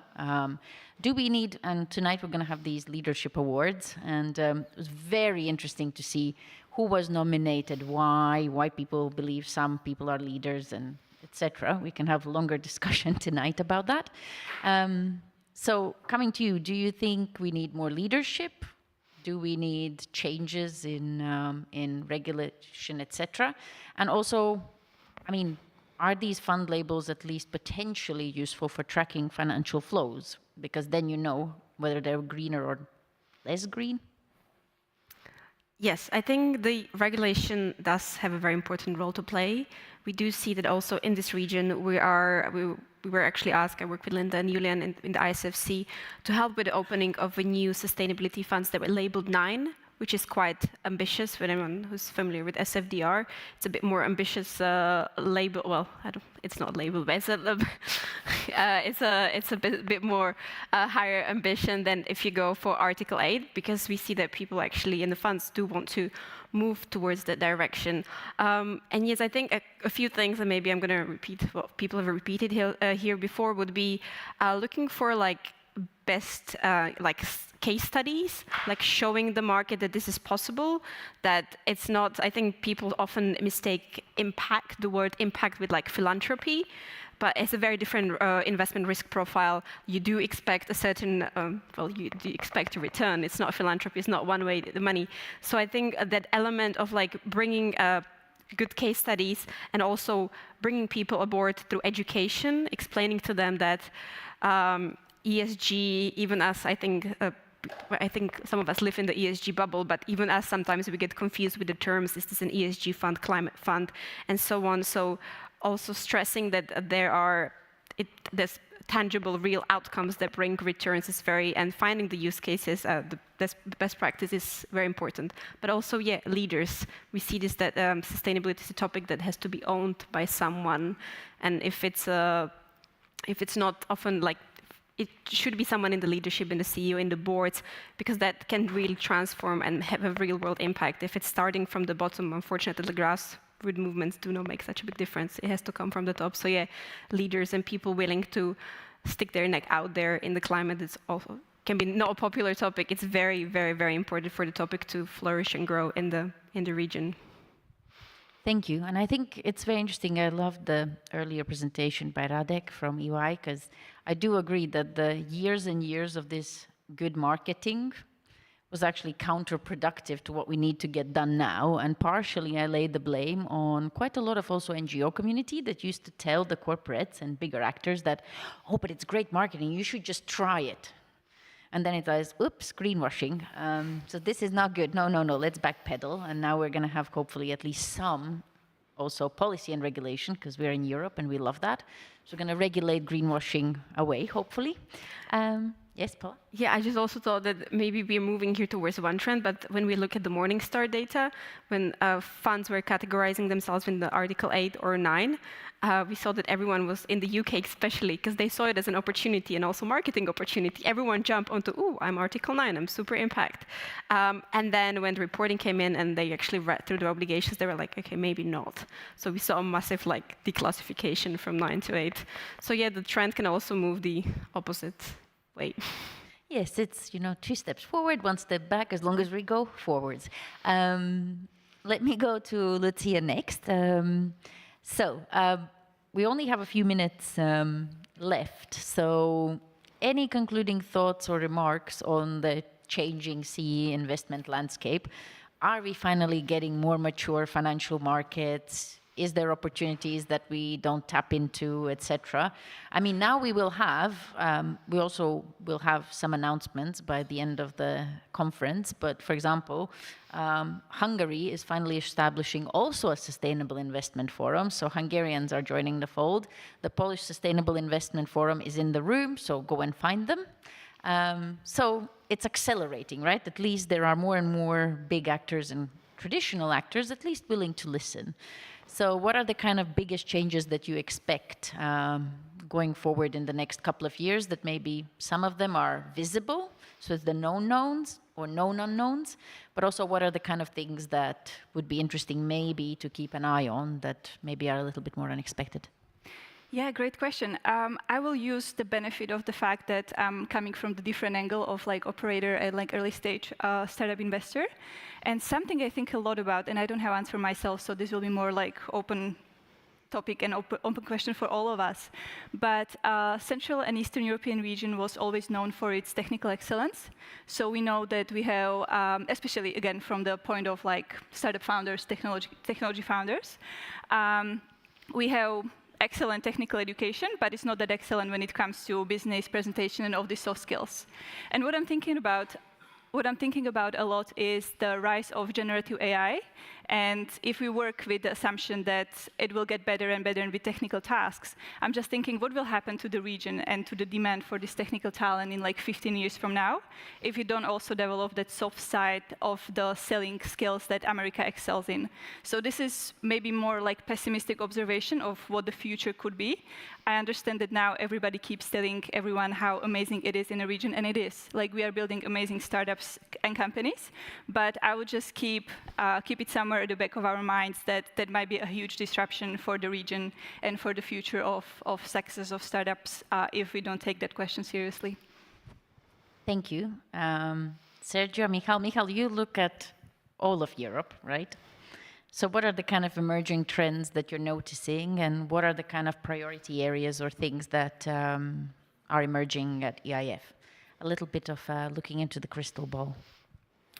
I'll be repeating myself to some extent, right? You already mentioned thematic funds, so certainly we see more and more, we want to see more and more specialized fund managers who focus on a particular area, not just sustainability, but also when we talk about technology, so it's more focus on a particular segment of technology. More also transition-focused, generally strategies that, okay, still investing across different sectors, but more having in mind the transition towards energy efficiency, towards social responsibility, and so on. On our side, in a way, we're not a designer of policies. Of course, we're an implementing agent. So we are, in a way, one of the arms of deploying the policy of the European Union, right, as well, or the Commission. And but we also do this in part with partnership with individual countries, because people forget, but we are an asset manager. We also basically manage third-party money. Yes, those third parties are particular, but nevertheless, there are third parties. And we proactively set up partnerships with different countries to deploy money in a certain way. So these trends that we're all talking about, these are the primary, basically, discussion points for us with these individual parties, such as when in Czech Republic we set up a program to support local SMEs. We specifically focus part of it on sustainability, or we focus part of it on particular technology. So we'll be driving this going forward as well. Thank you. Sergio? I don't know. In terms of trends, I think that the push for greater clarity and rationality in the sustainable investment space, I think is going well. But one thing that I'm really scared of, as somebody that did a lot of regulation, implemented stuff before, and saw frustration in the market when you push for something and then there's a backlash. I honestly think that the backlash on ESG is an American phenomenon. The rest of it is just frustration with a complicated, complex piece of regulation. And on that, I think that there's one ask that I would make as a sustainability professional, and now as a sustainable investor, is for asset owners, asset managers, auditing firms, and the rest of the supporting industry, and more importantly, the regulators, the national regulators that are implementing the SFTR, to be patient and to embrace the complexity of sustainable finance. It's different from accounting, and it took ages for us to figure out accounting.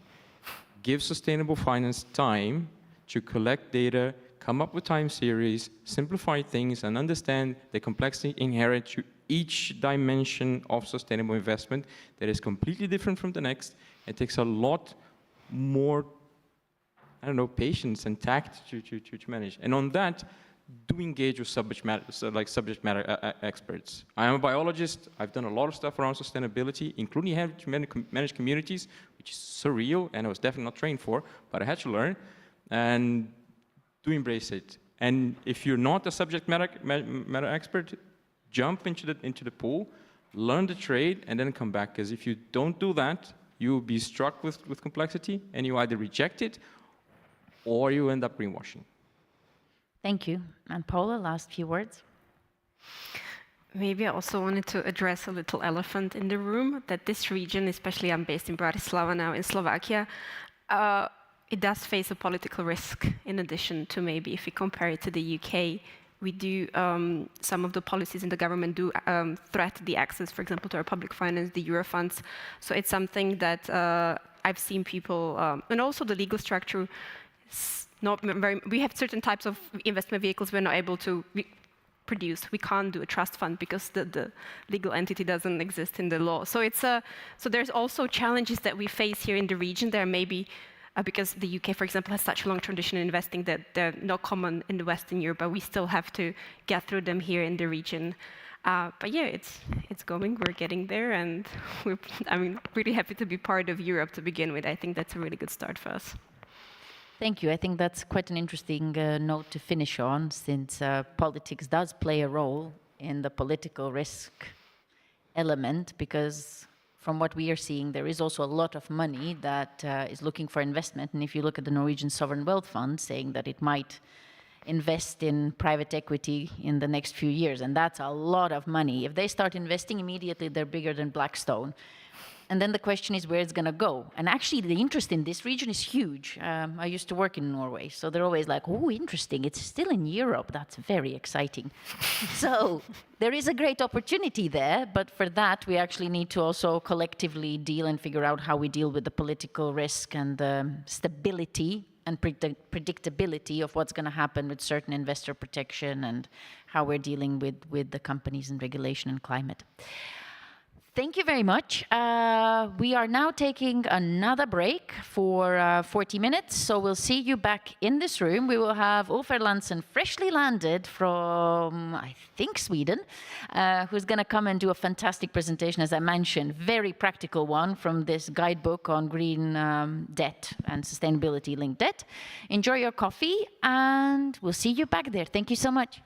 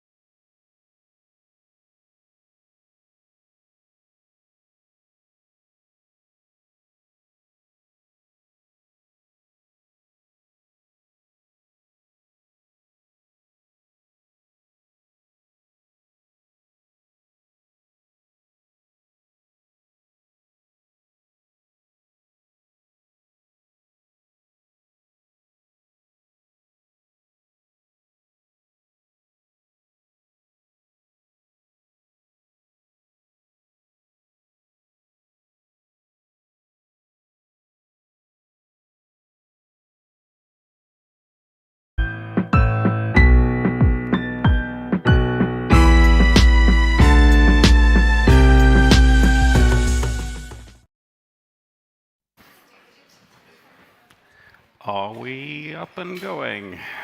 I was waiting for someone from the organization to introduce me. Linda is coming. Oh, hello, Linda. I have to admit that I was actually expecting you to be an airport taxi. That's what I was calling, because the airport taxi showed that you're still en route. Welcome. Thank you, Linda. Let me just introduce you very briefly. So, Ulf and I met, can't even remember how many years ago, and I think it was in Sweden, or maybe Oslo, don't remember, somewhere in the Nordics. And I think genuinely there's very few people who have gone through so many stages of working in practice. Because if you look at think tanks, they're mostly populated by people from policy, activism, and then along comes Anthropocene Fixed Income Institute, run by hardcore finance professionals. They know what they're doing. They've made money, and they have managed money, and now they're running a think tank that actually works with the financial sector very closely and very deeply. So we're super honored that you made it. I don't know where you've flown in. I think Stockholm, right? Yes. Last time it was New York, so there we go. We have a very international conference. But yeah, without much more delay than you've already suffered, welcome, and let's go. Thank you, Linda. Moved around in lots of places. Getting fired often is what she's trying to say. So I am going to do something slightly different from what it says on the table in terms of just talking about the book. I'm going to talk about labeled bond space in general, transition finance, and something new that I figured out on the flight here, the so-called Montreal, West Virginia, Frankfurt paradox. So stay till then. That's going to be a little bit the activist side of this. I represent something called the Anthropocene Fixed Income Institute. We're a non-profit think tank. We play by the picture here, the green sprouts coming out of the Bloomberg keyboards. It's extremely expensive to have Bloomberg keyboards, but it's essential if you're going to understand fixed income and you're going to drive impact in that. So lots of market practitioners, and I've spent quite a lot of time in the industry, predominantly doing a lot of quantitative analysis, which this will also guide into. And it's quite useful. It's a good way to make money. It's a good way to do different things in finance. We wrote a paper back in 2007 saying that you should probably sell bonds. We wrote a paper in 2009 saying that you should probably buy bonds. I see Sean here. We wrote a paper in 2014, and that nutcase, he said, labeled bonds, they're going to go to at least $1 trillion US, and now they're at 5. Amazing. We wrote and did something, selling bonds, selling short coal bonds in 2015. And in March 2020, wrote an opinion piece saying this is the time to buy green bonds again, because the market was completely shut out. So the quantitative angle, why am I starting there? Well, I was in Japan last week, so I'm going to talk a lot about transition because it's extremely important, and I think also in relevance for the discussion that we're having here today. A recent survey that was published at COP28, actually, from Bloomberg, queried 250 large cap CEOs, and they asked them the question, do you think that you will hit your net zero targets? And the second question they asked was, do you think your peers will hit their net zero targets? 250 CEOs, 57% said we are going to hit our net zero targets. 33% said we think our competition, our peers, the other guys, the other 249 guys are going to hit their net zero targets. Now, for a finance guy, this suggests to me there's a trade, there's a market. If someone can bet $1 on the fact that someone is going to hit or miss their net zero targets, and someone else is willing to take the under or the upper on that one. There's just a diversity of opinion in terms of how likely it is we are going to hit targets. Why is transition finance so important? Well, and in this context of the labeled bond space, trying to return to the headline of this session. Well, this is from the Japanese METI, their main sort of driver behind the transition program, and they're doing this sort of Venn diagram type of thing, where we say green bonds and loans on the one side, transition bonds and loans, and there's a slight intersection, and then they have something called sustainability-linked loan.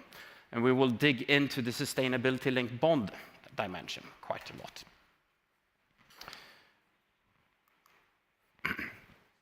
So financing the transition is the key topic du jour, I think, in the industry, and how we actually do that in various ways. And there are two main sort of categories when you look at it from the fixed income perspective. You can look at the so-called use of proceeds instruments, and you can look at the general corporate purpose type of instruments. These are complementary. These are not one or the other, but they fulfill slightly different purposes. In the end, in the long run, I think that investors are focused on outcomes. They want decarbonization. They don't really care about what you put in the sausage as long as the sausage actually ends up tasting pretty well. And in that way, they might sometimes be less interested in terms of what is someone who borrows money investing their money in. They just want the decarbonization target. Whereas the use of proceeds are very good, and it's a very good explanatory story when you're looking at assets. These are assets that need to be financed. These are assets that are coming online pretty shortly. Those are the types of assets that we can put into our sort of use of proceeds type of project or products, and then explain quite well to end investors. Case in point is here. This is the CO2 emissions of Japan. They have a very ambitious minus 46% target from peak levels in 2013, in 2030. And that is really, when you're investing in the Japanese transition, that's what you want, right? You want the decarbonization. You want carbon emissions to go down. One of the advantages with the sort of outcome-focused approach is that transition is something that is happening extremely fast. If you're locking down money in use of proceeds in typical or already predefined assets, and you're doing a 10-year bond, there's a lot of probabilities or a lot of risks in terms of that you're betting on the wrong technology. To illustrate this, this is a little bit of a quiz. It's a picture from an opening of a coal-fired power plant intended to run on Russian seaborne coal, and you get to guess the year. This is 2015. This is 9 years ago. And this was part of the transition play at that point, because you were going to replace dirtier lignite with Russian hard coal instead. Also note the companies involved here. It's the Swedish government utility company Vattenfall, and the gentleman in the middle was the current mayor of Hamburg, who also was there to press the button, and is currently their Bundeskanzler in Germany, Olaf Scholz. Technology changes happen fast, and we need to be very, very sort of light on our feet in terms of adjusting to that. We shouldn't lock down too much of our technology in certain bets. So, an example of this, and this is an excerpt from the book, or a case that we've written as a research piece at the Anthropocene.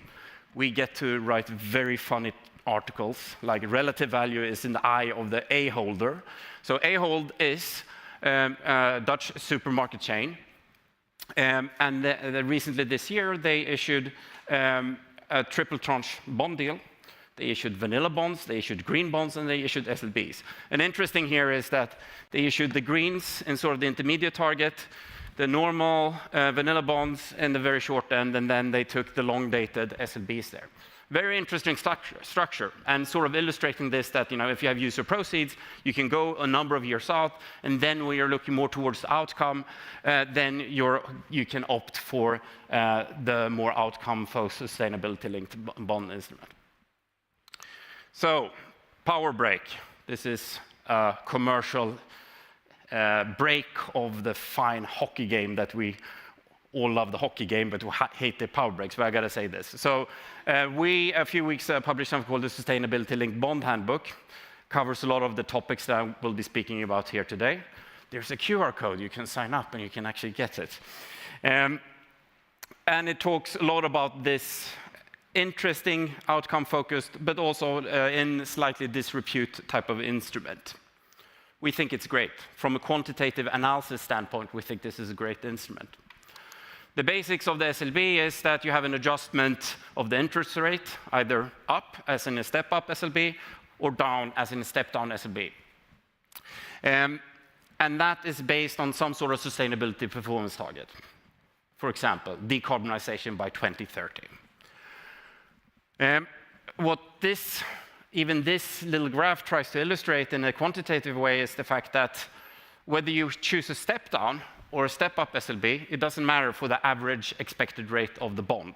So this is where we become a little bit more mathy. But this is important, because what that means is that if you're an issuer issuing an SLB with the step-up, you should be expecting a lower interest rate a priori to the average interest rate of the bond. So the 3.75 versus the 3.81. A normal bond here would print with the 3.81% yield.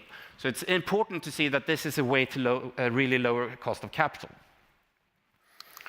This is more illustrated in equations in the book. Fantastic, exciting, something you can make people who like studying for the CFA or similar to go through. It's pretty easy to think about the basics of this.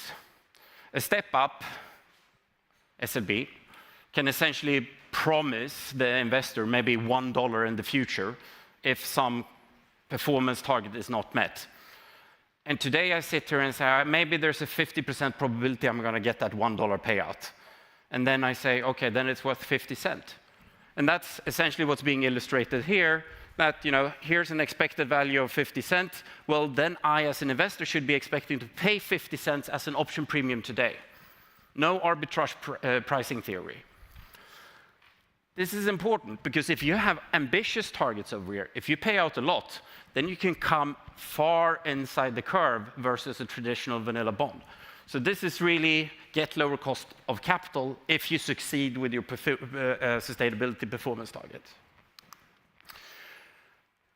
Now, these probabilities, how likely it is that I'm going to get the $1, is going to be key to everything here. It's really interesting, because suddenly we can talk about setting a financial price on the likelihood that an issuer will hit a sustainability target, like their NDCs, like their net zero targets, like some biodiversity target. And suddenly portfolio managers get to actually think about these probabilities and see a financial value in that.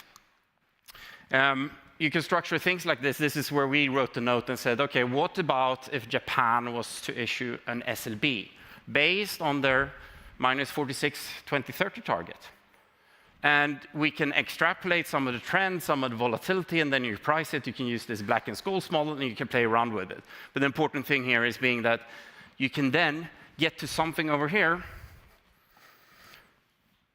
which is priced 6 basis points inside the traditional Japanese government bond curve, which is quite a significant number. And I think this is great. I mean, what about having issuers of bonds being able to actually get something which is meatier in terms of lower cost of capital if they achieve their targets? At the same time, it's a hedge for investors. If there's non-performance, if they don't get that sort of decarbonization, then they get the financial return, an extra financial return, to sort of cover them for that cost. You can play around with this. You can look at different cases. We suggested something in South Korea. Another case, which is, I would say, probably less credible than the Japanese case. They have, for example, a trajectory where they reduce carbon emissions by 2% every year up until the next president comes into place, at which point they start reducing at 9% per year. We see this in Europe as well. My own country, Sweden, does exactly the same. And this is suddenly something that investors can challenge the issuers on and say, how likely is it? Well, if you believe in that target, why can't we have an option trade on this one?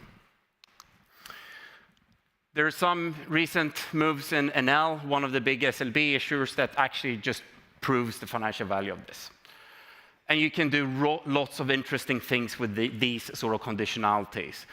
Connecting them to governance risk, you can connect them to resilience risk, and you can also start involving them in sort of blended finance structures. All of this and much more is in the book, and yeah, you can get the QR code afterwards. It's a very interesting, especially for transition finance type of story, a very interesting instrument. So let me go to the more freestyle part of the presentation, the Montreal, West Virginia, Frankfurt paradox. We're going to run through this as almost like a philosophical or mathematical, proof or show of a paradox. So number one, the assumption is that more climate change, increased global temperatures, is a threat to price stability. We have droughts, food prices go up. We have floods, food prices go up. You know the story. The second assumption that we're making is that more thermal coal production and consumption drives more climate change, increased global temperatures. So the dilemma here is that the central bank, which has price stability in their mandate, they should seek to minimize or reduce thermal coal production and consumption. Okay? It's in their mandate. They try to reduce, they try to have more price stability. This is something that the ECB is very clear about. And as we are in Europe, I think we can discuss them a little bit in particular. So what do you do when you have an observation like this, that a particular bank, in this case Bank of Montreal, drops anti-coal policies in order to appease West Virginia? So this is where we go from Montreal to West Virginia. Other banks are saying, well, actually, we're going to keep our coal policies. West Virginia, you're not that important. We actually think that climate change, this issue is more important. So we see this behavior. Now, the second observation that we're making here is that Bank of Montreal is a big issuer of covered bonds in euros. And they have ample access to the ECB's collateral window. So roughly 9 billion euro covered outstanding from BMO. The estimates, academically speaking, is that that constitutes a cost of capital subsidy of around 10 to 15 basis points on each of these bond yields. So it's definitely lowering cost of capital for the capital structure of Bank of Montreal, which is said that they're now going to do coal. So BMO increasing coal funding leads to more carbon emissions, more climate change, and higher temperature, and thus is a threat to euro area price stability. Here comes the paradox. Well, effectively, the ECB's collateral program, as it's designed today, allowing BMO to have access to the euro area taxpayer sort of central banking system, is providing lower cost of capital for new coal funding. And that, in turn, is threatening price stability. That is the paradox. The question is, what happens on the 6th of June, the next governing council, and once we have published this little piece? Where do you find us? Well, you have the QR codes and everything there, and thereby I think I should jump off the scene. Thank you.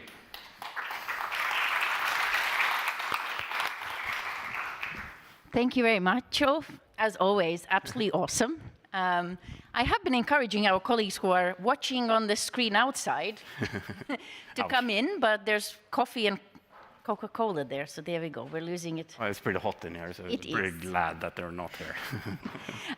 Yes, sadly, we have asked 3 times, and apparently the technical team has done some magic. They're trying, so aircon is on maximum. So let's see. We only have a couple of sessions left, so it's not too long. But thank you so much. Do we have any urgent burning questions that anybody wants to ask? Yes, Sean Kidney, please. Ouch. If there was somebody who knows green bonds, then that's definitely Sean. You know, Ulf, you're a mad, keen fan of SLBs. 2 questions around SLBs, just to share. We've been having this conversation for a while, but first one is, as you know, in SLBs, we think a rigorous transition plan is necessary. That cherry-picking KPIs is been an unfortunate feature of many of the SLBs in the market. Comment from you on that one. I think we're on the same page, but interested to know. But the second point, just in terms of the global thing, don't investors, and you were one of these once at AP4, aren't investors wedded to vanilla returns, and therefore the SLB idea with the exotic coupon can only ever be a niche instrument in a portfolio? And well, what do you think the upper limit of SLBs in a pension fund portfolio is? 1. And 2, just a bonus question. Don't you think that SLBs sometimes are us trying to hold issuers accountable, whereas, which is lovely, but issuers don't really want to be held accountable. They just want to do something simpler and easier. In other words, it's our mission, not the issuer mission, which means it's likely to always be small and modest audience. I don't know. What do you think? And genuine questions. I don't know the answer. So number one, we're completely in agreement with it must be simpler. That's, you look at the cases of the sovereigns where we do go towards the national determined contributions, like one target, something that you can calibrate on. Otherwise, it becomes unpriceable, and we don't like unpriceable stuff. So that's the first question. The second question is interesting, but this is essentially an idea that the SLB provides a fiduciary duty-aligned investment, because you can buy something at a higher price if you know that you're getting a hedge. You're getting this optionality there. And you can price that, and you can argue whether the price is high or low, but it's still something which is fiduciary duty-aligned. Lastly, I was going to have to ask you to repeat that. Now I lost my train of thought. Is it just us trying to hold them accountable when they don't want to be held accountable, which is linked a little bit about how big this market could really be? Aren't there upper limits? No, and this is a great question, because I am so enthused by the potential of the SLB in that sense. One of the issues have seen with the green bond market is that everyone wants the issuer to succeed. Because if you're a portfolio manager and you hold a green bond, and for example, the UK government or the Swedish government, which have completely went off a limb in terms of their green target, you're not going to stand up and scream, this is a bad green bond, because you're shooting yourself in the foot. You're losing P&L on that. And that was always the idea. You don't get green bond investors getting really upset because they want to sell the green bonds and then get out of it, and they don't want to look bad. Now, in the SLB structure, the investor has an incentive to do the due diligence, to audit, to check the results. You can trust the issuers. They want to steal your money, and you can even start litigating in order to get your coupon step-ups or coupon variability in a way that is fair. And I think that's an equilibrium. That's more of a symmetrical type of information exchange that happens in the SLB structure, which I find exciting, especially when you deal with governments. And if you're a hedge fund, isn't this a fantastic opportunity to force people to default on their green credentials to make money? I think it's something where you try to agree on between consenting parties at the initiation of the trade whether this is a fair target or not. And sure, there's going to be people who push this, but that's also good. Thank you so much. Good questions from Sean Kidney, CEO of Climate Bonds Initiative. We're looking forward to your session tomorrow. Now I would like to welcome to stage CEO of Solar Europe, Walburga Hemmetsberger, and Jan Krčmar, the director of the Solar Association here in Czech Republic. Solar has a lot of potential. Even though it's raining today, it still can produce energy. So welcome you to the stage. Thank you again for traveling. And I believe there's also an event that maybe Jan can... You have a pick of seats. Thank you. I believe there's also a big event tomorrow. Maybe you can introduce also that. So there is a solar event tomorrow and the day after, which is fantastic. And I won't delay you much further. Welcome. Thank you for joining us. And the floor is yours. Thanks a lot, Linda. It's the first time, actually, that I'm in such a format where you're neither moderator nor panelist, so quite interesting. But I'm more than happy to be in that new format with you, Jan. Thank you very much. Likewise, it's I mean, we often have chats at conferences, but never usually on stage. So it's a new experience, I have to say. So we thought we'd just start off with, because it's not such a usual topic, I guess, in the conference, to give you a little bit of an overview where we stand on solar at European level, but also at Czech level. Exactly, yeah. And so maybe the first question, you know, of course we don't know how many of you have, you know, hands-on experience with solar energy, the solar sector. So probably my first question to you would be where are we at with solar in the European Union currently, and where are we currently heading? So solar is booming. We are deploying big times. We have had a deployment of more than 56 gigawatt last year.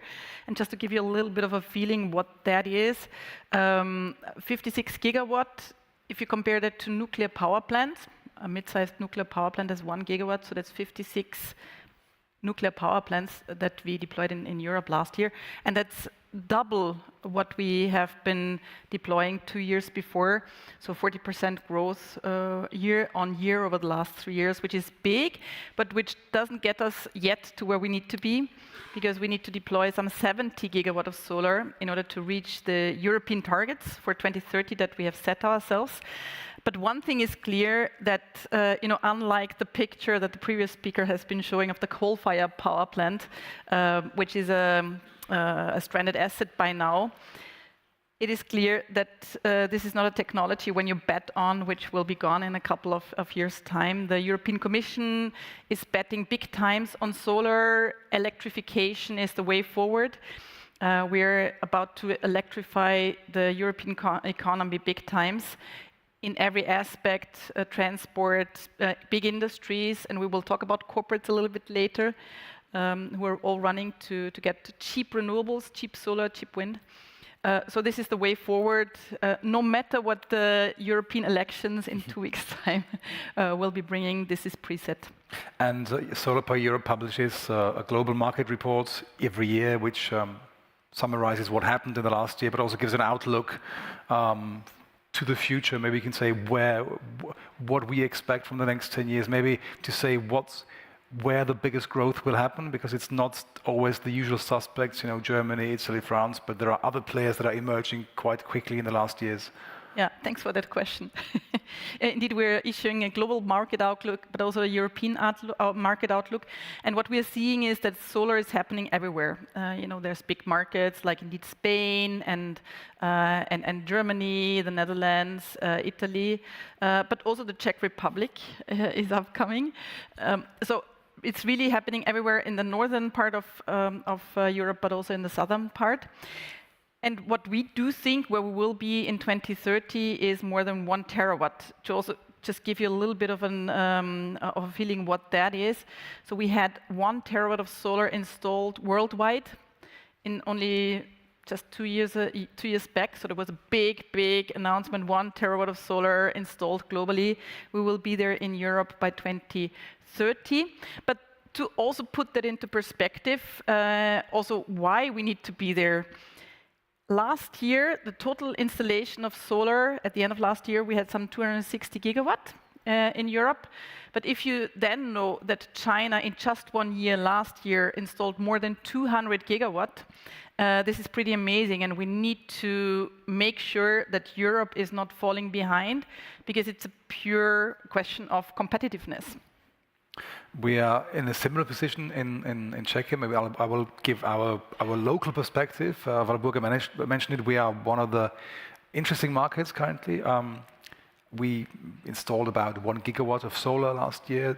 Most of it, almost all of it, was deployed on residential family homes, some on large rooftops, commercial rooftops. This is not the first time, by the way, that we built more than this amount of solar. We already had this first solar boom in 2010, when in 1 year we deployed 1.5 gigawatts with panels that were half as powerful. So actually we are lagging quite a lot behind our own record that we set in 2010.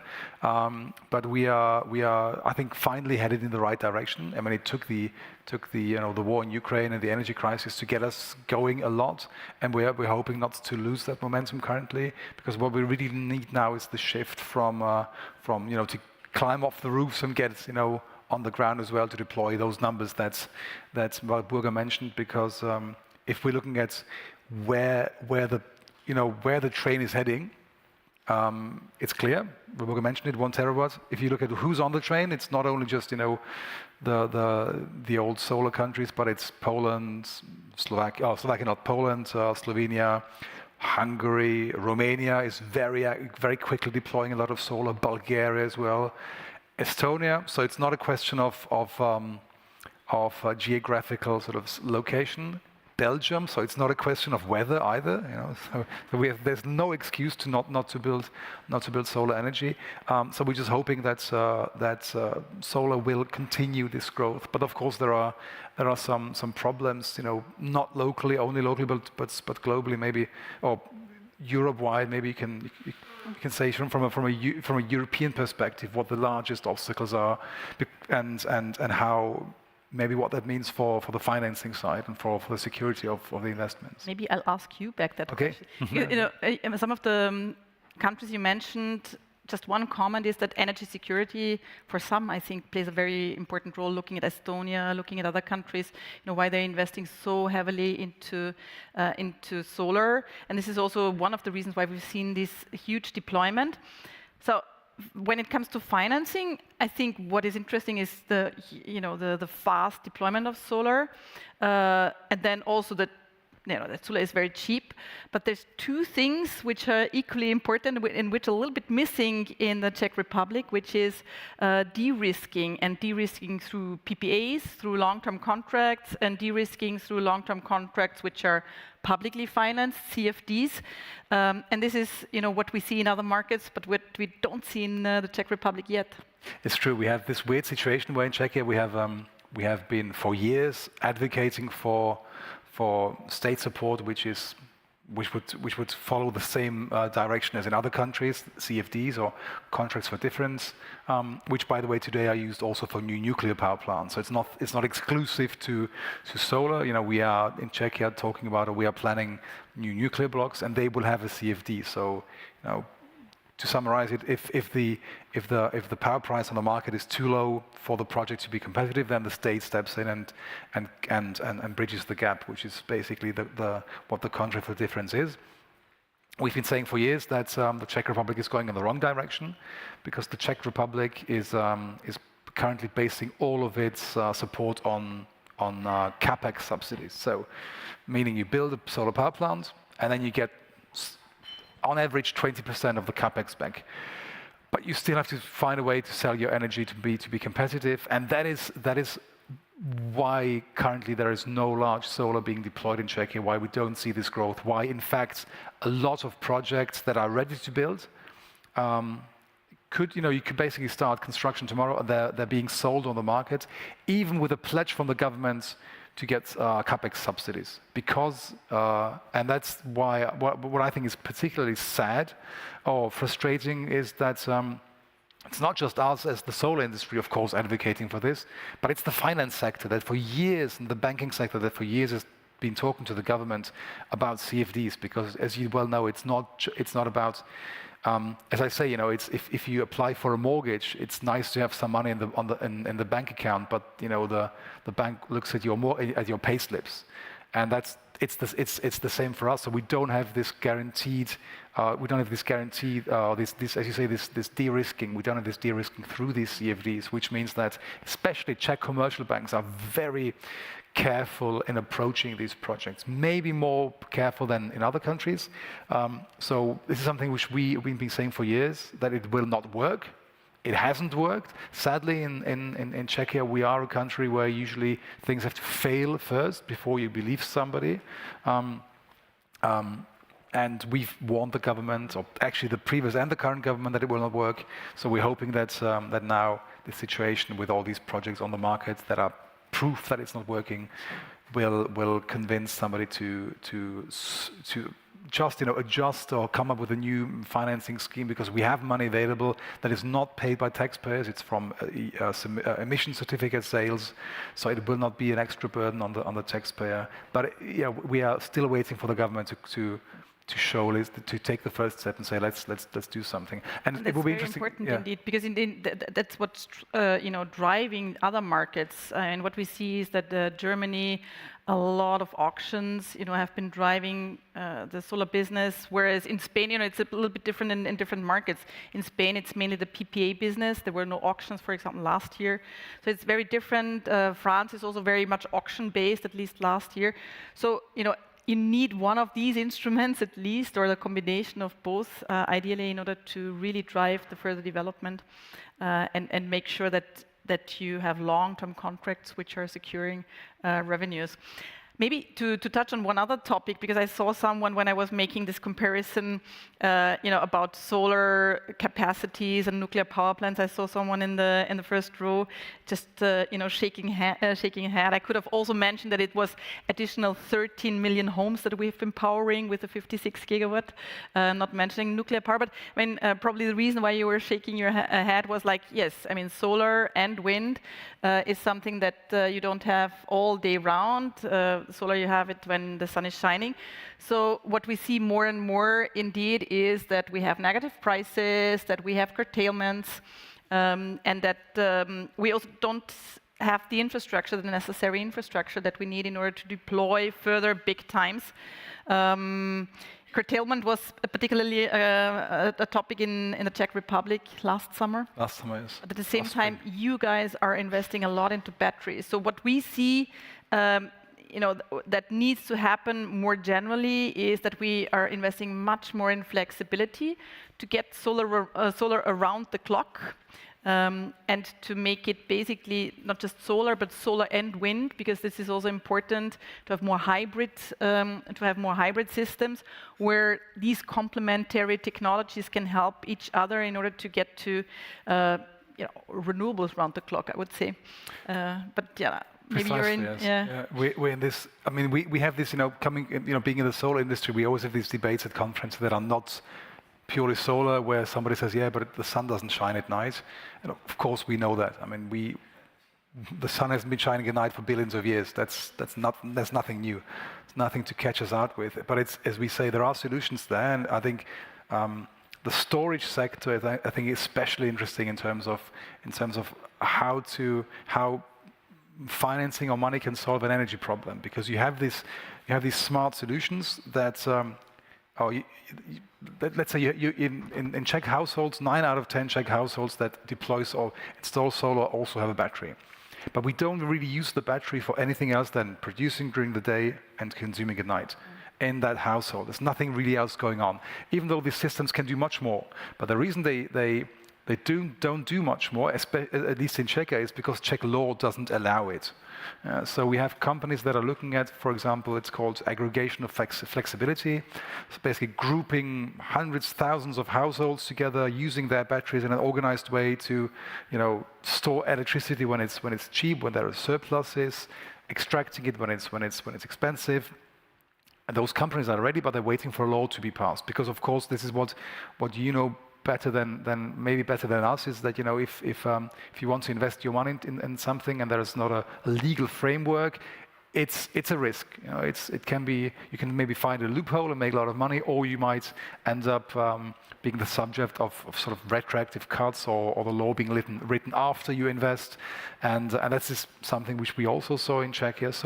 So it's something where we are at the very beginning and we're not really using it. Maybe you can tell something about where we are in other countries when it comes to storage and what other countries are doing, because we know there are big projects being prepared elsewhere, just not Czechia.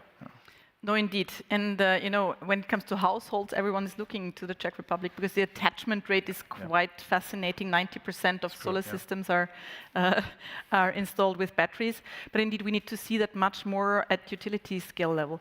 But also there, it's interesting to see that this is slowly happening. It needs to happen much faster. Because, for example, last year was the first year we're going back to PPAs, where the first solar plus storage systems were sold under a PPA, so that was quite a novum, and that is, by the way, last year. Maybe that's also something I should mention. There was more than 10 gigawatt of solar and wind, which was sold through PPA. So it's really a market that is thriving. And it starts now that more and more of it is also solar plus storage, but we need to see that much more. And member states need to look more into these flexibility options, making it possible, because this is where it gets interesting. It's not just a dumb battery which is attached to a solar system, but when it is really possible that you create revenues with the battery, that you're participating in the market, in ancillary services, and so on and so forth, so that you can be that you can play basically with your assets. And this is what is still missing in many member states, and where we need to make sure that the regulatory framework is the right one. But then also with battery costs coming down, I absolutely see that this is the future. But we need to have this regulatory framework so that it makes sense, or that you can basically use a battery with for more than just storing excess capacity.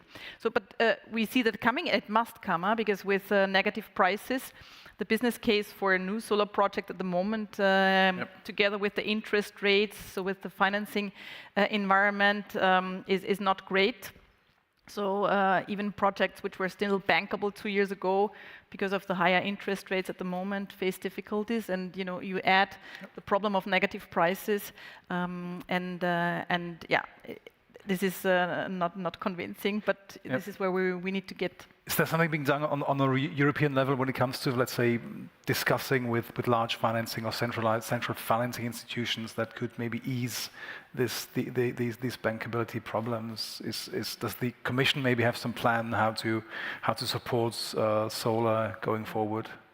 I mean, we're discussing with the EIB, obviously, because one thing is that the EIB could provide some cheaper loans in that respect, but then also something that we're advocating for, which is a little bit more, ECB level, is that we have different interest rates for green finances. And this is not just us saying that, but also major think tanks, who say that this is something that has been used during the pandemic and could also be easily used, not easily, but could be used in order to also have green finances profiting from a different interest rate.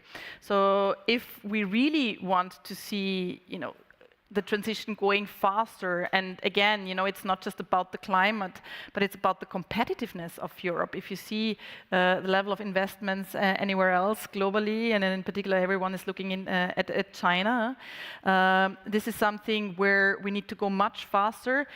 I was at a dinner of the chemical industry just last week, and everyone was telling me, like, yes, we need to go so much faster, because we're currently very much under pressure because of energy prices to relocate our production. So we need to transition to cheap electricity as fast as we can.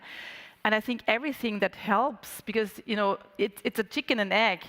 What we need is industrial demand in order to electrify and go faster. And this is at the moment something which is really very, very weak. But industry, in order to thrive in Europe, needs cheap electricity prices. So we need to find a way how we can make these investments much faster, and not just in generation assets, but also, I was mentioning infrastructure, also in flexibility into building new infrastructure or modernizing infrastructure. A lot has to do with digitalization and just squeezing out everything that you can squeeze out from infrastructure, from grids that we have in any way. But we need to go fast, and this is why we also need to have some innovative instruments, and this is why we're looking at the ECB as well, in order to make sure that we can go faster into technology, which is a no-brainer, and this is what we're trying to achieve at the European level. I think what's interesting, what hardly is not really talked about, is when we talk about the strengthening of infrastructure that we will need to, decarbonize the energy sector. It's we usually talk about Chinese PV panels, but what we don't talk about is, especially in the storage sector, I think Europe is much better positioned. And when it then comes, for example, into subsectors like the grid infrastructure itself, I think there will be a lot of added value created in Europe. It's not just the panels, but it's the whole ecosystem of building pylons for new transmission lines. It's hiring a lot of people in those countries to make sure that the energy can be transported from here to here, to installing it. So I think it's something we just not really talked about. It's investing in the European economy, and it's not just about sending money to China to buy panels. No, definitely, and thanks very much for that comment, because what we tried to also show to European policymakers is that yes, 90% of panels are coming from China, but we have 800,000 jobs here in Europe, in all kinds of jobs in the solar sector, not just installation, but project management, you name it. So there's a lot of value created also in Europe. But it's true that we want to have manufacturing back in Europe, and this is one of the questions we were told we need to really. But it is a question that I have to say, at every solar energy conference, that is a question. Like this is, I was here last year, and I said wherever I go, I really don't think that other industries talk that much about dependency from on China. I don't know whether the telecom industry talks about why are we making all of our phones in China? Why is every computer made in China? Because everybody asks us, why are all where are all the modules coming from? Yes, China. But hands up, anybody who has a phone that is not made in China. Yeah? Hands up, and this is probably made in China. The speakers are probably made in China. The projectors probably made in China. Half the room is made in China. We even print books in China now. Yeah? All of half of the children's books we have at home are printed in China for some reason. Yeah? So it is we're part of a whole economy that just moved somewhere. But at least the solar industry is aware that is a problem. But it's also creating like a problem for companies to invest in it, because when we talk about dependency, we talk about on the European level on import taxes, other restrictive measures, but at the same time we see that companies that don't really have the incentives, or they're not really welcomed by European member states, and investors are not really they don't get the service that they expect, and there we are, of course, in competition with the USA, with other countries, Turkey, the Arab states that are actively trying to lure module manufacturers to their countries. We don't really see this in Europe. Maybe this is something which you can, how this is being played out in Brussels. Yeah, I mean, we've been advocating for reshoring manufacturing to Europe for the last 5 years. In the beginning, we were laughed at. Then there was the war in Ukraine, where all of a sudden, policymakers realized, like, okay, there is a problem and we need to do something.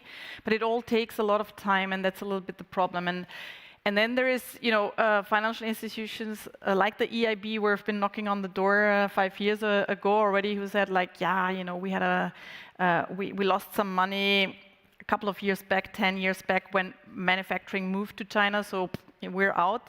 But it's the same institution which I was sitting next to when we met the commissioner just recently, who said, like, it's really a shame that solar panels, most of them are coming from China. This needs to stop.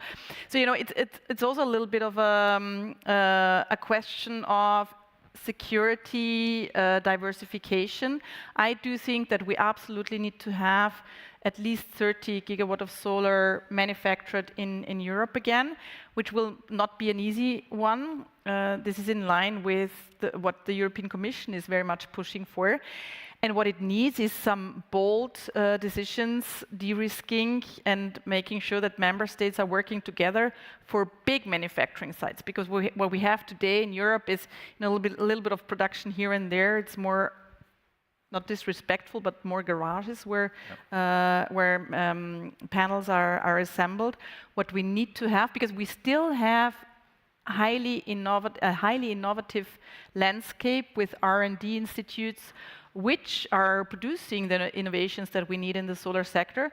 But the problem in Europe is really this lab to fab, not bringing it on the ground, and this is what it needs. And this is where we need to find a way how to de-risk investments, because it has gone wrong in the past, and this is why no one, at the moment is believing in it. But what we need is really taking those risks and making sure that we are reshoring manufacturing as a question of diversification. Huh? Of course, yeah, because it's. I mean, we know that solar, as part of the energy infrastructure, it is a critical part of the infrastructure. So not just to support our own European economy, but for security reasons. Even there, it's not really about the panels. To be honest, it's more about the other bits of the infrastructure, which is why I usually say, well, if somebody asks me about panels being manufactured in China, yes, it's a valid point, but usually it comes from people who are against solar as a whole, and they think they can catch you out because they say, well, the panels are coming from China. Yes, there are other components coming from China as well that might be more of a problem, to be honest. But as I said, it comes back to the point that we have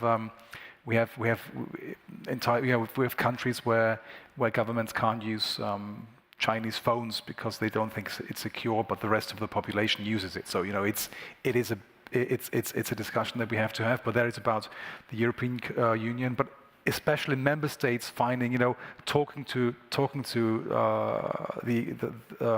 sector, talking to the financing people, talking to the investors, and asking them, what do you need to basically, invest your money in our country and to build a factory that manufactures panels. And maybe in the meanwhile, what I should also mention is that obviously it's very important to manage supply chains. And forced labor has been a topic that we had to deal with. Allegations that were brought towards the solar sector. So we've been shaping an instrument where where we are bringing more transparency and ultimately traceability to supply chains. It's called Solar Stewardship Initiative. So for everyone who is interested in, there's also a web page on it where we're working with our members, with other stakeholders. We're also talking to some financial institutions who are participating, and we're launching it as a multi-stakeholder initiative towards the end of the year. But it's already up and running until we get to the multi-stakeholder initiative. And I think that's also important to really show that what you're investing in is sustainable, is complying with ESG standards, and to really make sure that this traceability is there. And I see Linda already waiting to interrupt us. There's already a red light flashing here. So. Thank you so much. I think I actually prefer this format because I think that sometimes in a conversation, many more interesting things come out. So thank you so much for joining. I mean, I do think that in this region, we do need a lot more solar for sure. It's much more user-friendly and has a lot more applicability. And I've been reading some new research coming out, how actually solar potentially will, eventually the panels will also exploit the changes between the temperature. So there's some new technology that can generate additional capacity. So let's see how that goes. But thank you so much. And I will now invite the panel that will tackle also what we need to do for the next 20 years of EU membership. But thank you again, Jan. Thank you, Wilborga. Thank you. Thank you so much. And now we have a very distinguished panel. And I actually love that the gender balance of this one is excellent, I think. So let me welcome to stage Mr. Martinel, a commentator and quite a well-known journalist in the Czech Republic for Hospodářské noviny, which is the Czech Financial Times. Thank you very much, Linda. Thank you. And I hope it works. And also, I met Martin many years ago now, I think like 3 or 4. Many. But the interesting thing is he's one of the few Czech people who knows Latvian black balsam. So we totally bonded over that. So every time, and we have Latvians in the room as well. So every time I go to Latvia, I always think, I need to bring something back. So there's another bottle waiting for you. Thank you very much. Please, I'll give the floor to you and enjoy the next session. Thank you very much, Linda. I'm now tempted to change it into the debate about Latvian black balsam role in my health. Because I feel a little bit cold, so I used the black balsam yesterday, to improve my speaking skills, voice. So, we are supposed to talk about 20 years, and I have excellent speakers on my panel. First, there is a guest from Poland, Beata Jaczewska, Director of Economic Cooperation Department and Minister of Foreign Affairs from Poland. Helena Horska, Chief Economist, Raiffeisen Bank, and Paulina Žáková, Deputy Minister for Minister of European Affairs in Czech Republic. So, ladies, please take the seat. I reserve this seat, please. So. Okay. Distribution. At the beginning to say, so I'm used to be minority from my family. That's great. This is good beginning. So let's start without any long speeches and without any slides. We have seen a lot of slides today with a lot of numbers. And this panel is supposed to be a kind of a reflection, maybe not of today's graphs and numbers, but of the last 20 years. And my first short question, I would ask you for a short answer with yes or no and one sentence explanation is, do you feel that your country is equal member of the EU? Why yes or why not? Beata. Yes. And because we feel that. Come on, why not? That would be just super unfair to say that we are not an equal member state. I feel that Poles from the very beginning feel that we are in the right place when in the EU. So if that's the one sentence, I'm done. Paulina? Yes, of course.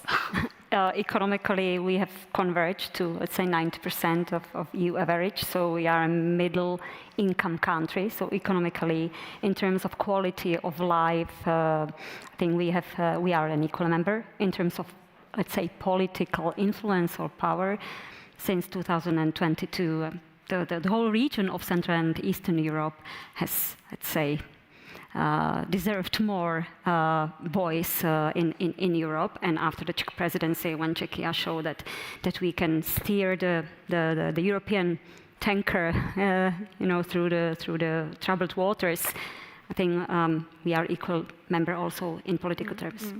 Helena? Yeah, I would agree. So no, but yes, I agree.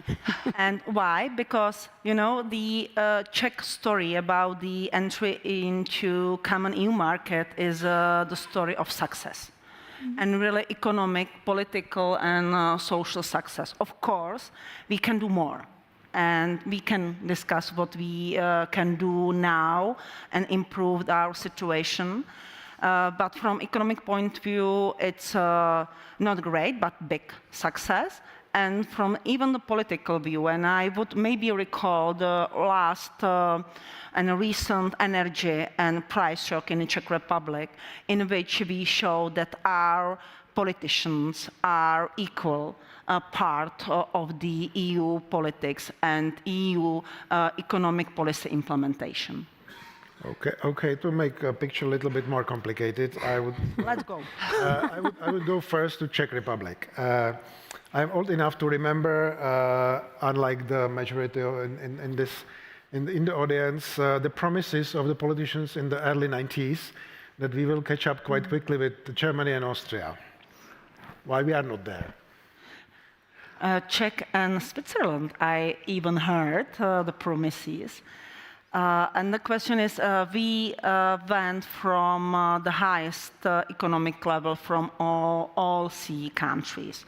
So it's not so easy to catch up if you are already a bit, with high economic level. In my view, the Czech economy made use the EU integration in a better extent, like in Poland, because if we will do like the Poland did, invest into physical infrastructure, we may have our Czech economy even at higher economic level, especially, and Pavlinka knows very well because his research made the same conclusion as our research, that we have the half of the region still below the EU average. So the half of the Czech region diverge instead of converge. So if we are speaking about the success of Czech economy, it's about the whole republic, whole state. But if we look from the regional perspective, we saw that there is half of the region that stay below the EU average, and they diverge to the EU. While the second half, there was the success. There was very good success in South Moravia, in the region of Ostral. And why? Because there was Finnish fast traffic connection with high train or high-speed train, relatively high speed train, and motorway. In Czech Republic, I would speak about relatively high-speed trains. Exactly, relatively high speed about train. next half century. And this is exactly place when we can do more, and we may be even better. Pavlína, why we are not on the same level as Germany and Austria? First of all, I forget to make an obligatory remark here, just to remind you that this event is taking place under the patronage of Minister for European Affairs, Martin Dvořák, in relation to the 20 years of EU membership. So this is a remark which I wanted to make. I know that charts are forbidden here, but I would like to, and thank you, Helena, for the promotion. Yeah. I would like to bring your attention to a brochure which we prepared for this occasion of the 20th anniversary, which is called 20 Years in Charts and Numbers. The brochure is available in the room next door. So you can have a look. It's available both in English and in Czech. So sorry, this was okay. Advertisement. It's over. And now, yes. Czechia has been quite successful on its convergent path. That's true. 93% already in 2019 or 2020.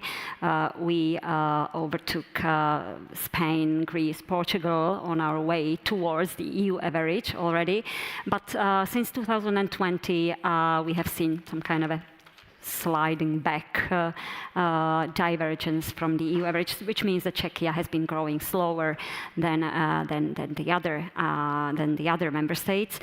What is the reason? Well, Helena could explain much better than I do, but the reasons were that both crises, I mean the COVID crisis and the energy crisis, let's say, affected the Czech economy more than other economies. And I would not repeat what Helena's story about the very large impact on the consumption of Czech households, which is behind this. But I think what's important for, let's say, to catch up really with the EU average or with Germany, Austria, I don't know. Well, we have never been at the level of Germany, Belgium, or like for last, I don't know, 300-400 years, or maybe forever.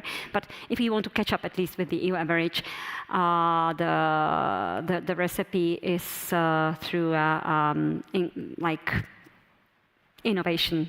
Adding added value, becoming not a moderate innovator, but an advanced innovator, being the, let's say, inventor of innovations and exporter of innovations rather than importing innovations and adapting them here.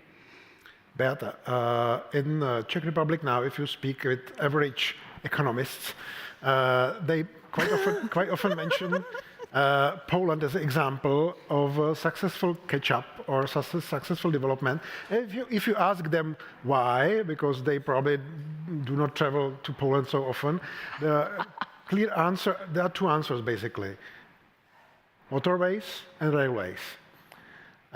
What happened in Poland, because Czech Republic is struggling with its physical infrastructure building. So what happened in Poland beside Euro? Football championship, which pushed quite a lot.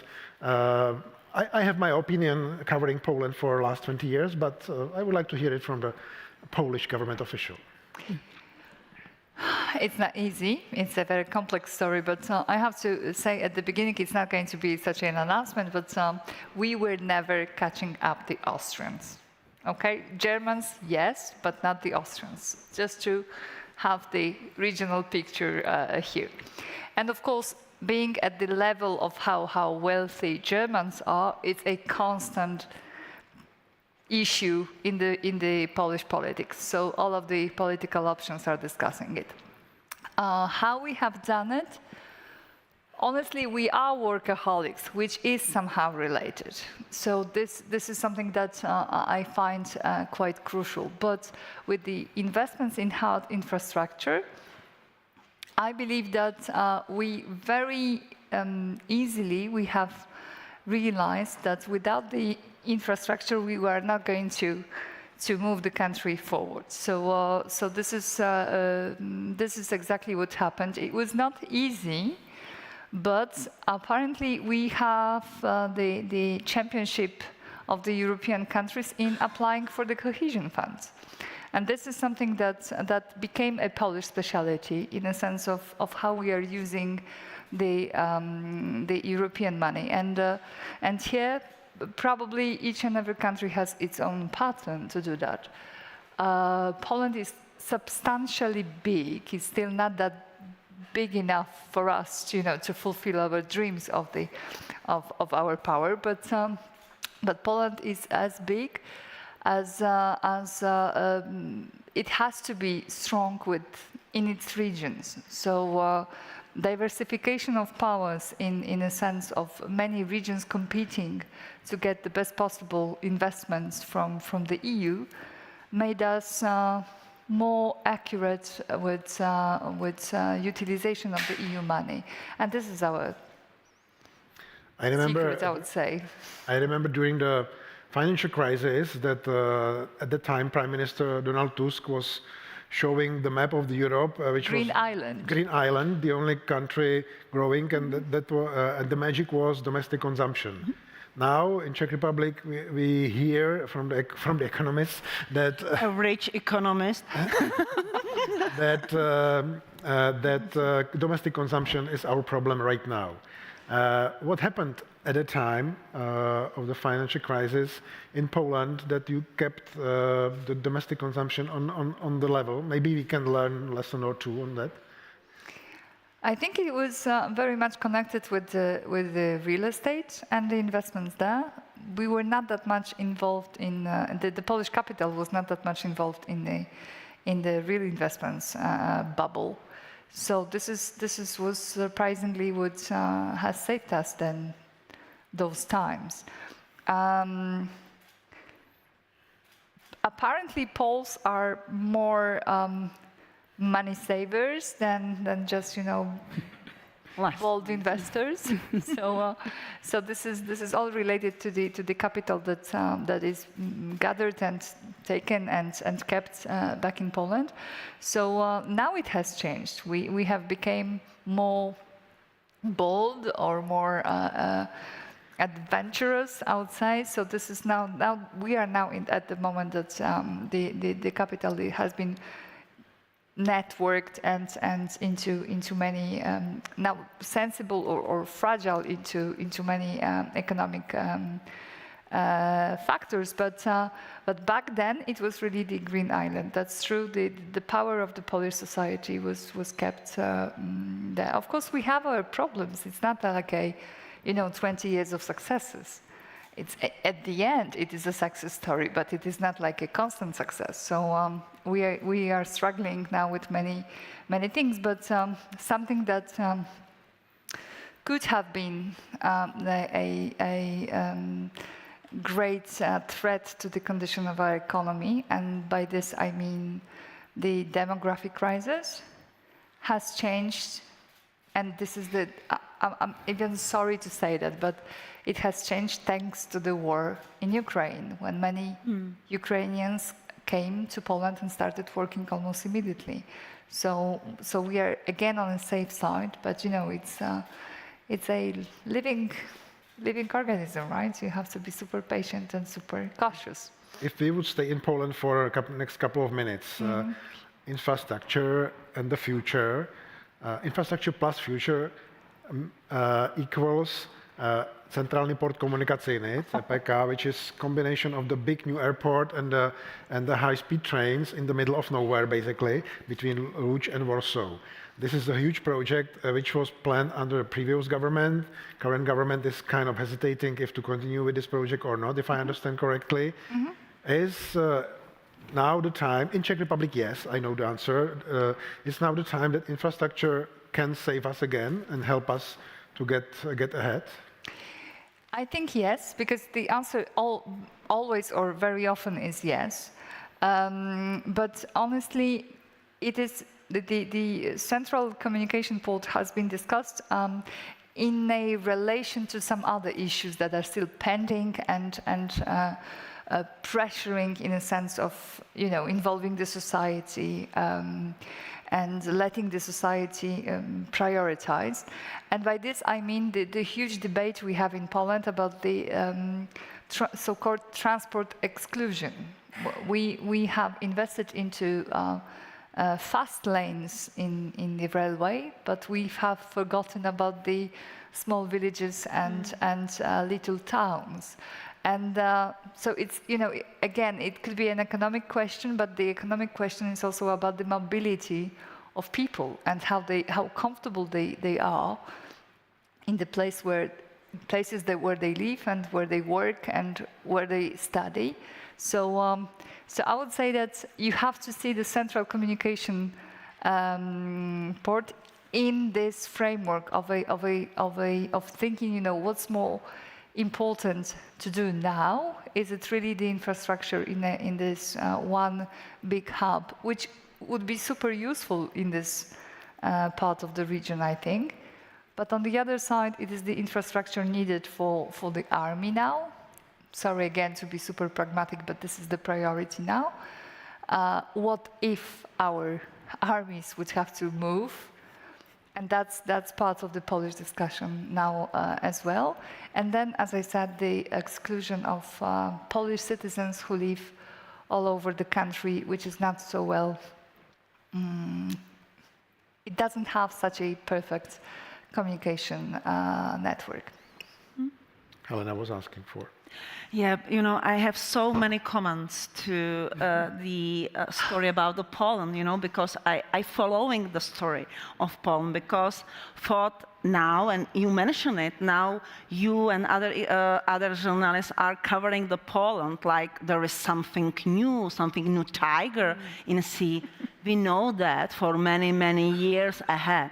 Even in 2018, and I will make promo for our publication, we did the publication in 2018 about the physical infrastructure in CEE region and making exactly the research that we as a Czech Republic, we were the only country in entire CEE region with the lowest investment per head in the CEE region, including Romania and Bulgaria, and Poland was 2 times higher. This is one thing. Another thing, you mentioned you are, as a Polish, workaholics. We are manio-depressive, and we know that. But we had a hockey championship yesterday, so I hope for the change. But be really focus on the real things. We as a Czechs, we are really manio-depressive, which means that exactly as Pavlinka mentioned, once there is the problem, we saw a huge decline of spending. While you, in Poland, you save a bit, so your savings rate is 2 times lower, really, 2 times lower than we have the savings rate. We have definitely higher savings rate than in EU average. So we are great in up and downs, big party and then save, big party and then save. So we have a bulk of money at our banking accounts, but these money are not going into capital markets. And you have, and I'm so sorry that we don't have the capital market in Czech Republic, the real one. Something that it's not only 5 titles and 5 equities. This is another thing that it's different. And since I'm from the railways family, I like fast railway traffic connection. And I had own experience from Japan, and it's a great experience. And this is something that it may definitely improve the the economic flexibility. Because as I mentioned, we have the problem with the regions which are close to borders. So the middle of the Moravia or middle of the Bohemia, it's very fine. There is very high and growing economic level. But once you are going to the north, but even to the south, you can see that there is a problem with the connection. And I think the motorway is not only the one or the only answer to the better connection. This is the train also, the fast train. But people may stay in Ústí nad Labem, in České Budějovice, if there would be fast connection in 1 hour. So our target for the future will be, please make the connection with the big towns from each, would say, region in 1 hour to the Prague or 1 hour to the Brno. That would be great. And also, since I mentioned the hockey, and we will have also the football world championship in Czech Republic, I would like to see a huge boom in investment. But in reality, I do not expect that. Why? Because we do not prepare the project. So we have money. We know that we have the gap in our infrastructure, but we do not able to, just send the money to the project because the projects are not ready for a reality. So, enough jokes. Yeah, I wanted to add two more comments on Poland, if you allow me. There are other countries from the Big Bang of 2004 which grew even faster than Poland, so were bigger tigers, like Lithuania, for example. I believe that Lithuania for 2023 GDP per capita will be above Czechia already, because Czechia had a recession last year, or Romania, also another tiger in the region, or from the 2007 edition, but still a big tiger. On the other hand, Poland is a great example and really an example of success in terms of regional cohesion.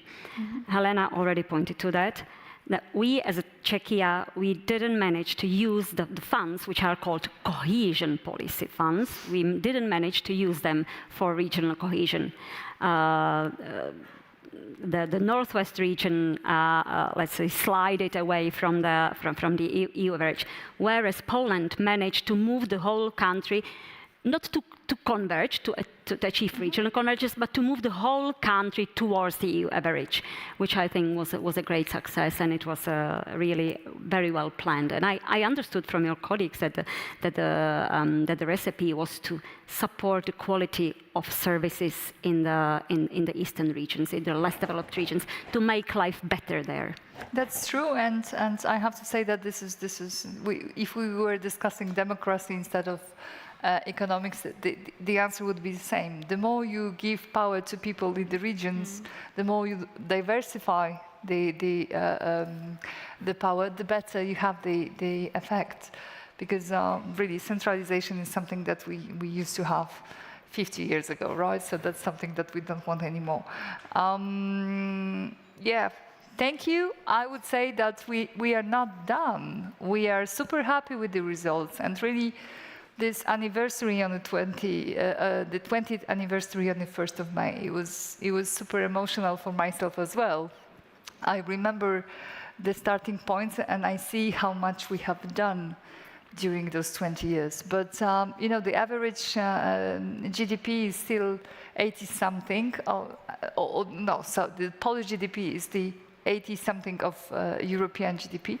However, Warsaw is upper.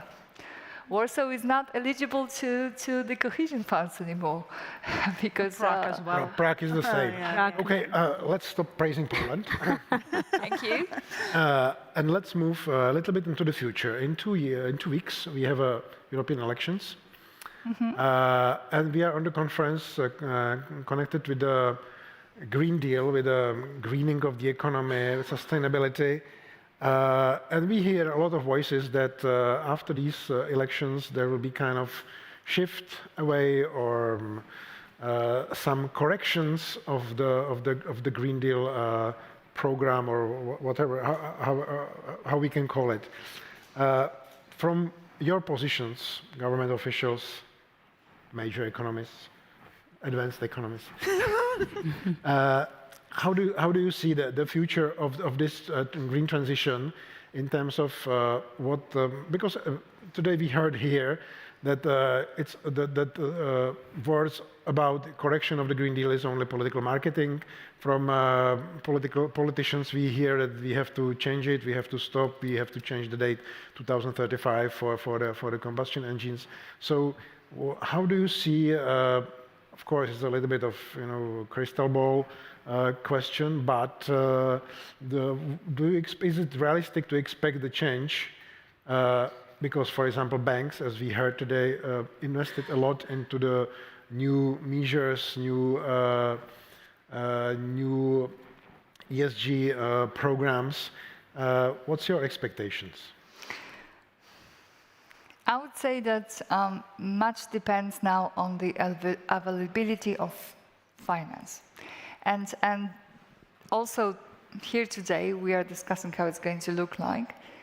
And this is a crucial point, because Commission used to say that they are very ambitious in setting the targets, in calculating, but when they are calculating all of the efforts that are already planned, you see that there is not that much move anymore, that almost everything has been regulated so far.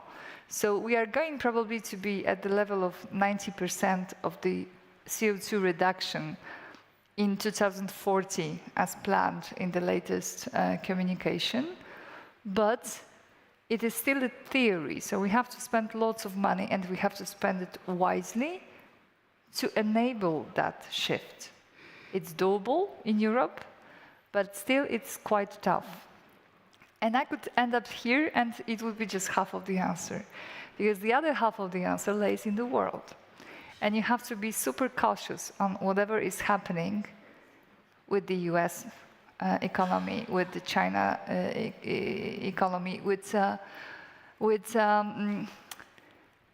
all of those actors who are playing the same game. And it's all about winning globally. So I would not expect the Green Deal to be kept as it is, but I would not expect Green Deal to be left alone completely, like the complete failure. I think that at the end, it is going to be continued because we know from the science that there is no other way. But still, the political correction has to be given, at least to the agriculture sector. And I really believe that we need a better narrative, that the narrative we used to operate with for the last 5 years has ended. I mean, we need to, I'm not talking about marketing, I'm talking about the very honest and real dialogue with the citizens, but we have to have better words and we have to be more cautious when explaining what the Green Deal actually means. Pavlina, communication is not the biggest issue of this government, or it is the biggest issue. Communicating is difficult. Also, you could see during the Czech presidency that the ministers focused so much on delivering, making the deals in Brussels, that they forgot to come back home and communicate that they really succeeded. So communication is really not the strongest, let's say, characteristics of the government.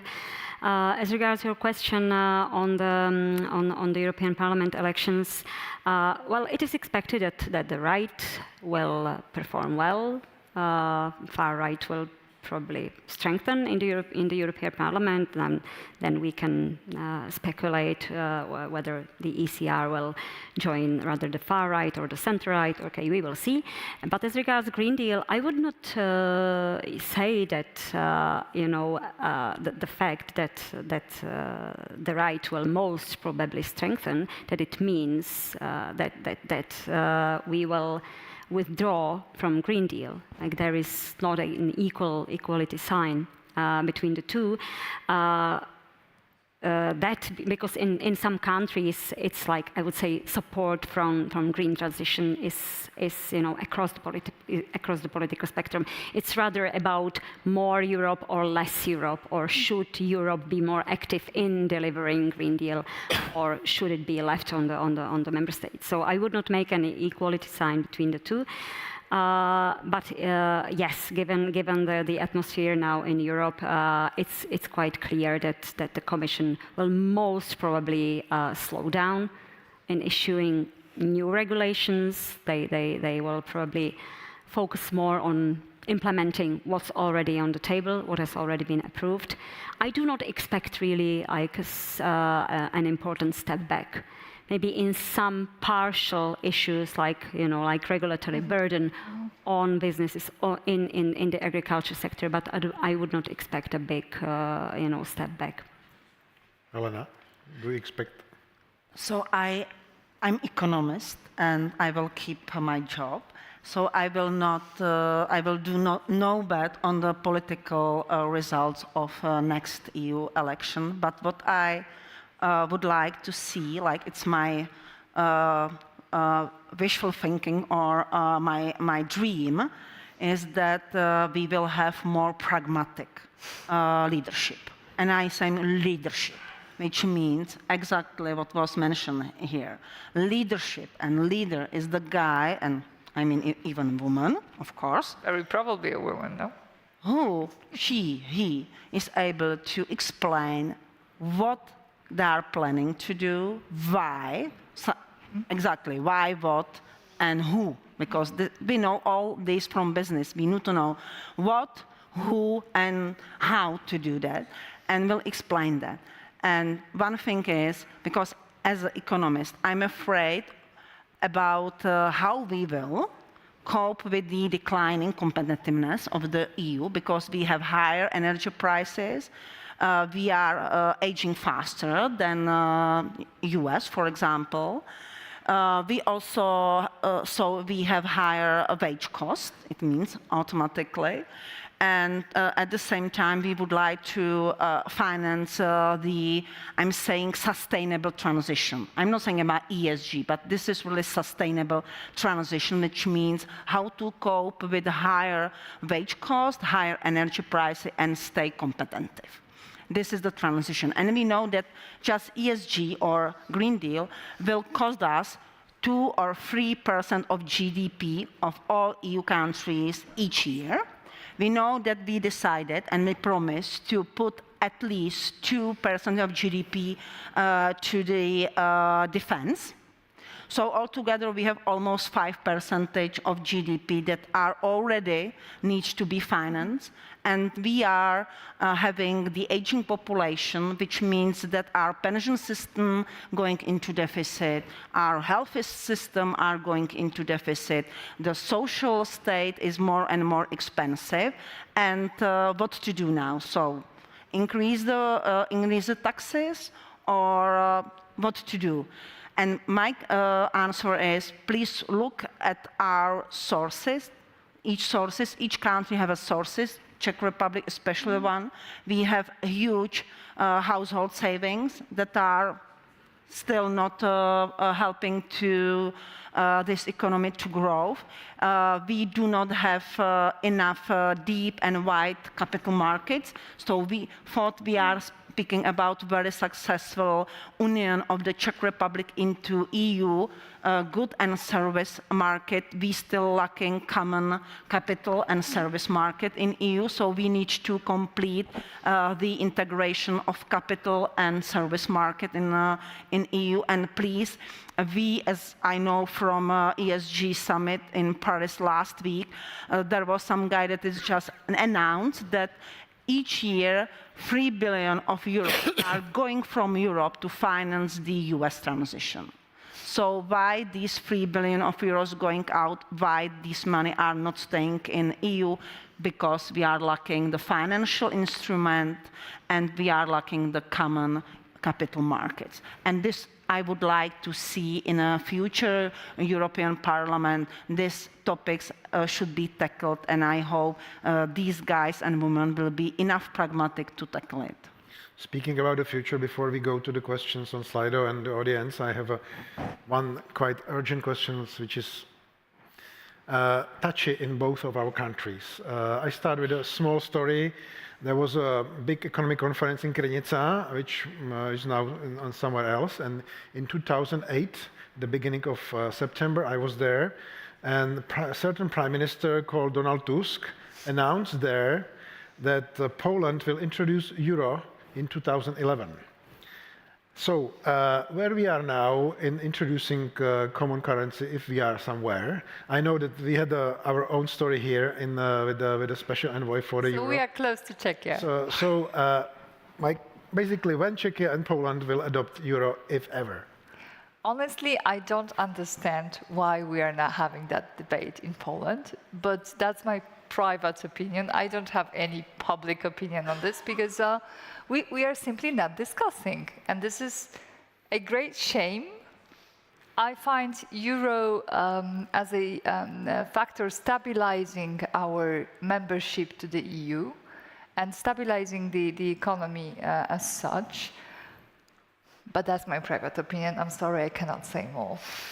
Pavlina, can you say more? Well, we are a step ahead of Poland, actually, because we are already discussing, at least.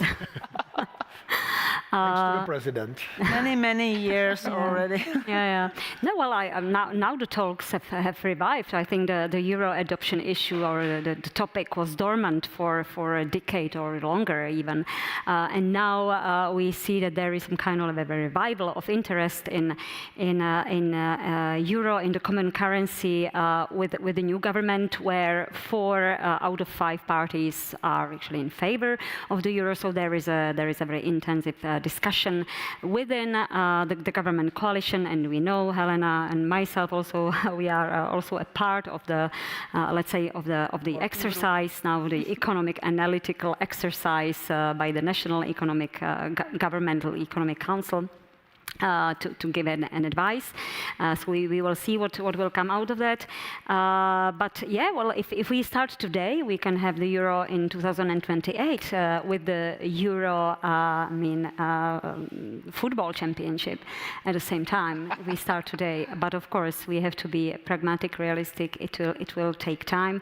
For me, the answer, well, whether euro yes or no is clear. Not for the reason of, let's say, that it would be the silver bullet which would improve, which would increase our growth and would help us catch up with the West, with Austria or Germany.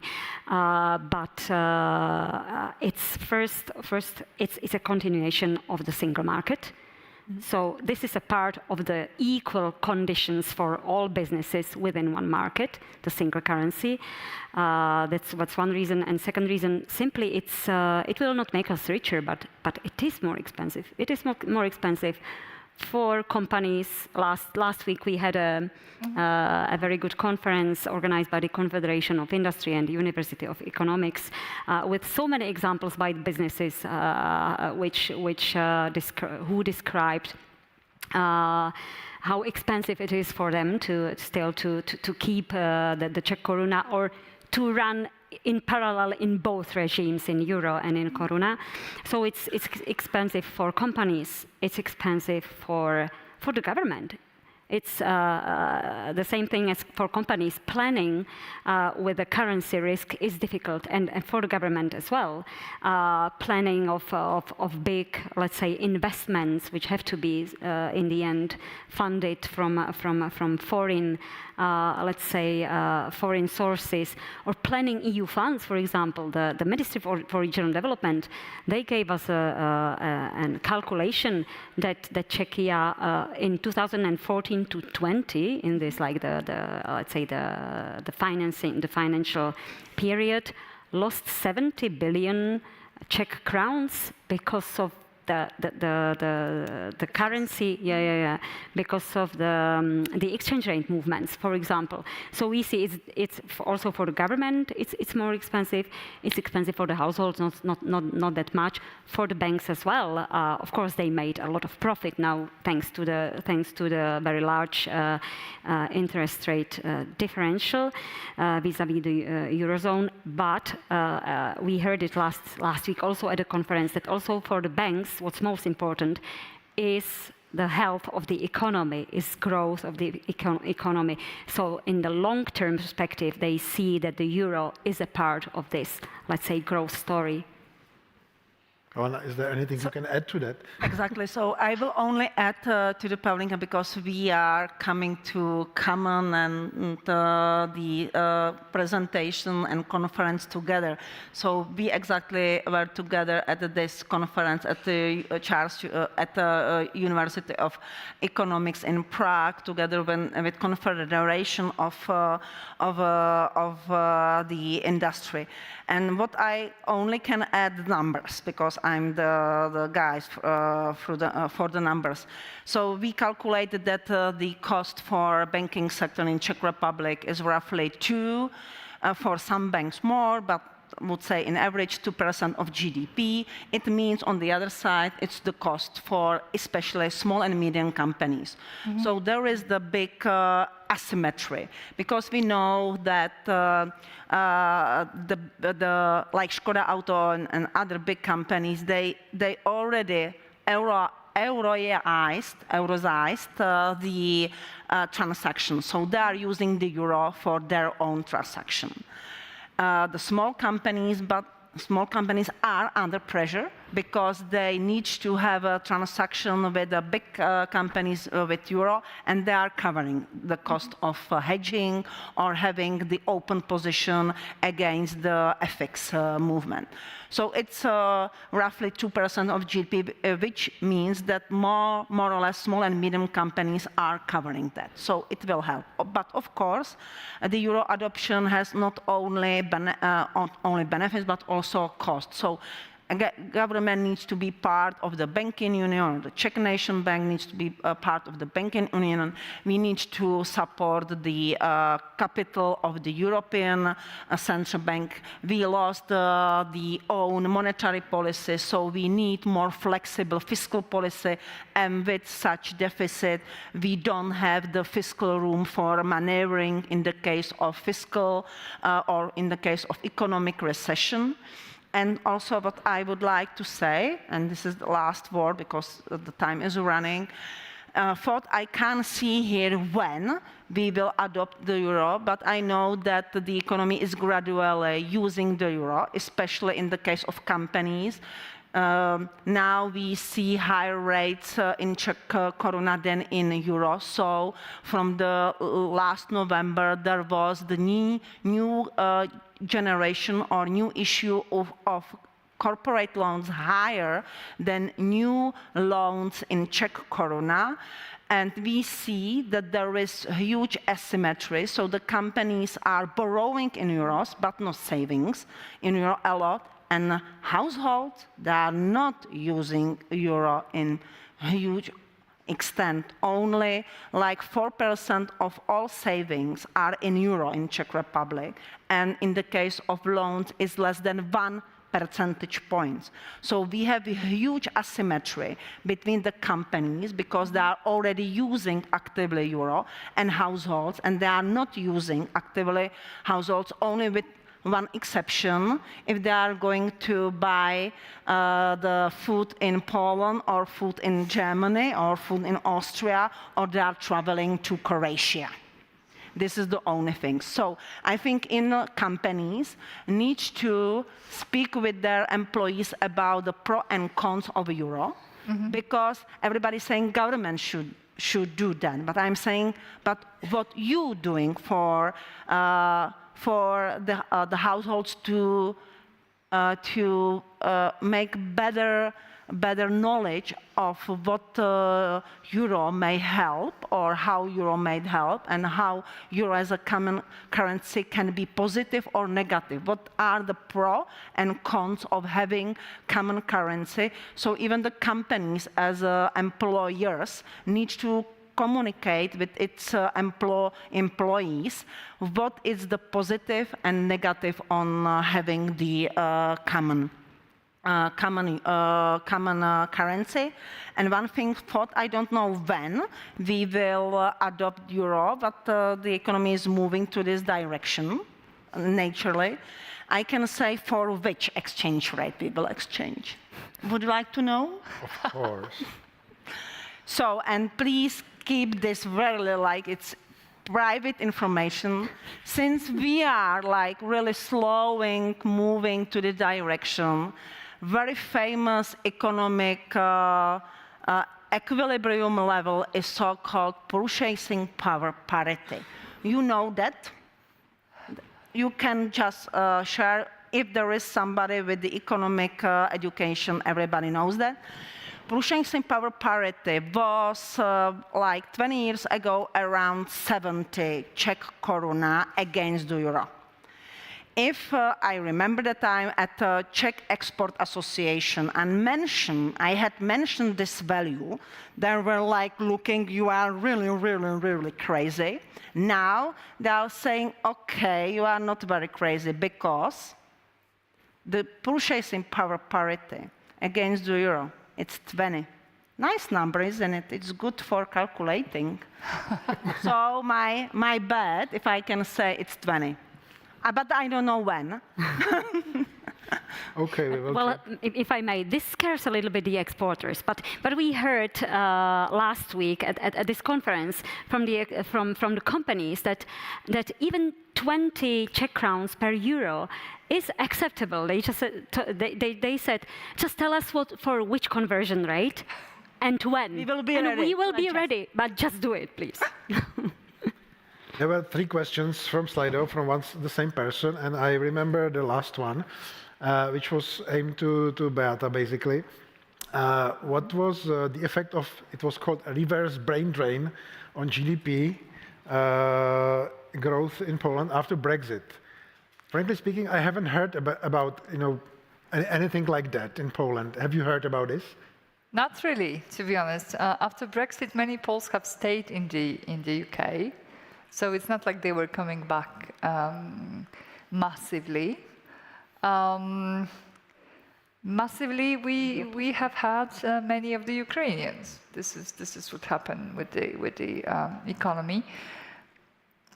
And maybe if I may add, I even remember that some of the British company moved to the EU, to the That's Poland. also an issue. Mm-hmm. Because, for example, the banks moved their back offices to the Poland. So it was like, exactly, we discussed it with our colleagues from Poland, and they said, we are afraid of the reverse brain drain. There was more or less nothing, but there was inflow of investment into Poland economy just because of Brexit. Mm-hmm. So we have time maybe for one question from the audience, if there is any.